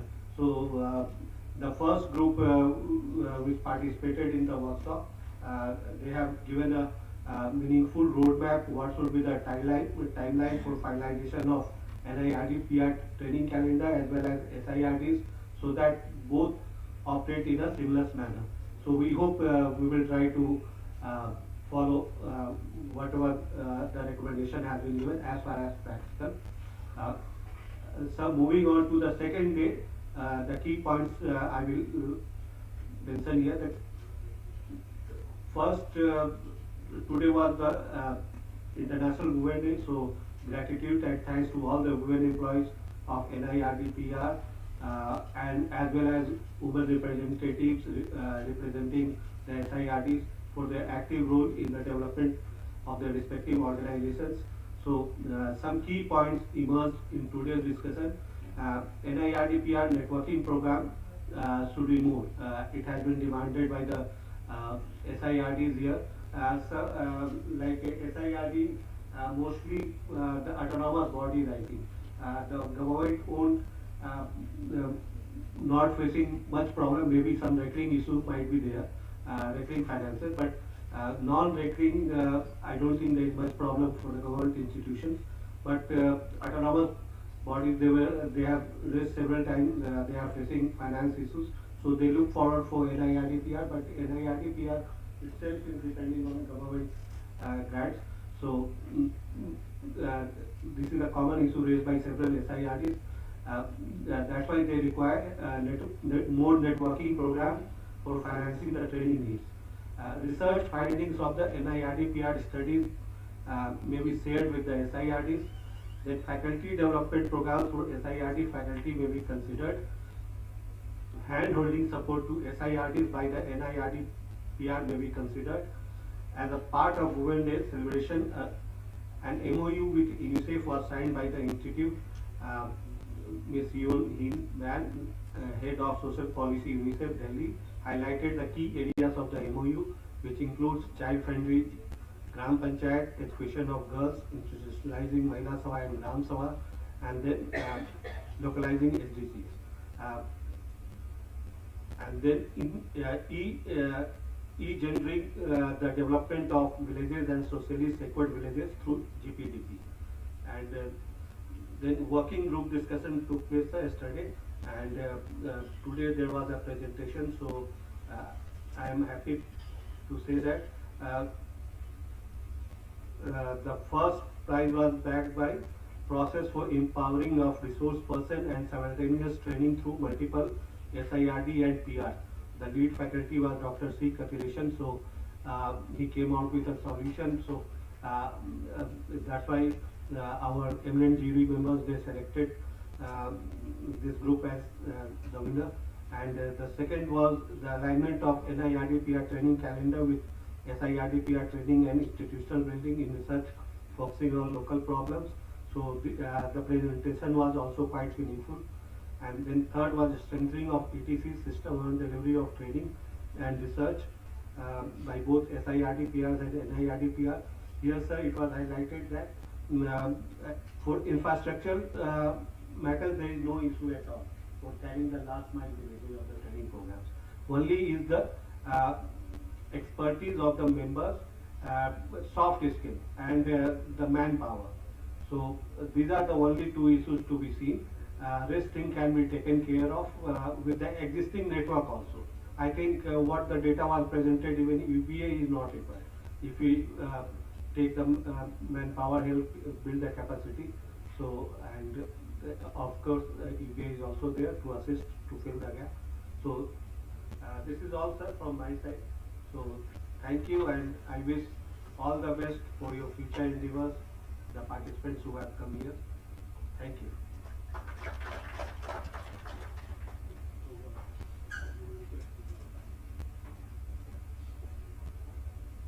Now we request DG sir to give concluding remarks for the event. Over to you, sir.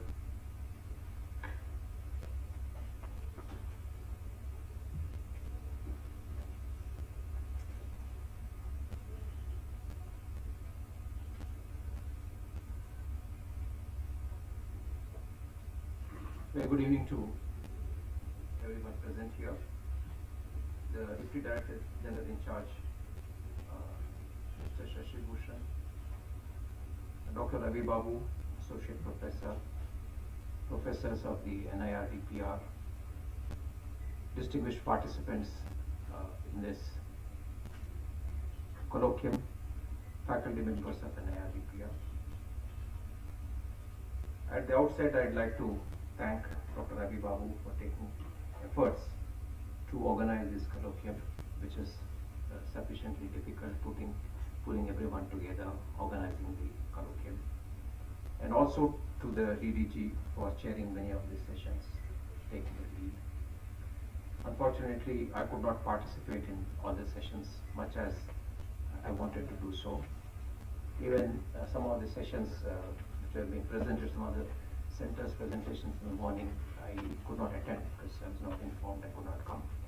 And I hope that we had a good discussion with the faculty members, which is what I requested, that all the faculty centers heads who are making the presentation, they should be invited for discussion, and so that you can raise your queries at them and get them clarified, give them suggestions, etc. I hope that happened, and I'm informed that such a discussion took place. And if you have any further queries, any further suggestions for the center heads who presented in the morning, I request you to send us the messages and we can pass it on to the concerned center heads. For instance, Mr. Sarul Das had some suggestions in the morning, so I requested him to send this to the email. Other suggestions also, please, welcome to send them across to us. This colloquium was a little different from the previous colloquium that we had in 2020.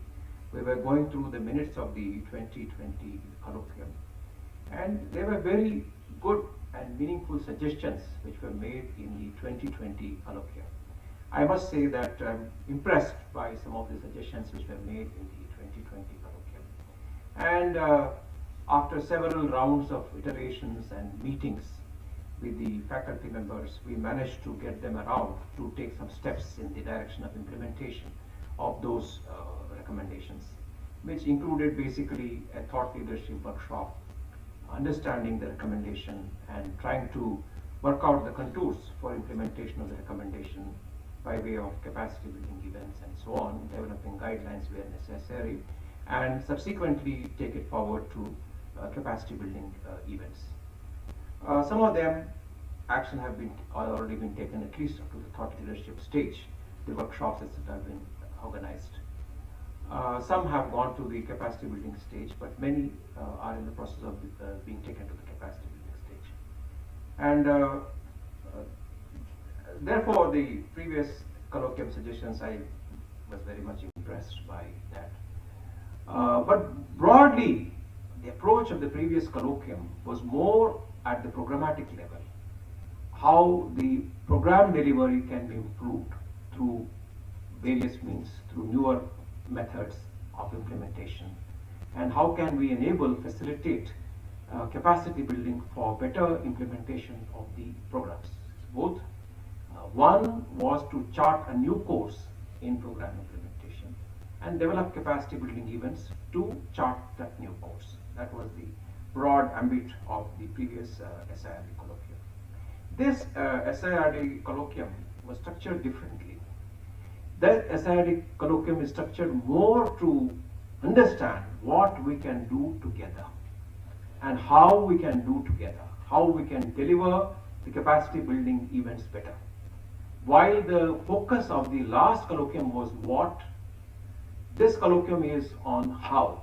Broadly, this is how the contours of the colloquium were. Because I was involved in the celebration of the colloquium structuring, so I thought I'd make a mention to you, and you would have felt the difference. What gets into the program implementation domain requires a lot of exploring, developing systems to better implement the programs and developing capacity building programs. So there's a long gestation period to taking forward the what recommendations. But for taking forward the how recommendations, they are present here and now. We can start working on those recommendations which you have made, which have been good enough to make through various working group presentations. And I'm elated to see that some of the working group presentations really went well. You had positive dynamism to say that, look, we want to make the change. We want to work differently in a better way and deliver the training programs better, of better quality, in a better manner, have a wider reach. I'm glad that the workshop participants were good enough to have that positive angle to their working group presentations. And I will therefore look forward to taking forward these working group presentations. Key among these is how can we deliver the capacity building events simultaneously across various SIRDs so that we can improve program delivery while conserving resources. We conserve resources, only be able to deliver more and better programs in a different dimension perhaps. The other one was that how do we reach the last mile, which is a challenge posed to us day in and day out by our ministers, by MPs, to say that, look, you need to train every elected representative of every panchayat. Obviously, neither we nor the SIRDs have that reach. We have to find different and innovative ways of reaching to the last mile, to every elected representative of the country. Some of the methods I suggested to you to say that, look, we're going to use the NGOs, we're going to use the UBA kind of institutions, and so on and so forth. So we need to work out mechanisms for such engagement so we reach the last mile. And I have not been fortunate to go through the recommendations of that working group, but I'm sure that we will go through that as well. Other was about the ongoing and running theme of how do we improve the administrative processes, the financing of the SIRDs, and so on and so forth. I would say that, as Mr. Shashir Bhushan was mentioning, both the SIRDs and NIRD seem to be in the same boat. In the sense that we all get grants from the Ministry of Rural Development. Perhaps our boat seems to be sinking faster, in the sense that our NIRD boat seems to be sinking faster, in the sense that now we are mandated and required by the Ministry of Finance to become completely autonomous in terms of grant funding over a 10-year period. After 10 years, we will not receive any more grants from the Ministry of Rural Development.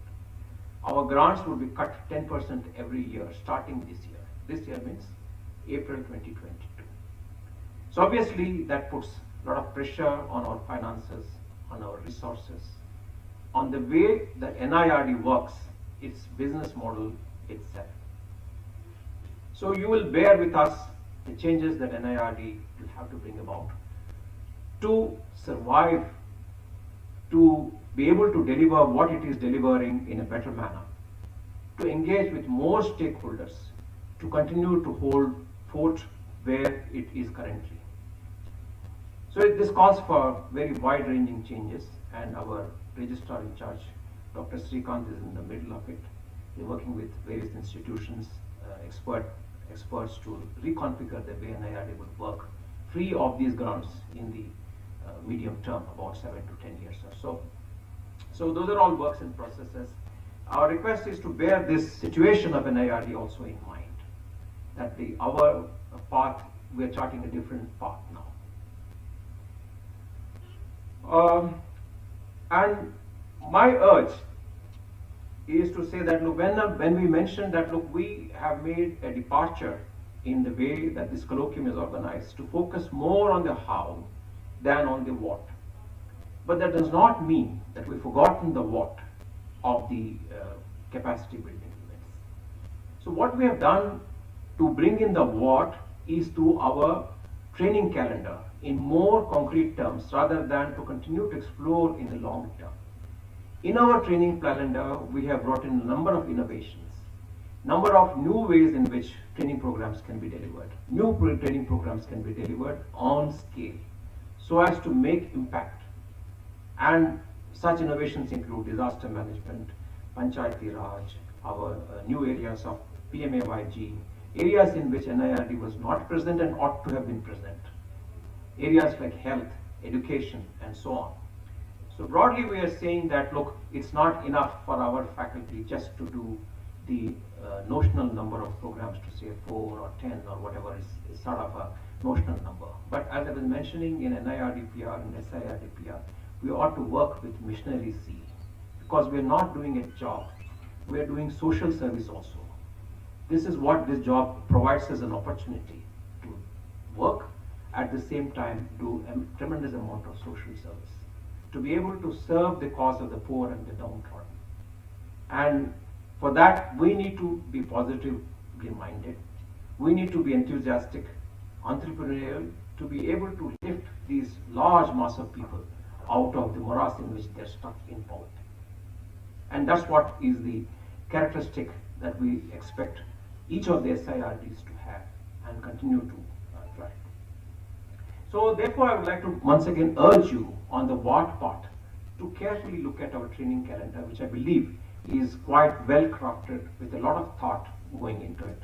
And please give your suggestions on what you think can be added to it and what needs to be removed. As I was mentioning, our outlook to the faculty members here now is to say that, look, it's not enough just to do that minimum number of training programs and go home, but to see what we have to really deliver in terms of the program delivery. Are we really capacitating MG Narega to reach its logical conclusion?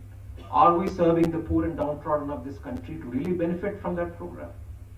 Are we working in NRLM to see that, look, are we able to take it to the next level? See that the economic empowerment which is really expected of that program, we're able to deliver on that, at least in capacity terms. Similarly, if we take other programs, should we not be addressing COVID-related issues in this great time of crisis and only be running run-of-the-mill programs all the time? So those are our discussions with our faculty members to say that, look, we have to focus on the outcomes of our capacity building programs. And that's what our Honorable Minister for Rural Development constantly emphasizes. Whenever I meet him, he says that, look, all these training programs will go on, but what is it that they are delivering? Are they really being useful? Are they really able to lift the people's capacities and capabilities? Are we able to enable them to deliver on the programs better? Are we able to measure that the our training programs have resulted in measurable improvement of services? So the short phrase that our Honorable Minister for Rural Development, Shri Giriraj Singh Ji, has is to say that our trainings have to be accountable also. Are we providing accountable training is the challenge. So we should be able to provide accountable training on the required scale to reach the last mile, to be able to deliver on the program objectives. And I think it is this spirit with which we need to work. And of course, a few points that I would like to make a mention here. One statement that's attributed to me in the minutes and given in the key points also, that the DG urged all SIRDs to become autonomous. I must reveal, or rather re-reveal, that this is not that statement that I am making, that the DG urged all SIRDs. It is the Ministry of Rural Development which is urging all SIRDs to become autonomous. I am only reflecting the views of the Secretary of Rural Development and the Ministry of Rural Development. And as I remember, this is what I exactly said, that the Ministry of Rural Development wants the SIRDs to become autonomous. That's just by way of correction. I'm not here to join issue, but I'm just by way of putting the record straight. The next thing that is mentioned by the Secretary is something that we need to be cognizant of. He was mentioning that we need to achieve full utilization of state-level institutions. This is a loaded statement for NIRD as well as for the SIRDs. The loaded statement is, the underlying belief is that we are not utilizing institutions to the required level. We're not delivering on the programs at the required level. That's a soft and nice way of putting it. But that's what the Secretary meant, that we are not able to put all our capabilities to use for delivering well on the programs and capacity building for the programs. So we need to galvanize ourselves to show to the Secretary that we're capable of delivering good capacity building events, quality capacity building events on the scale that's required by the Ministry. And that, as he was mentioning, can come about, especially the quality improvement can come about, by forging linkages with universities, research institutions. That's what he called for. In NIRD, we try to do that constantly, try to enter MOUs, not just for the sake of entering into MOUs, but we try to enter into MOUs very selectively, in areas where we do not have capabilities, and acquire capabilities from our partner institution. Some such MOUs that we've entered or we're trying to enter in the recent past is with the Institute of Chartered Accountants of India, who have great capabilities in financial management and accounting, which is a weakness in all our rural development programs. How can we reinforce the rural development programs on lines of better financial management? That's the undertone of that. NIRD was sometimes strong in developing and delivering management development programs. We're not so much strong anymore. We're trying to re-enter that field by collaborating with a leading management development institution, the Administrative Staff College of India, based out in Hyderabad. We're trying to acquire their capabilities. So this is what we're trying to do, that we are partnering with various institutions which have complementary capabilities, and through that boost our capabilities. And we bring to you these boosted capabilities which are reinforced by our partner institutions. Similarly, we are now entered into a recent MOU with the Indian Institute of Millet Research, which did not happen last 62 years, even though the institution is across the road. So we entered into a MOU with them to be able to deliver programs and trainings in that area of millet and millet research. We've entered into MOUs with the National Center for Good Governance to be able to deliver better programs in good governance, NGO management, as I was mentioning to you, something which we inherited from CAPART. So this way we move forward and acquire more capabilities, and we bring to you more capabilities in the future, but along more accountable lines, as is underlined by our Honorable Minister, and more self-sustaining lines as is required by the Finance Minister.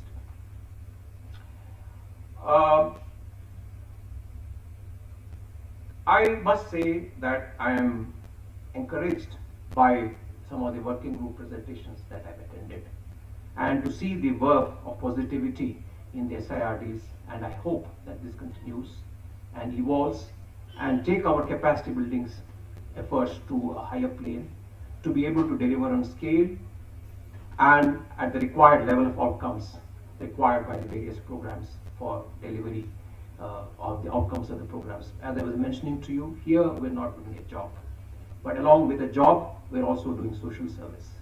And we have to live up to the expectations of the nation, live up to the expectations of the poor and downtrodden. That's what I would say. Thank you very much. Thank you very much, sir, for your valuable insights, thoughtful suggestions, and we look forward for a meaningful collaboration with SIRDs and more together as a team. Now I propose Dr. M.V. Ravi Babu to propose vote of thanks.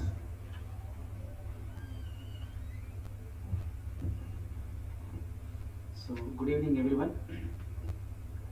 So, I must say first thanks to our Director General to give the complete guidance on this colloquium process and preparation. Then I also thanks to our Deputy Director General, sir. He is also giving a lot of inputs to make this event a grand success, and they are also both keenly attending and giving timely all the suggestions. In fact, and I also thanks to Secretary Rural Development, who was with us and virtually, and he has given a lot of suggestions to us. And personally, additional Secretary MOPR, Chandrasekhar Kumar also is joined with us. So he has given a lot of inputs for us, and I must say thanks to him. So he also traveled and interacted with all our participants. So not only for that, many because I may be in front of you and working these 2 days, and this hard work and all, so many people are included. This is all institutional effort. In fact, all the center heads, I was running towards all the centers for the fulfilling the 8 years along with our DG, DDGs. I must say thanks to all head of the department. Many meetings they came and fulfilled all the informations. And Registrar in charge and Dr. M. Srikanth also has given a lot of inputs and administrative support. Assistant Registrar T and training as well as establishment. So even vehicle section, I can say they are also completely engaged, all the participants day and night, and they are also continuous support in this organizing the participants' point of view. And the CRTC and team completely they are noting the minutes and all the they are supporting the information for the this colloquium. And CDC especially, they have given all the e-materials on time, and Hindi section also they provided the converted materials on time, and the list of the materials. CICT is completely given the along with the AV team for the live demo, live streaming also they have provided. And NERC director also with us. He is also noting all the NERC issues. So thank you, sir, for the attending the event along with us. Yeah, of course, all the people, those work with me, even security people, they arranged all the even today all participants are enjoyed with the viewpoint morning walk, and sir also has given a lot of instructions. Can we make first day yoga, so meditation? So those CS Prabhu sir also came. So I must say thanks to him, and many people yesterday attended and they enjoyed they felt very peaceful in the nature. So all these efforts, I have I can say some team. Ms. Jerin also is day night. She was working with us, and there are one peon, Narendra also with me, and 5 students, Andhra University project students also with me. They are working, and all the auditorium team. I should say thanks to all the people, and UNICEF. Of course, International Women's Day celebration also is happening the part of the colloquium. So Dr. Madhuri and other all lady faculties and staff, I should say thanks to them to make this event success. And so PRO, yes, he is also with us. So they are giving the complete news coverages, and they are also with us to pick up all the dignities. They are also guiding us.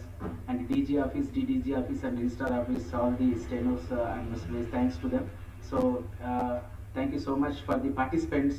They are came with such a long distance in the short period also. So please take care of everyone, reach safely, and thank you very much. And definitely as per the minutes and all, we will try to do our level best. Thank you so much.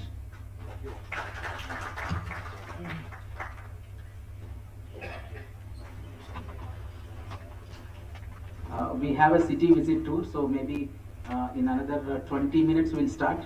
Go to your rooms and get fresh and come back to the guest house. Yes, we can assemble near guest house. Yeah.